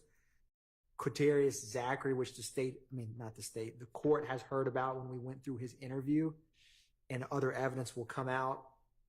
He gets arrested with a firearm that ballistically gets connected with the shooting of 1007 Hill Street, which was the mother of Mr. Bennett's mother's home. It's common, but the state doesn't actually believe or have evidence of that Mr. Zachary himself was part of that. So it shows that firearms get switched, exchanged, passed between both YSL gang members and sometimes other or allied street gangs. And so again, that's why the state wants to play this. It's a brief portion.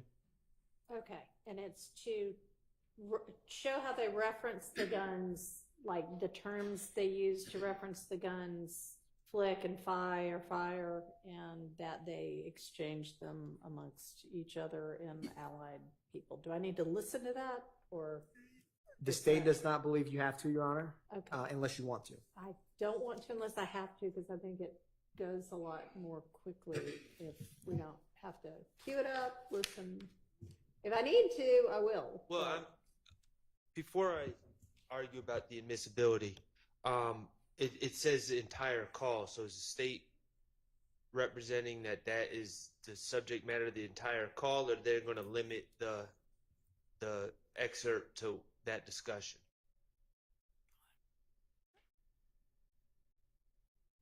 That is correct, Mr. Sharp. And I don't believe it's a very long call. It's 2 minutes, 52 seconds. I will get more clarity, but it's where you need to come over and get this blick. I'm geeked up at the studio. I told you to take the blick back. And then they mentioned running into someone, and I don't have that blick on him. I got the fire at the house, and they talk about send me the address. So I'll find when that time is, but that's the statements that we're referencing. Okay, well, I can just listen to it. I'll just listen to it. Yes, Your Honor. And we'll find out.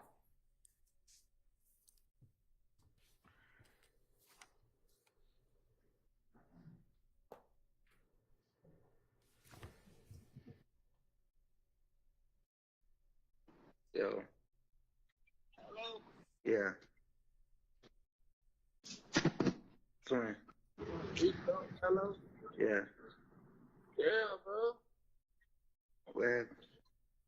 Bro, you need to come over and get blick, bro. I'm back. Where the hell you at? Trying to geek them at the same way you just studio you just left, man. That shit got below me, bro. Your ass, I told you to take the blick on with you, bro. It don't matter, bro.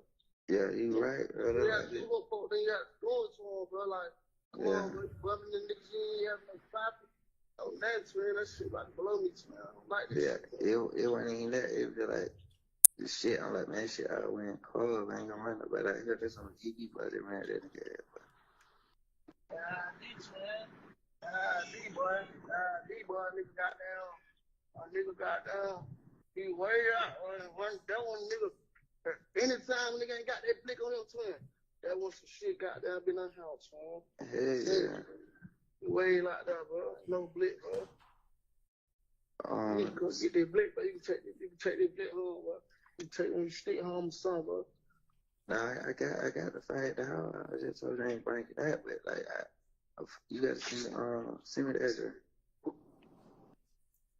Come to it. Just go get it. Look here, I'm finna pull in right now. You know I gotta have one of these niggas drop the pin. Yeah. But I'm pulling up right now. So like on the GPS, what to type in? Type in Lil Head, see they come to a Lil Head house. Cause either the exit after Lil Head house. You feel me? I'm literally 2 minutes away from the studio right now. As soon as I get there, I can drop in. All right, well, I'm gonna have her go get my car. Type in the cave. Yeah, type in down the cave, gone. I don't even know this shit still on it. So the whole Prime thing. time, that shit gone too. Type. Your Honor, this there's a call that was shared in the initial Dropbox co-conspirator link. It's 1760, which is 2 minutes before this call, that should have been on this XL because it's directly related to why he's talking about getting the firearm. Okay. And so that call, I would like to play 1760, and the state also would like to introduce that call. And to give a little context with this is from consulting with APD gang detectives who investigated this in real time. Mr. Garlington coincidentally goes to a hotel in Cobb County, and there's a rival gang member whose street name is Little Blizzy, who, after the murder of Mr. McMiller and Mr. Ford, there's a whole lot of, I don't know the way to put it, just vile, disrespectful social media posts about, like, there's a picture of individuals X'd out next to their child, and say now they don't have a father. Things of that nature that escalates significantly the animosity and the violence. And so Little Blizzy, that murder was never solved, but he is in the far end of the spectrum of sending out very disrespectful social media posts after that double homicide.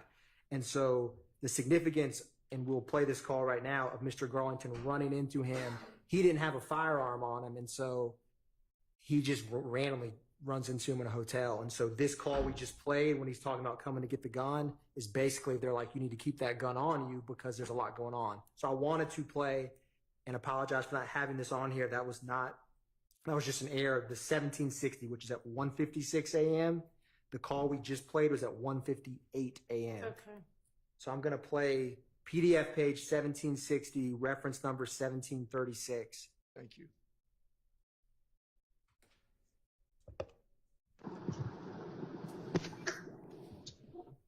Where the hell you at? Hey, you know so crazy. I was just in the car and tell you I just ran to the nigga, bro. For real? How you know? That what you calling me back? Nah, not at all. Oh, I thought nigga said something on Instagram. What he said? Nah, not him. The nigga, the Blizzard. What he say? Shit, he seen me turn his head. For real? On DV, yeah, he seen like, I tried to look at him, but like, he turned this shit. Where you seeing that? Man, we at the same hotel. Right now? Right now. Damn, be safe out there, man. I know it, but I ain't got my... The nigga baby for real, J. Carr say he finna shoot a video. He want us in the video. What about the studio? Yeah, I'm finna meet them back up here, but he need to come back outside. But at least let me give you a gun or something. Which one? My side? The one we were just at. What was it? Hold on, they call out. So that is 1760, Your Honor. The state, well, if the court would like to hear 1762, which is, but That's what we just heard, right? we heard 1760, which I think gives a lot more clarity to. Before that, Yeah. Yes, Your Honor. So the state feels that both of those are in furtherance of the conspiracy because Demekion Garlington, a YSL street gang member, is calling and notifying people about who he ran into, a rival gang member, and and he actually makes multiple calls that we're not going to play all of these, where he's trying to get, and he references this interaction in the hotel. Okay. So, Your Honor, Mr. Garlington has a long criminal history. I don't know when the state feels that Mr. Garlington met Mr. Stillwell, but Mr. Garlington was allegedly, or he pled guilty to committing crimes before Mr. Stillwell knew him, before Mr. Williams knew him, and he has plenty ability to commit crimes without being associated with anyone here. And at some point, we're just, again, I understand that being arrested doesn't absolutely close you off from a conspiracy. I think it's fair to say there is a presumption. I know, but I understand it's not absolute. I understand it's not that simple. But at some point, we are in a situation where we have two gentlemen in jail, and Mr. Garlington going about his criminal life. And that is, whether he's associated with other people or not, or whether the state is alleging that he's associated with other people, everything that Mr. Garlington chooses to do and every crime that he chooses to commit in his day-to-day life does not involve my client, does not involve Mr. Nichols, and the state is at this point trying to bring in Mr. Garlington's chatter about picking up guns and selling drugs and all these things that Mr. Garlington's been doing for years, and somehow impute them on two gentlemen that are in jail. And that's my concern. I understand that it's not an absolute that my client is no longer part of a conspiracy, but I'm not, the state is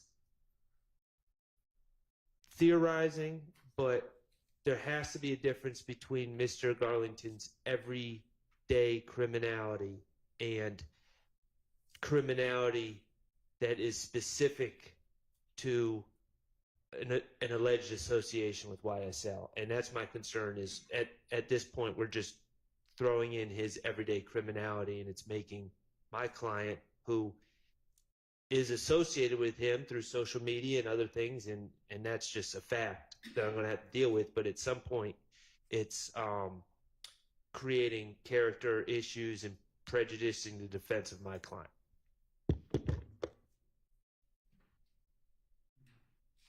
Your Honor, if the state may. Yeah. Well, who's the other person that? So, Who the other person is? yes, it is DeMarco Boyer, Oh, right. You said that. Okay. who is affiliated with an allied gang, PDE. And so, with that said, also in reference, when defendant Stillwell is arrested, there's a contraband phone. He's still speaking with Demekion Garlington. And the state indicted and believes that both Demekion Garland and Shannon Stillwell, 11 days before this, murdered Shamel Drinks, a YFN member. And this little Blizzy is, again, someone in that same rival gang. So Demekion Garlington trying to get a firearm to take out a rival opposition is in furtherance of the criminal conspiracy that the state alleges defendant Stillwell is still a part of, and all the defendants are, before, during, and after this March 28th call when it's made. So it's not just Mr. Garlington on his own. It's in furtherance of that criminal street gang, which has to retaliate for a double homicide that they are blatantly, disrespecting on social media. And that, in the world of criminal street gangs, cannot be tolerated and has to be handled with more violence. And so that's why the state's theory that this is in direct furtherance of the criminal conspiracy, because if Garlington got a firearm and shot or murdered little Blizzy, that would be in furtherance of the criminal street gang. So him trying to get that firearm is helping move that needle forward in terms of the conspiracy. Understood. These two both appear to meet the 801D2E exception. What's our next statement? Your Honor, our next statement is 1759. reference number 1759, PDF page 1782, which is March 28th, 2022. I think Mr. Harvey likes the reference numbers. The state likes the PDF page numbers, so I'll give both. Well, thanks, because the court likes the reference numbers too. Then that's the state's preference, is the reference numbers, Your Honor. So we're going to play, I think it's only 57 seconds of the call. 57 seconds of it, but I don't know where they're starting yet. I don't think they've said that yet. Yeah, the total call is 57 seconds, Your Honor. And Mr. Garlington is calling. I want to make sure I read.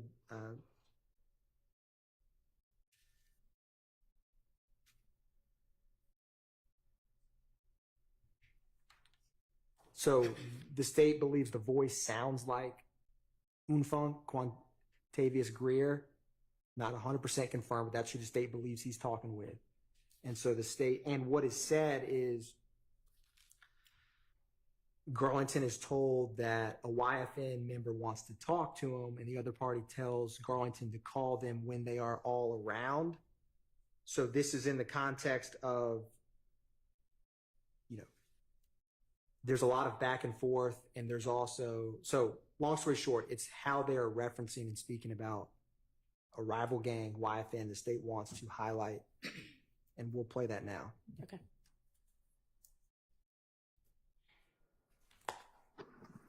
Yo, what's up, nigga? What the hell? Right here, shit, downtown. What up? For 7 I want to watch and come somebody want to talk to you. They want to talk to me? Yeah, you know the one who I told you about that while I used to be before, though. Yeah. Yeah, he told me, man, tell him to call me, bro. Tell him to call me, bro. He not like that, bro. Tell him I just want to talk, bro. Good shit like that. I'm like, shit, bro. I heard later message, bro. But this shit back now. That's what I'm saying. Yeah. But, yeah, I just later message to you. Type shit. Yeah. So you call him, we all around, so we, you know what I'm saying? Yeah. That's what I'm doing. I'm calling we all around. Alright, so I'm on my side. I'll let you call me, brother. Alright.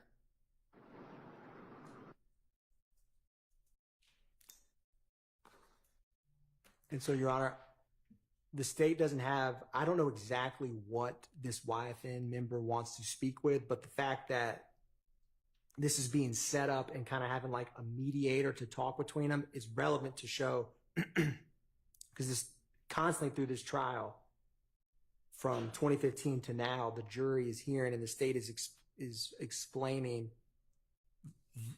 shootings, murders between these two groups. And so the fact that he needs to get a mediator to speak with someone from that establishes there is an us and a them. And so whether he actually had this call or not, what exactly they want to talk about, it kind of has a non-hearsay purpose in terms of the fact that he's setting this up this way. He can't just call this person one-on-one or go meet them. That's the main purpose of it, or why the state wants to introduce it, Your Honor. It seems that that's not being offered in such a way that it would even be hearsay. So it's admitted. I mean, alternatively, it could be a co-conspirator statement, but it does not appear to be hearsay to begin with. All right, what's next? Next, Your Honor, is reference number 1767, PDF page 1789, which is a March 28, 2022 call.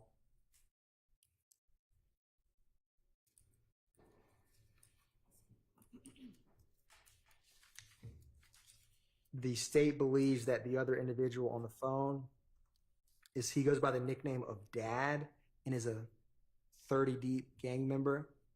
And what is discussed is Garlington tells, his name is Mr. Britty, tells Mr. Britty that he stayed in Cobb the night before because he ran into an op and didn't have anything on him. So it kind of gives context to wanting to get the blick. He specifically calls Little Blizzy an op in this call.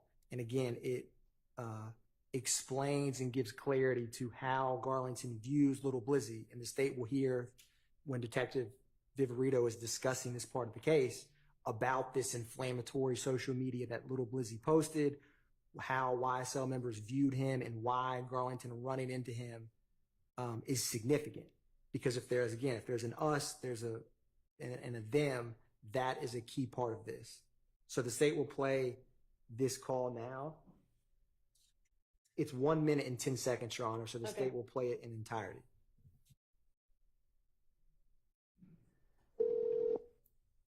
Hello? Daddy, yo. What's going on, bro? What the hell going? Pulling up in the hood? Pulling up in the hood? Hell yeah.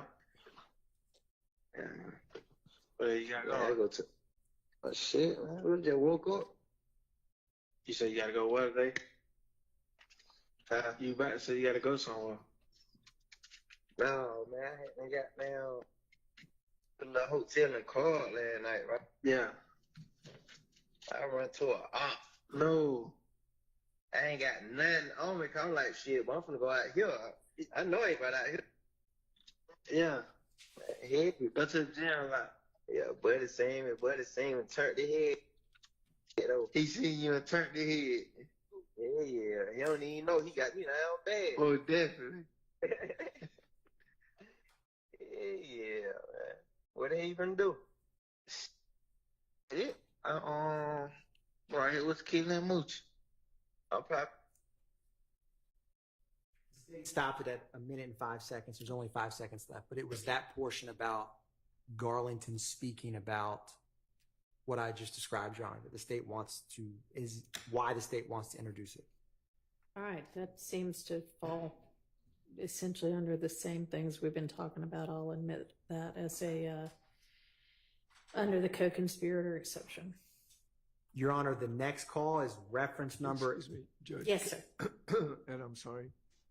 No, not at all. I want to ask the court that if I can have a continuing objection to these phone calls that reference something out in the world when Mr. Nichols is incarcerated. And again, I understand that we've kind of reserved that issue, but I don't want to go on to the next one without saying, hey, I've still got this objection out there.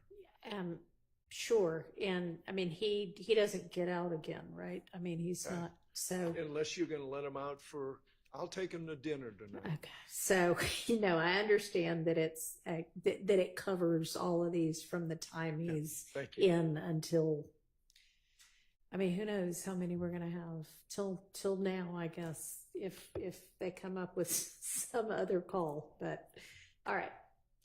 So, Your Honor, this next call, reference number 1869, PDF page 1893. Okay. This is Demekion Garlington speaking with DeMarco Boyer. Okay.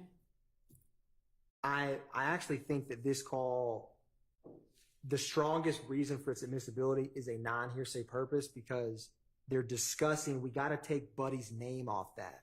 Because if that individual, they're talking about a song where someone's name's in it, and they literally say, if he gets whacked, you know that stuff's going to come down on us.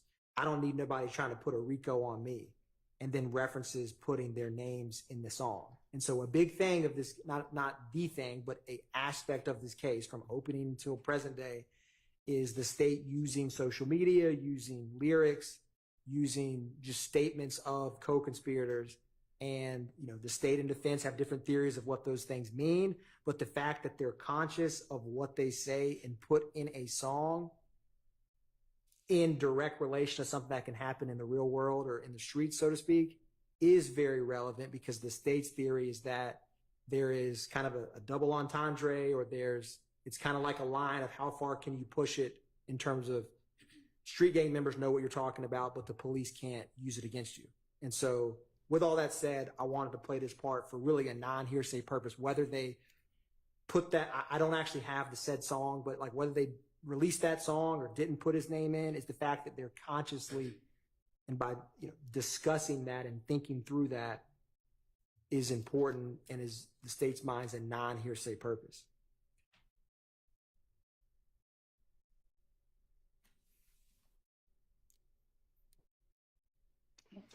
Yo, Hey, yeah. I'm trying to shoot that red. They, It's a good day. Hey, but I ain't gonna lie, we got to talk. We got to take better name out of that shit though. We got to. Bro. You know, if bro fuck around and get wet, you know that shit come down on us yeah. type shit. Then they already. The nigga Young Bruce so hot on the east side right now too. It like I don't know if they trying to build a case against niggas or what. Like you feel me right now, but they hot as fuck. Like they jumping out, just laying nigga down about them nigga. That's why they was so hot up and down the script the other day. Got on Glenwood the other day. That's why I ain't even been around niggas fast. So they last come 2 days. So it's like, oh, I ain't need nobody trying to build no Rico on me. Mm-hmm. You know what I mean? So it's like. Am I able to get a quote on this one? Yeah, like an estimate. So it's also shit like I'm just not thinking. Lil Head was even saying the same thing. He was like, "Shit, but I was gonna tell y'all nigga this shit, bro. That y'all probably need to say bro name, bro, cause his ass finna be gone. And even if y'all drop the song now, he get gone. It'll look like somebody had something to do with it. We drop the song later. I mean, you know what I mean? Yeah. You damn sure right. We just gonna take the nigga name like this shit. We just gonna take. I ain't even scared. Shit still fuck nigga. You feel me? Just some smart shit. Cause I don't think them niggas will put a song out there without. Well, at least we just switch it up. You feel me? Mm-hmm. Even if we say that like we don't be Liggy for D, get a shell, say something different. Like you feel me? Shell got there. Shell don't want that or some shit. You know, I don't give a fuck. We say the same thing. I don't give a fuck about saying name. But I don't want you, you know what I mean? Tie shit in. Alright. Yeah, they do it, they didn't. Say no more. I don't think you'll get up and shit in a minute. Okay. And Your Honor, you heard they're talking when they say the line has something to do with Shell, and it's the state that they're talking about Shell Kell, who comes up repeatedly in this case, and is someone that YSL has been trying. You know, there's violence from January of 2015 until this call was made March 29th, 2022. And so Shell Kell's name comes up repeatedly throughout. And some of the social media I'd referenced about disrespect when individuals get murdered, Shell Kell's social media posts are a part of that will come up in Shamel Drinks. So that's why the state wanted to play this portion, is really for the non-hearsay purpose that they are thinking through. You know, they discussed the lyrics and how it can impact literally the police, because they're like, if he gets killed, it's going to come back on us. They're going to look at us. So we need to take his name out. So that's why the state wanted to introduce that. Okay. Anything from the defense on this? Well, if I am not mistaken, it's being offered for as non-hearsay. And if it's offered as non-hearsay, it's not offered for the truth of the matter asserted, and therefore there needs to be an instruction saying you can't consider this conversation for the truth of the matter asserted. So I am a little puzzled as to that issue. And Your Honor, I guess I started with there's really two arguments, as sometimes there is, in terms of if they put this individual, you know, it's also a co-conspirator statement in terms of they're strategically trying to make sure that they don't get in trouble for releasing a song when they're trying to kill this individual. So the fact that he's like, you need to probably take his name out, that does move the ball forward in terms of the conspiracy, because the conspiracy does not want to get caught. Because if it does, it can't continue as well. And so there's that aspect of this as well, in terms of they're strategizing about, like, it's a good line, but it's too, you know, when he gets murdered, or if he gets murdered, it's going to create a police involvement with us. And he's trying to get him to not release the public song with his name in it, with the purpose to further the conspiracy by not getting caught. So there is you know, it's not an either or. Sometimes there can be multiple purposes or theories, and I think that's appropriate with this specific call. Okay. I think they're saying let's not commit a crime. I mean, I I think they're saying let's not provide easy evidence to inculpate ourselves. I'm going to admit that under the co-conspirator exception. There's no crime in releasing a song, as y'all have all argued. What's our next statement? Your Honor, the next statement is reference number 1974, PDF page 1999. And this call from March 30th.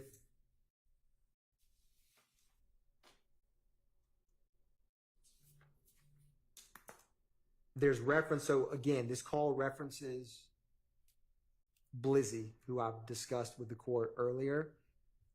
And it also references there's a reference to a street name of Haiti, which is a YFN member, Mr. Higgins, that is also connected with the killing of Mr. McMillan and Mr. Ford. And so we're going to play this entire call. And on this call, Garlington also references, he says SB, talking about defendant Stillwell's cousin, who's a female, was followed by a black Durango. There is, the murder of Mr. McMillan and Mr. Ford is not solved, but the black Durango, there's reference into it in a couple wiretaps because they believe that that vehicle was involved and is associated with the rival gang. And also, Garlington tells the other party again, he's mentioning running into Little Blizzy. He didn't have the fire on him, and then he gives the address of where he was staying that night.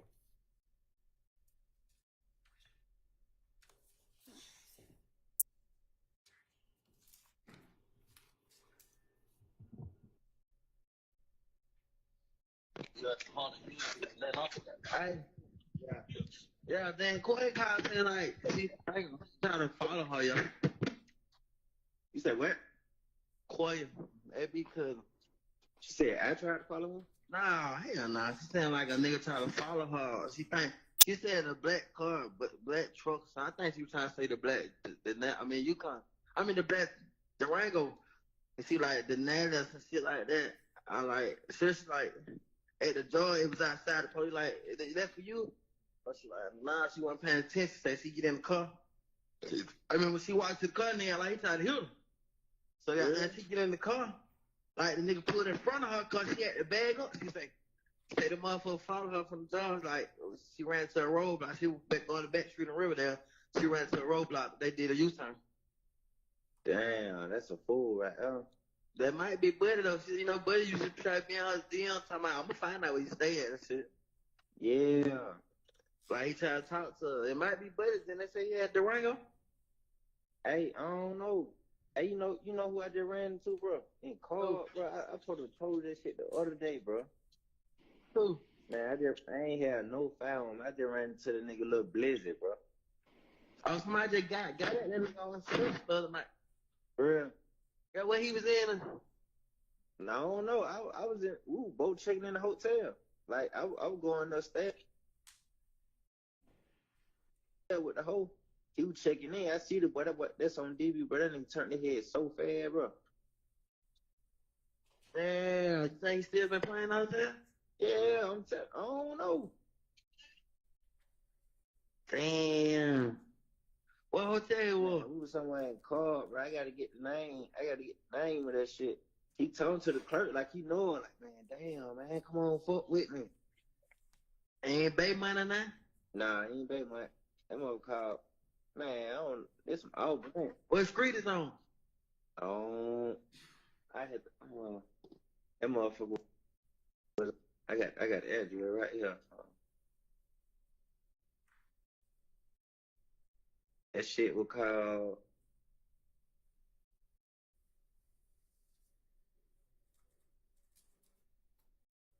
$3380 Overton Park Drive, Southwest. What is that? Overton Park. Overton Park, Southwest. Hold up. That was the backside. I'm trying to put it in now. 33. Yeah, wait, another play, but when you gonna go play right now, they be meeting up at 3380. The one that called the police on y'all last time, 3380. So, you said 33 what? Hold on, 3380.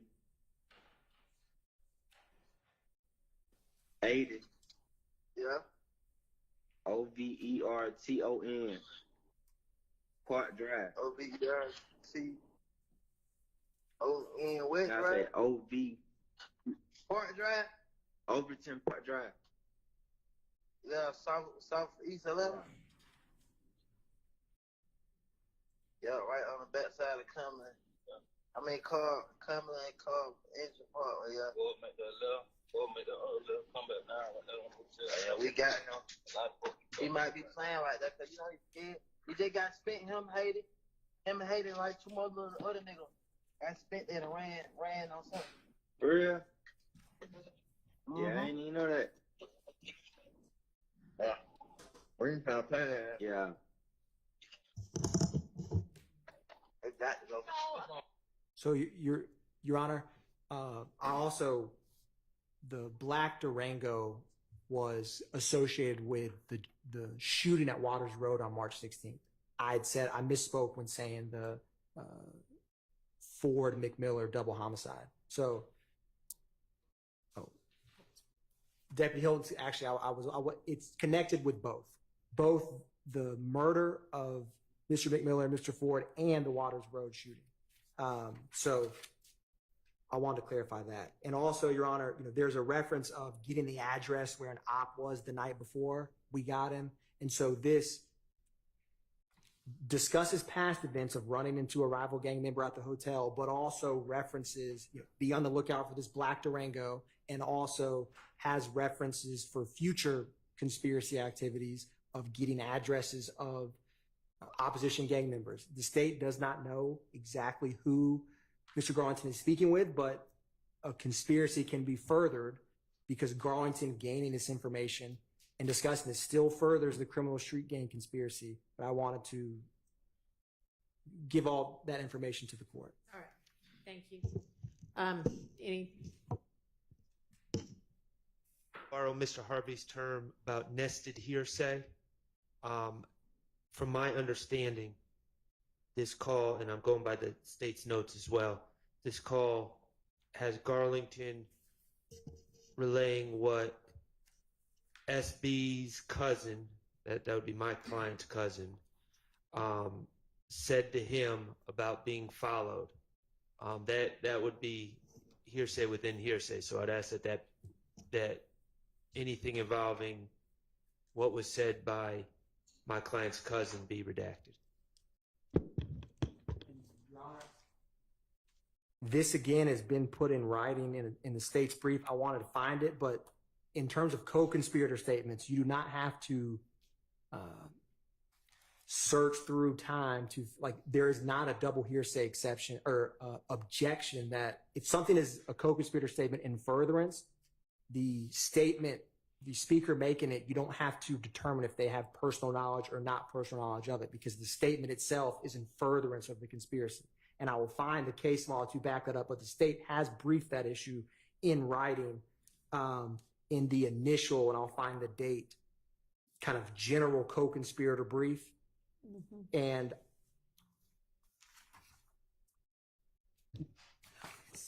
I'm not sure if I follow what you're trying to say right now. I was distinguishing when Mr. Sharp was objecting to double hearsay or nested hearsay. Yes. And I wanted to find the specific. So if the state gives me, not the state, Your Honor, if the court gives me a brief moment, I actually brought this motion with me and can't currently find it, but it's directly on point to this issue. All right. Well, there's a difference between personal knowledge and nested hearsay. So let's not go down the wrong track. We can go down both, Mr. Harvey. All right. And find the right answer. Let's stay focused on the issues at hand and not back and forth with each other. Me and Mr. Harvey get along well, Your Honor. Mm-hmm.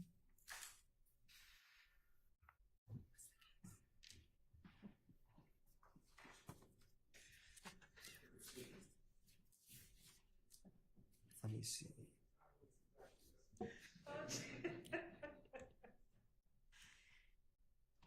Well, Your Honor, while we find that for the sake of efficiency, can we let me ask you this, which might make it not necessary. Are you offering that hearsay that's within this statement for its truth?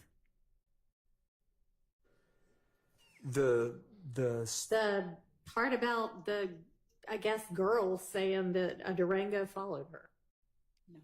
It's the fact that, or that Mr. Stillwell's cousin says that whomever said that a Durango followed them. So, Your Honor, it is for them discussing the black Durango, because the state doesn't have any additional evidence that like that black Durango on this day and time was outside about to shoot someone. So it's the fact that they're discussing the vehicle that's connected with the murder and the Waters Road shooting, the fact that he's discussing in opposition terms Little Blizzy, and the fact that they are discussing whether they actually got the address and found the opposition member or not.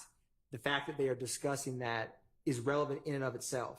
And the state doesn't have, so the state is not intending to say, aha, 5 hours later they went to someone's house and shot them. So it's the fact that they're discussing all of these things, which is really a non-hearsay purpose. Okay, well. To answer the court's question, Your Honor. Not sure to answer the question, but what I take from that is that your answer would be, no, we're not offering the nested part to establish that somebody actually followed her in a black Durango. Is that true? Yeah, correct. We are not. In which case, that is not hearsay. And the rest of it comes in under the co-conspirator exception. Well, whether the state's intent is to do that or not, it asserts a fact that is harmful for my client if believed. And I don't know how the jury is necessarily supposed to compartmentalize, oh, well, this is not being offered for the truth of the matter asserted. It seems to me that it would be, if it's not offered to prove that, I mean, this is important evidence if believed against my client, because it suggests that my client is responsible for Shamal drinks, and therefore other people are now following my client's family members. So it's not just a little deal in my mind. Okay. And so it seems to me that even if the argument is we're not offering it for the truth of the matter asserted, it would fail a 403 test, because what does it matter really that my clients, for the purpose that they're claiming, that they're discussing the goings-ons of the quote-unquote opposition, what does it really matter other than to just make reference to my client? What does it really matter that my client's cousin is the one that said it? If we want to redact my client's SB's cousin from that, that's fine. I don't have a problem. All right, why don't we just do that and make the whole thing easier? Judge, the importance of that part is that whether there was actually a black Durango following anybody or not, there was their belief that they were. There was this belief that was shared among them. The reason that this is a co-conspirator statement is that they are participating in the enterprise by apprising one another of things that could harm them. Yeah, the appraisal part's not the issue. Do you lose any of that by taking out the two? I mean, if they even say SB's cousin, we could listen to that part again to ensure that we are accurately asserting what is being said. But our belief is that the fact that that something they believe is endangering one of their members' families is something that is causing them to act. Yes. So that is the reason that we believe that remains inside that statement, because by making one another aware of a potential danger, whether it exists or not. Family member of one of their co-conspirators. Yes. I mean, honestly, I don't see how. I think it's a bit of a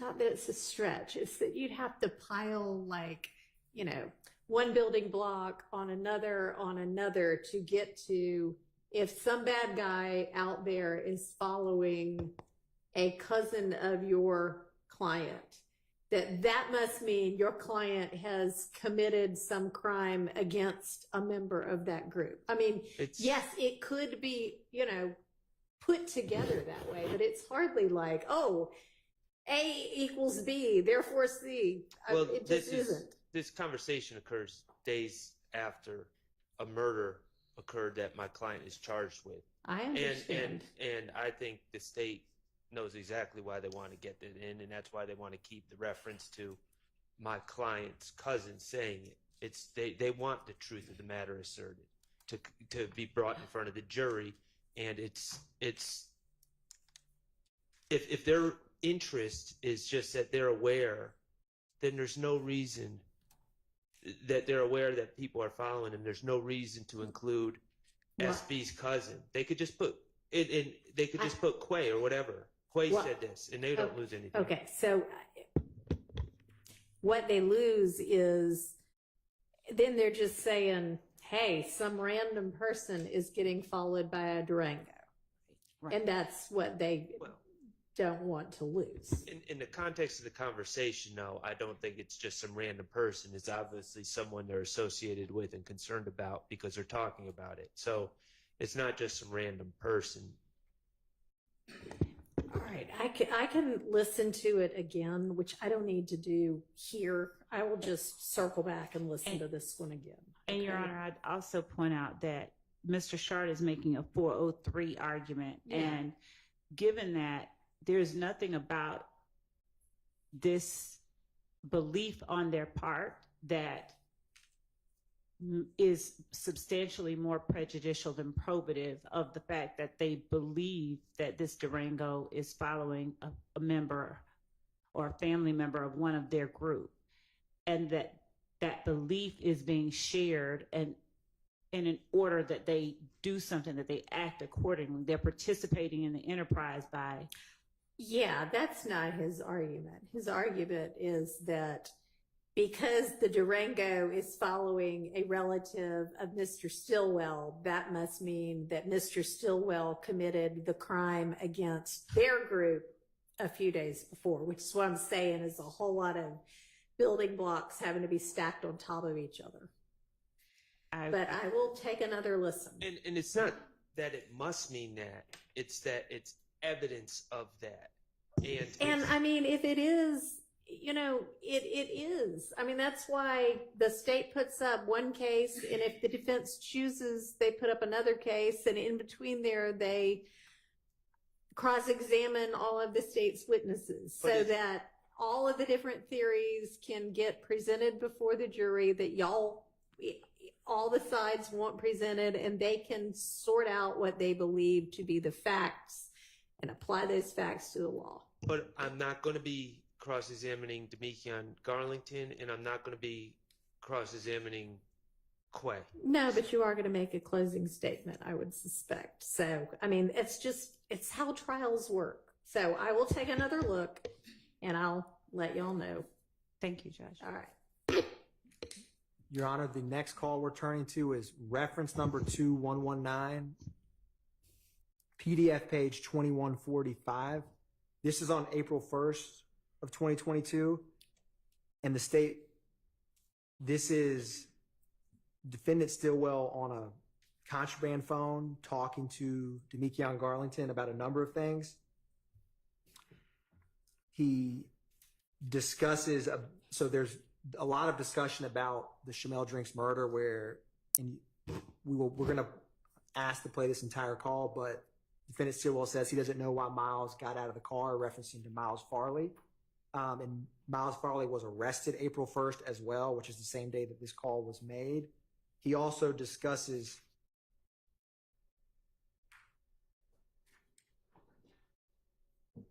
we had referenced this some earlier, but they're kind of like they're trying to decipher how Farley is handling getting arrested on this serious charge of murder. But there's a lot discussed, but we would like to play it. But it mentions a number of different relevant circumstances to include defendant Stilwell tells Garland that it's ugly and he needs him.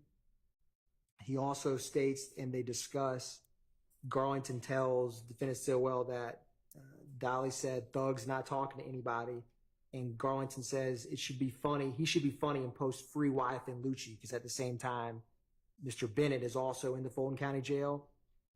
And so also defendant Stilwell tells Garlington that the gunpowder test will come back clean, so he isn't tripping, which the state believes is in reference to the vehicles utilized in the murder of Shamel Drinks. So the state's going to play this call from the beginning to the end.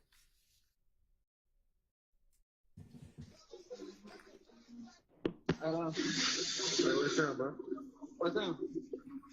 Heavy. Say what? Heavy. What's up, nigga? What the hell going?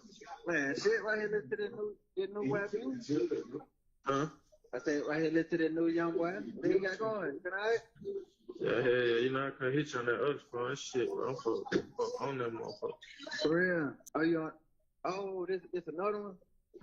No, it's Yeah, that's what I'm saying. Yeah. Yeah, bro. I know. I ain't just like FaceTime how to say. That's where you at. That's what I ain't got it. I really can't respond, so I just like, yeah. I can't, man. That motherfucker, I don't fuck tripping on that motherfucker. For real, man. Yeah. I said one shit. I said shit. I'm gonna go straight to my grandma's house. I had stay out that motherfucker. Yeah. But she told me they had to move your style. Yeah. Running like what on know it inside? Nah, I'm with Fred. You with Fred? Yeah. Oh yeah, for sure. Yeah. And they done it for They do. Yeah, they. Damn. Somebody said it. T-Rock was up there with you or something? Yeah, T-Rock was downstairs with me. Yeah, cause somebody at me in the hood. They're like, bro down there with T-Rock. I ain't know T-Rock locked up. Yeah. What the hell we going up? Everything. What the hell? What's up with Trump, man? What the hell he talk crazy like that? What do you think? Just talk crazy, man. All that little shit there. You talking crazy about Mal? Nah, it's about me talking about Mal and shit. Bro, I ain't on TV. I ain't heard of that. Yeah, it's a lot of little shit I told boy. Yeah. Had me blow. They blow? Had me blow. Oh, yeah. I ain't talked to him, but the only person that be talking to is Mal. Yeah. Like, he be asking like what's going on. I'm like, shit, I don't know. Yeah. What the hell? Like in order. Damn, bro. Like everything smooth though. Yeah, I know it. I already know that. They just got down. They on Mal though. Yeah. Cause I don't know why the fuck he can get out the car. Yeah, that's what I'm saying. Like that's what I'm telling folks. I'm like, shit, what the hell they locked up for? Like they just saying about the camera. I'm like, bro, they good. I'm just like, they gonna assume some shit like that anyway. They gonna assume that like y'all ain't did, ain't kill him. So that's what I keep telling Lil. I keep telling him like, just chill. Like I know. Cause they saying nothing. Yeah, I'm like, this ain't nothing, bro. Like they just doing that cut. They seen as it got gas. It's like just chill. You see what I'm saying? Yeah. Hell yeah, man. That's what I'm telling. I keep telling my the same shit. I'm like, listen, bro. Just like you, like, bro. I'm telling probably in the cat. Listen, bro. No. Just tell him before you want to talk, bro. Like, man, listen, bro. I told Baba, I'm like, hey, tell buddy, do the same thing I did when I went in there. I told him, for, hey, I want to see my lawyer. I'm going to say nothing else to me. So he got to do the same shit. Don't say not one word. Yeah. Go down on what they try to portray or what they say, man. Don't say shit. Yeah. I ain't know that though. I didn't. Tell man, but they tell them they're like, hey, bro, but like hip hop just called. They're like, you heard? And I'm like, yeah, nah. I'm like, shit. I know. I'm like, I keep in contact through know what I'm saying? They folk. I ain't turning on the phone. I'm like, he'll understand that anyway, though. Yeah, I ain't doing that anyway. Yeah, I already know you ain't. I already know it. Yeah. Hey, ugly though, boy, I need you. I know. I already know that. I told her like I told her I told her you 1,000. She said 800 for 1,000. I told her like tell him I need 1,000, but anything in between, just got down. Oh no, yeah. She ain't doing that, but bro, you know I got. Yeah. I know, like, but I talked to one call today, and she told me to tell y'all to like be patient, cause she hadn't had I talked to her. She DM me. White. Yeah. She like, man, just tell them like, man, no, we ain't gonna leave them folk like that down there. Like, just tell them to be patient. It was a day, good morning. Yeah. Yeah.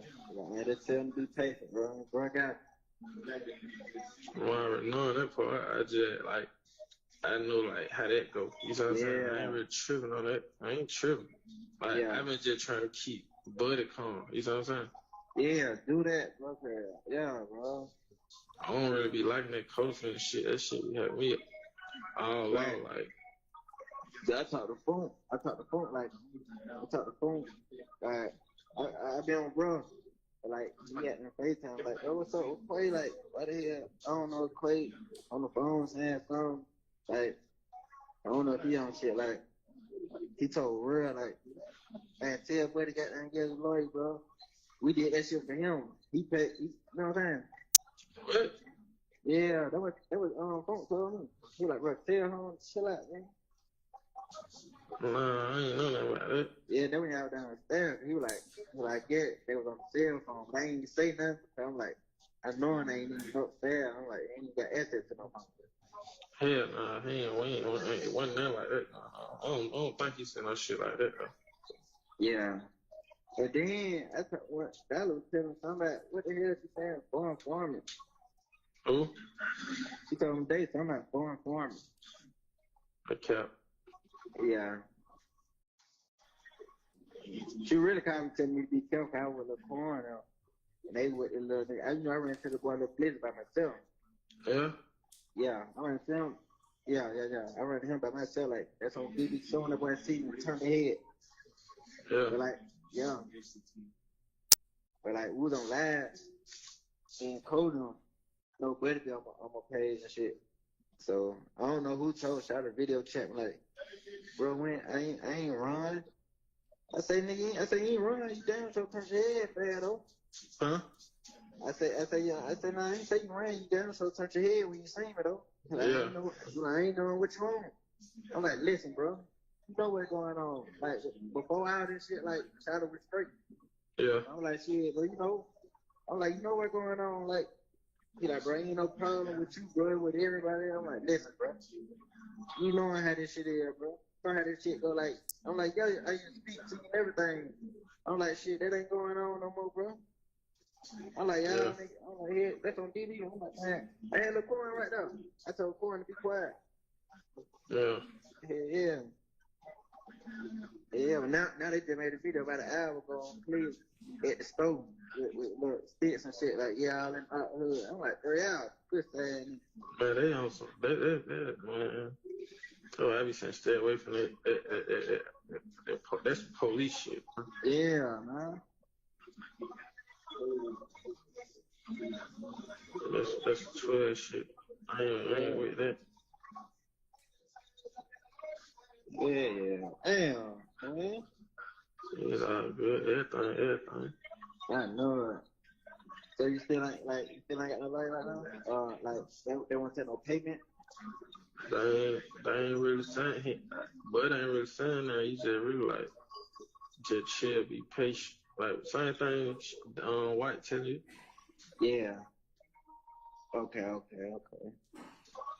They ain't been around like they probably say they ain't talking to nobody. Like they say they like, bro, I ain't never seen that nigga hurt like that. But that nigga hurt behind that shit.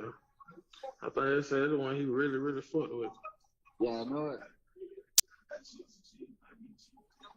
Yeah, man. Everyone want to talk your ass too, bro. Yeah.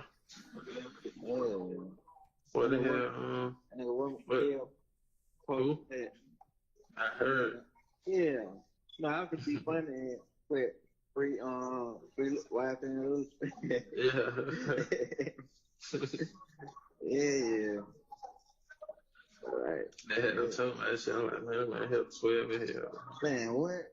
Funk them say they call him. Funk be slam on him. They say he working the police in the game shit. Like, they say like he got police. Like, he probably don't know, but like they them folk, like they watching his ass. Yeah. Yeah, like they bonded his ass. Mm-hmm. Yeah, so they said they were gonna do it. We got 12 pulled them over or some shit. Yeah. Yeah. Yeah, that I don't trip though. Something, I don't know what he on. Yeah. I'll tell him boy about this shit. I was like, man, he be like, you ain't gotta tell me. I already know. Like, I don't be goddamn tripping. Yeah. Like on the other one, like people like, man, you know, I stand on more. Man, I fought with, but on the other, I think about that on some female shit. Man, well, I don't know, man.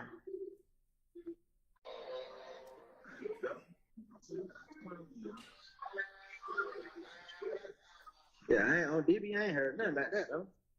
Yeah. But I ain't even talk. Only time we talked to him, I talked to him like the same night y'all got locked up. You gotta add when you call boy, you gotta add boy what he say, cause I can't really say like, cause she won't really just tell me like in detail, but she just beating around the bush. I really be telling her, man, shut the fuck up. Yeah. On that one night, cause I ain't going for that strain. Yeah. But you know I got you, bro. I had to go long. Trying to get down. I just had to take care of got down. I know I got you though, bro. You gotta got down the whole time, bro. I know how that shit is. Like I'm knowing like nigga need this shit. Like I ain't got you, bro. I'm here with you, man. Yeah, sure. Yeah, I'm trying to get. I ain't gonna, you know, like I ain't gonna ask a word, but like, cause like. I don't even have to say your name. Like, she know who I be talking about. I don't be talking to nobody else. But I ain't gonna hit you on that motherfucker, like, ever. You know what I'm saying? But, you know, everything really good, though. Yeah. Yeah. I'm like, I heard that shit. I'm like, what the fuck? Yeah. I'm like, bro, that shit was fast as hell. Yeah. Yeah, that's all it is. Just assume. Yeah, I already know. Like, when they got down, go to wiping down, doing them them, you know, how they gunpowder, forensics, all that shit there. Yeah. You gonna come back clean. You see what I'm saying? So I ain't tripping on that. Uh-huh. Yeah. Yeah, bro. Yeah, man. What the hell swimming on? You still in the yo? Yeah. Okay, what is that? You know what I'm saying? LC. Who? Yo, folk. Yeah. I was there with him yesterday. Yeah. Yeah, he got out of town now. So he's gonna get ready to come back. I was gonna lie with the guy. Yeah. You ain't talked all night. That whole night crazy, bro. Yeah, I just talked to her today. I talked to her today. Man, that'd be crazy. I was telling her, I'm like, he on the cell phone, like, he probably be over there, like, what not? She like, what? You ain't think you gonna tell on me? I'm like, man, hell nah. She can't. I don't even be texting her back no more. But she be texting on, like, on tab and shit? Yeah, I don't even be responding to her. That's crazy. Yeah. Hey, look, I'm finna get bro back your phone, right? I'm gonna get up with you though. I do that, man. I got you. Love you. All right. I love you too.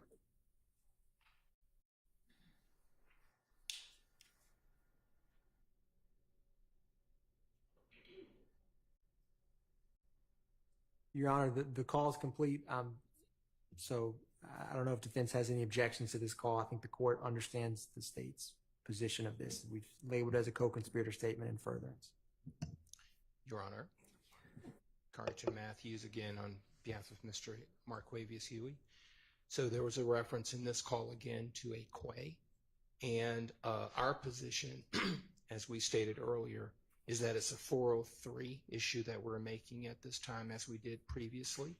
We believe that this is a confusion, creates a confusion of the issues with this, the use of the name quay constantly. The jury has heard the name quay in this trial up to this point. They have heard it.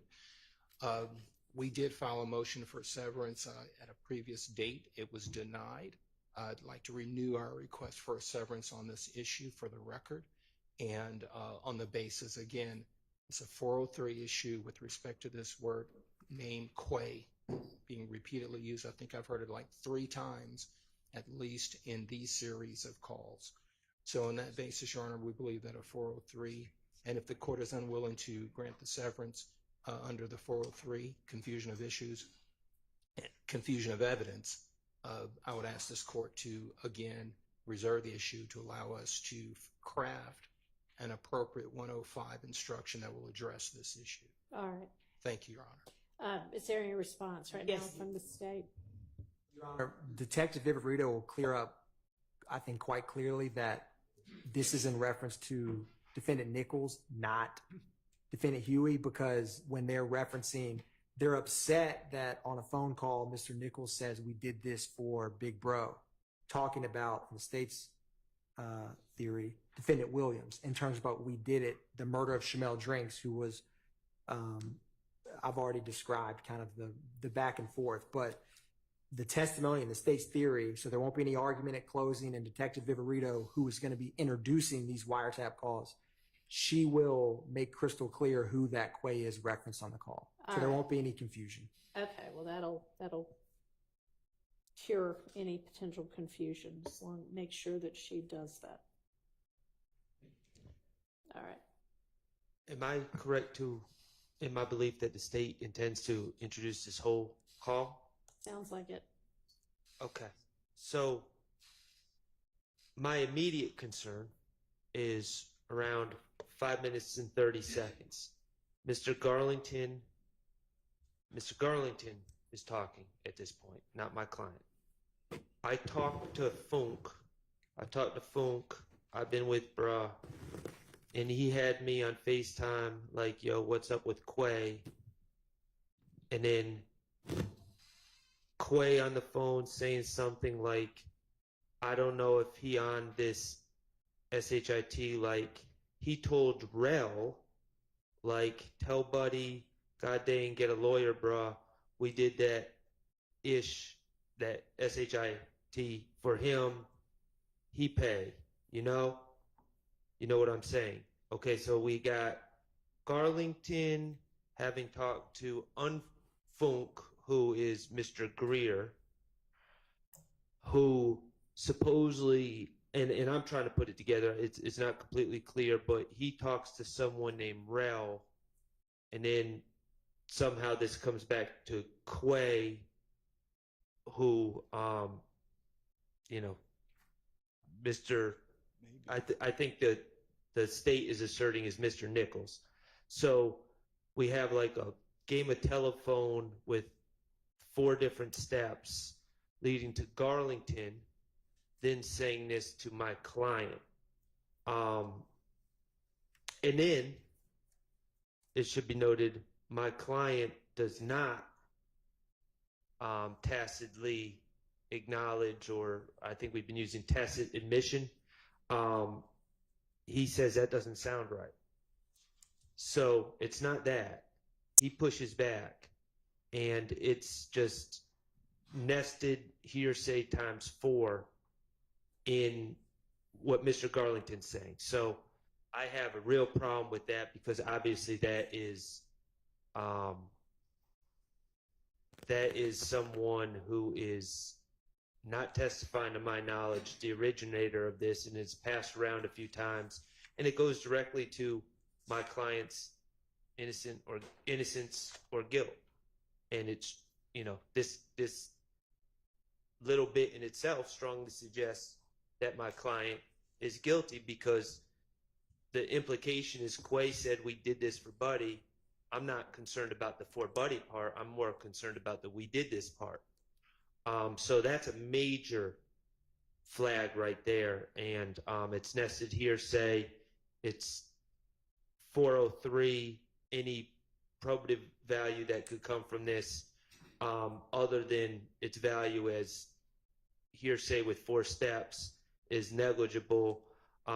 Clearly they could get out the facts that they're talking about attorneys without going into that segment right there that is extremely prejudicial to my client. So that's my first objection. I would also object that these other conversations about attorneys just generally are not furthering any conspiracy, but those don't.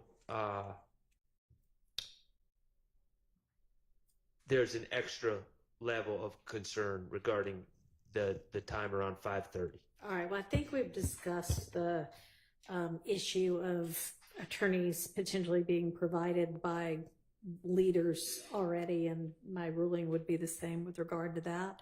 What is the state's response to the issue of it being hearsay inside of hearsay, the we did this part? So, Your Honor, that this is a classic co-conspirator statement. This is one co-conspirator providing reassurance to, providing direction to, and promoting cohesiveness with another co-conspirator in furtherance of the conspiracy itself, which is YSL, the criminal street gang. Right, but back up into this isn't just him, this is somebody else saying that, right? And yeah, Mr. Shard at least is saying that Mr. Stillwell pushes back on the assertion. And this was a lot, so I might have to hear it again, but Yes, Your Honor. if that's accurate, then that seems like that couldn't be, oh yeah, this is an adoptive admission. So, Your Honor, a couple things. One, defendant Stillwell is quite upset that Mr. Nichols made that. So the fact that Garlington and defendant Stillwell are discussing that, they need to know what's said on jail calls. They need to know who's talking to the police. They need to know who may fold, and they need to keep tabs on both members in jail and outside. So when they referenced earlier about Mr. Farley and how is he doing, and he needs to, Yeah, that's not the part that they're raising, that Mr. Shart's raising an issue about right now. you're specifically discussing, Your Honor. So defendant Nichols saying we killed him for bro, and Mr. Shard saying cannot come in this conversation with his client and Mr. Garlington when they're discussing the intimate details of the murder that they did for bro. The state feels that, and this is why, and I will find the case on this, their conversation, Garlington and Shannon Stillwell, in all its contents, whether they knew this personally, they knew this from that statement, their conversation is fostering cohesion amongst them, because they both agree he shouldn't be saying that on the phone. And that's where co-conspirator 801D2E is a little bit unique, where this nested hearsay, if it's deemed a statement in furtherance of the conspiracy, keeping abreast of the crime, future, past and or future activities, fostering cohesion among street gang members, that type of analysis is incorrect. If you deem that statement and them discussing what one of the other co-defendants did in the murder that the state indicted both defendant Stillwell and Mr. Nichols with, and Mr. Garlington with, I think it is classic co-conspirator hearsay, which takes aside Mr. Shart's objection. The nested hearsay is not an appropriate analysis if you deem that statement, which the state believes it is co-conspirator statement. That's the state's position on this nested double hearsay. I really need to see your case law. Yes, Your Honor. I think that's just an incorrect statement. I would be surprised that it just makes what would otherwise be a valid evidentiary objection disappear. So. Maybe it does. And so if it's hearsay, and I'd have to, like the court, I have to hear that little part again. But if they're saying that it's hearsay, that Mr. Nichols' statement about what they did is hearsay, and Mr. Stillwell is on the call. Right. Right? Yeah, this is Garlington and Stillwell. Right. And when he says that his client pushes back, he's not saying we didn't kill him. No, I don't know. But let's hear it again. There was a lot to unpack with this. Maybe it would have been better to take this in sections. He says that doesn't sound right. And to push back, you don't need to repeat everything that was said and said, no, that's wrong, no, that's wrong, no, that's wrong. I mean, it could have been in reference to whatever the arrangements were for an attorney. I don't know exactly where that came. But let's start with the proposition that it's Garlington and Shannon. Garlington is talking to Funk, who had him on FaceTime, and that's what Mr. Nichols allegedly told Rel, which was repeated by Funk to Garlington. So, I mean, we're talking about layers upon layers. And this is the classic nested hearsay. You can't just say, if one statement, the first conversation comes in, everything else in the world comes in. It doesn't. Well, I don't think it does, but the state seems to think that there's law that says it does. So we're going to let them find that. And so can we play it for the pen? And if you just want to point me to wherever the original motion is or response is, I can read it on my own. But I mean, if that's easier than you trying to find it right now. Your Honor, I'm trying to find both the date and the motion itself. Okay. Just be patient. Give it a date. Good morning. Yeah. Yeah. Man, just tell them to be patient, bro. Work out. Well, I already know that part. I know how that go. You know what I'm saying? I ain't really tripping on that. I ain't tripping. I've been just trying to keep Buddy calm. You know what I'm saying? Yeah, do that, bro. Yeah, bro. I don't really be liking that coaching and shit. That shit had me all out. I talk to phone. I talk to phone. I been on bro. He had me FaceTime. Yo, what's up with Quay? What the hell? I don't know Quay on the phone saying something. I don't know if he on shit. He told real, man, tell Buddy got down and get his lawyer, bro. We did that shit for him. He paid. You know what I'm saying? What? Yeah, that was phone told me. He bro, tell him, chill out, man. Nah, I ain't know that about that. Yeah, then we out downstairs. He was like, yeah, they was on the cell phone. But I ain't even say nothing. I'm like, I know I ain't even upstairs. Can you play just maybe the last 30 seconds again?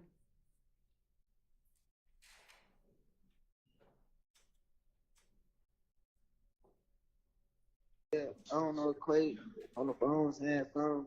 I don't know if he on shit. He told real, man, tell Buddy got down and get his lawyer, bro. We did that shit for him. He paid. You know what I'm saying? What? Yeah, that was phone call. Keep going. He bro, tell him, chill out, man. Nah, I ain't know that about that. Yeah, then we out downstairs. He was like, yeah, they was on the cell phone. But I ain't even say nothing. I'm like, I know I ain't even upstairs. I'm like, ain't even got access to no phone. Hell nah, he wasn't that like that. I don't think he said no shit like that though. Yeah. But then I thought what that was telling somebody what the hell is he saying? Farming. Okay, thank you. So, Your Honor, our position is that what he is pushing back against, and it's the context of that statement that is the most important, because they're trying to relay to keep someone calm, and that they were talking to Enfant, who was a co-defendant who pled guilty in this case, and they are alarmed at the fact that another member is potentially on a jail call saying that we did that for bruh. And that's the point at which Shannon is pushing back, saying like, what? Right. Like, I can't believe that. And then he's like, nah, he didn't do that. And the other guy says, I don't know, he could have been on a cell phone or what, but that's what I heard him say. So his alarm isn't at, he's lying on me. His alarm is that, and this is what we would argue, of course, anyone can make their own arguments at trial, but we believe that this is what the evidence shows, that the alarm is at the fact that this person on a jail phone is saying something highly incriminating to them and sharing this information between them all. And the alarm in itself is evidence of the fact that this whole conversation is in furtherance of that conspiracy, which is the enterprise that is YSL and the criminal street gang activity of YSL. So none of it is hearsay when all of it is statements of a co-conspirator. It is their reaction to their belief. It's still hearsay, even if it's a statement of a co-conspirator. So, I mean, at some point, y'all are saying, this isn't hearsay because we're not offering it for the truth. So I know that's not what you meant, but let's try to keep the terminology clear. You're right. You're very, very right. And I didn't mean to interrupt you. I just want to make clear, like, we have got to all be clear about what we are saying and what we mean by what we're saying. Your Honor is absolutely right. All right. And so that is, we are saying that there is an exception. Right. And that this is the exception that it falls under. Okay. All right. And so again, I understand that the conversation between Stillwell and Garlington might come in under a co-conspirator exception to hearsay. The thing that is at issue is the relaying of Nichols allegedly having said, whatever he said, you need to line up a lawyer or whatever, you need to pay for it because we did this for Buddy. Right. And the concern is that either that part is being offered for its truth, or even if it's not, that certainly once the jury hears that, they take that as evidence that it is true. Understood. So I hear more clearly. Do I understand you to be arguing that that part of that is also co-conspirator exception, or no? I need to address that part of it. So one moment, Your Honor. Sure.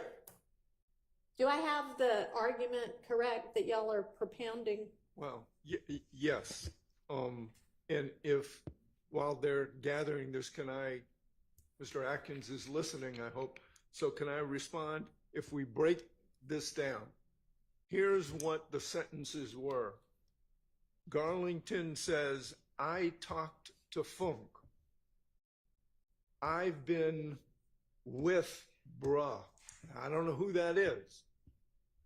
And he, I don't know whether that refers to Funk or bruh. And he had me on FaceTime. That could refer to either one of those people. What's up with Quay? That's the next question. Next statement. Why the hell? I don't know. Quay on the phone saying something like, I don't know if he, and again, we got a he on shit. I don't know who the he is referring to. He told Rel, that's another person, that's another layer. Well, that's somebody who's listening. That's not somebody who's talking. So anyway, and also, can I get this portion of what you've written down as a transcript? Because it would be most helpful. I can give you what we have, yes. Okay, great. But I'm breaking it down because now we're on a third person. He told, I don't know. Okay, but that's a listener, so keep going. Okay, he told Rel, and I don't know who Rel is, and I don't know whether Rel told Funk, and I don't know whether Rel told Bra. Right. We have no clue. Okay, but keep going. Okay, he told Rel, like, tell Buddy, god dang, get a lawyer, bruh. We did that shit for him, he paid, you know? And then Garlington says, you know what I'm saying, to Garfield. To Shannon, I'm sorry. And Shannon says, what? And Garlington says, yeah, that's what Funk told me. He was like, tell homie to chill out, bro. Now who's homie? And who's the bra? I mean, we have so many layers of unknown, and nested hearsay is exactly that. That's the whole point. Okay, so the short answer is yes, I've got your argument Okay. correct in terms of understanding what it is you're arguing. Yes. Okay. Your Honor, to be clear, because I may not articulate this well, my position with what Mr. Harvey just broke down, at least what these statements they say. Yeah. Funk, who was a defendant in this case, and the state believes was a YSL street gang member, him telling Garlington that Nichols needs to chill. Funk isn't charged with the murder of Shamel Drink, so him telling him that is a statement in furtherance of the conspiracy. Nichols needs to chill. That's not what I'm concerned about. Yes, Your Honor. Okay. I'm concerned about the Funk saying, Garlington saying Funk told him that Nichols said he needs to pay. We did this for him, so he needs to get us a lawyer. And Your Honor, the state feels. But said it to Rel, not to It doesn't matter who he said it to.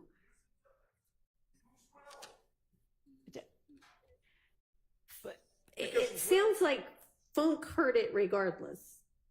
No. Do I have that part wrong? I think you do, because he said it to Rel. Rel said it to somebody else. Nichols said it to Rel. Well, allegedly. Allegedly, I understand. Yes.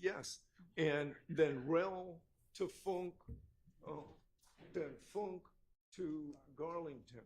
So that's 4 layers at least. So, Your Honor, the two things is, and the court may just disagree with my argument, which in terms of. What I'd like is some law. Yes, Your Honor. So the case law I was referencing earlier, I will find this date, but there's no double hearsay issue. The statements are admissible without a showing of the declarant's personal knowledge. And I may have been off kilter where I was thinking of, this is what I was thinking of when I referenced to the court, that there's not double hearsay in this statement, is that and I will just cite to this motion because the court can read this but I will find the date. But the state's position is that it is co-conspirator. It is in furtherance. Like the fact that Garlington is concerned or receives this information, that Nichols made that statement. I understand that part. I Yes, Your agree Honor. with that part. So the kernel, that part in the middle. You understand what my concern is, I Ms. do. Love. You seem to understand it before, and I'm sure Mr. Atkins understands it too. He's just too busy looking up trying to find the law. Go ahead.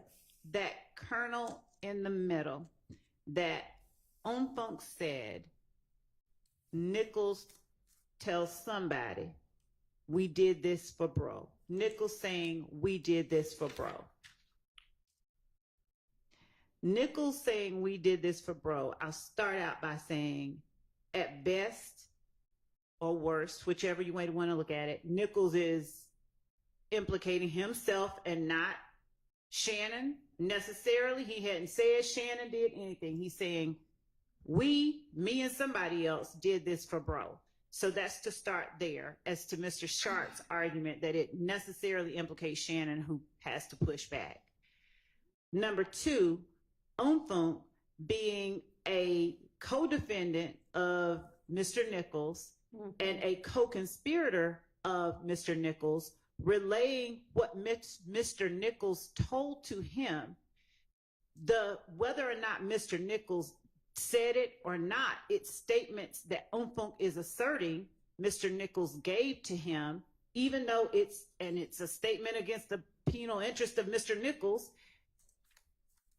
The reliability of the statement, the statement itself being the hearsay issue, we believe is dealt with in that it would be Mr. Nichols, a co-conspirator of Umfunk, relaying something in confidence to Umfunk or saying something in confidence to somebody else who he considers a person reliable enough to share something that inculpatory with. Umfunk is not trying to harm Mr. Nichols, so he's not going out lying on Mr. Nichols. He's sharing this information in an effort to help Mr. Nichols, get him to shut up and stop talking. They all are trying to get him to stop talking. So in terms of the reliability of the information, nobody here has any reason to share inaccurate information. It only furthers their purposes to be truthful about what's happening so that they can further protect themselves and inoculate themselves from any harm coming from this man talking. So the harms and dangers of hearsay that are normally present when, the whole reason it's kept out is, we don't know if it's true or not, are handled and dealt with by the circumstantial, I hate to use this, guarantees of trustworthiness given that are present in the way that this statement comes about. It's told in a way, it's relayed in a way that indicates it's shared in order to help, not to harm Mr. Nichols, to help all of them and keep them safe. So it's layered co-conspirator hearsay, if you will, but that first relaying of information, the declarant, Mr. Nichols, saying it to Umfunk, it would be definitely a statement against penal interest. But Mr.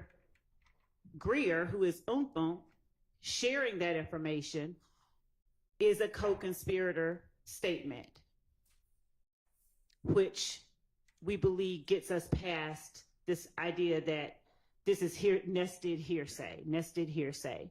And as far as the 403 argument that is being made, in order for it to be so unduly prejudicial as to permit its exclusion, it would have to lure the fact finder into declaring guilt on a ground different from proof specific to the offense charged. And that just doesn't exist here. So we don't believe that they have met, that, and by they I mean the opponents of this information coming in, they have not met their burden of showing that this statement from Umfunk regarding Nichols telling on himself, and basically Nichols trying to get help for himself, like bro needs to pay for a lawyer. We did it for him. We don't believe. Hey, no, sir, Mr. Harvey, stop right now. Stop right now. Stop right now. Mr. Harvey, sit down. I am not going to have you interrupt court. You may object in just a moment. We will get to your objection in a moment. Go ahead. Thank you, Your Honor. There has been no showing that this information is so substantially more prejudicial than probative that it should permit the exclusion of what we believe is obviously relevant evidence. Okay, thank you. Mr. Harvey, your objection. My objection is for lying to the court, making things up to the court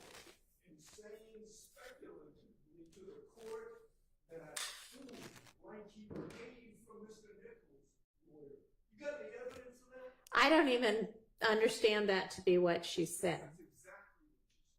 Okay, well, the record will reflect what she said, but I understood her to be talking about what was being said within the context of this conversation we just listened to. Your Honor, just yes. Sorry. Go ahead, Mr. I missed any reference to Well.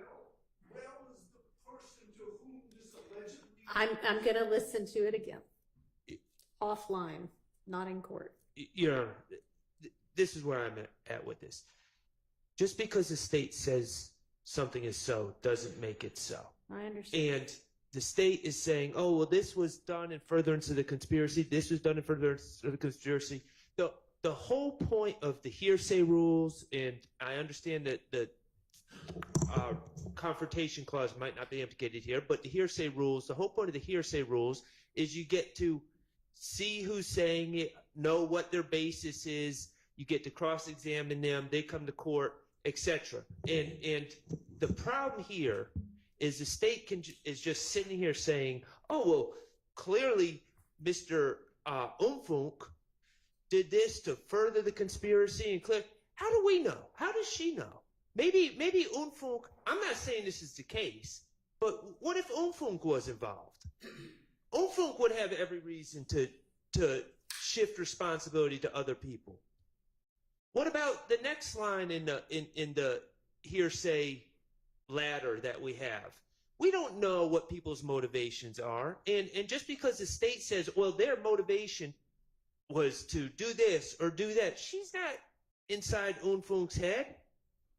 She's not inside Rel's head. So I reject that their argument that they can just label things as hearsay exceptions and it makes it so. Well, I understand that. I take what everybody says as your argument in support of your position. I don't accept it as fact.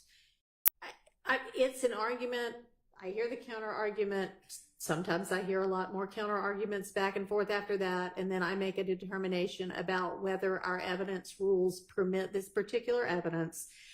The point of the hearsay rules and all of the evidence rules is so that to the extent the court can help it, only trustworthy information gets before the jury.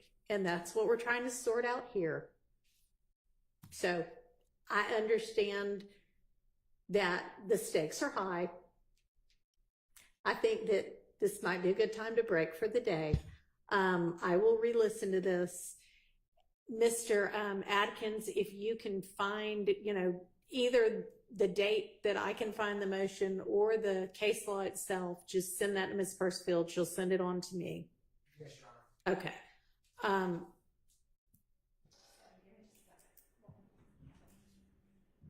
And I will try to get the court and send to Mr. Atkins what I read to the court as the transcript of that would be great. I appreciate that. Thank you. All right. All right.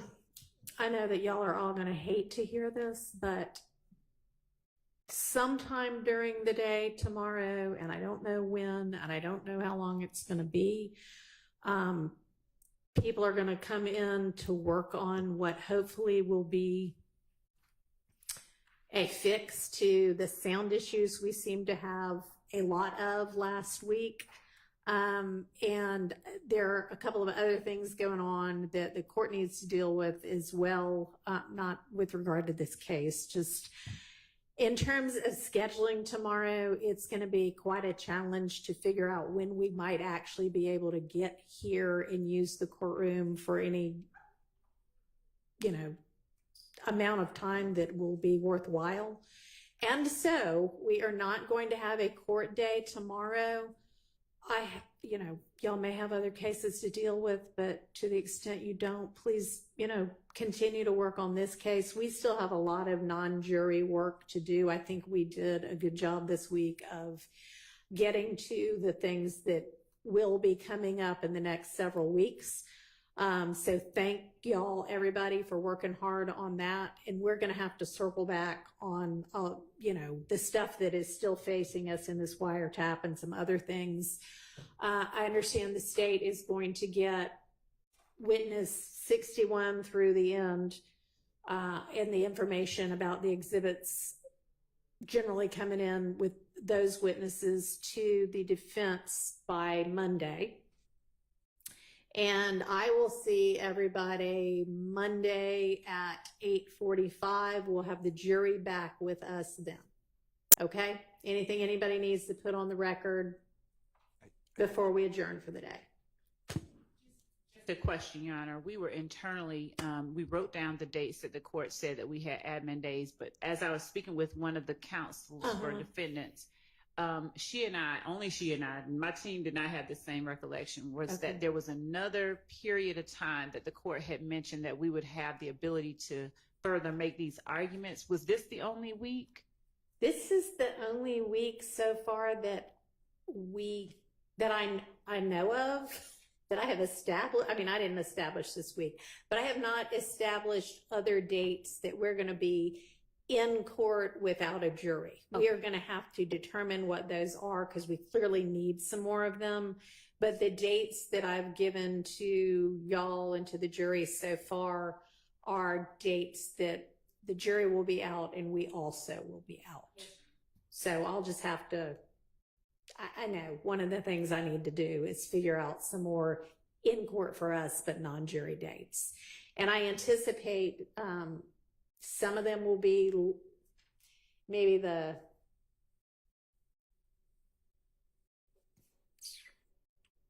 third or fourth week of September. At some point, I'm going to try to make them either beginning of the week or end of the week, but I don't know yet. So I'll have to get back to everybody on that. All right. Anything else? Just for the record, on that last argument that Yes. you're considering, it's OCGA 24-8-805. That is what we are traveling under. Sorry, would you please repeat that? It's OCGA, Official Code of Georgia Annotated, 24-8-805. Okay, thank you. Yeah. I doubt if many people know that. They just know hearsay within hearsay. But thank you. All right. If there's nothing else, then we are adjourned.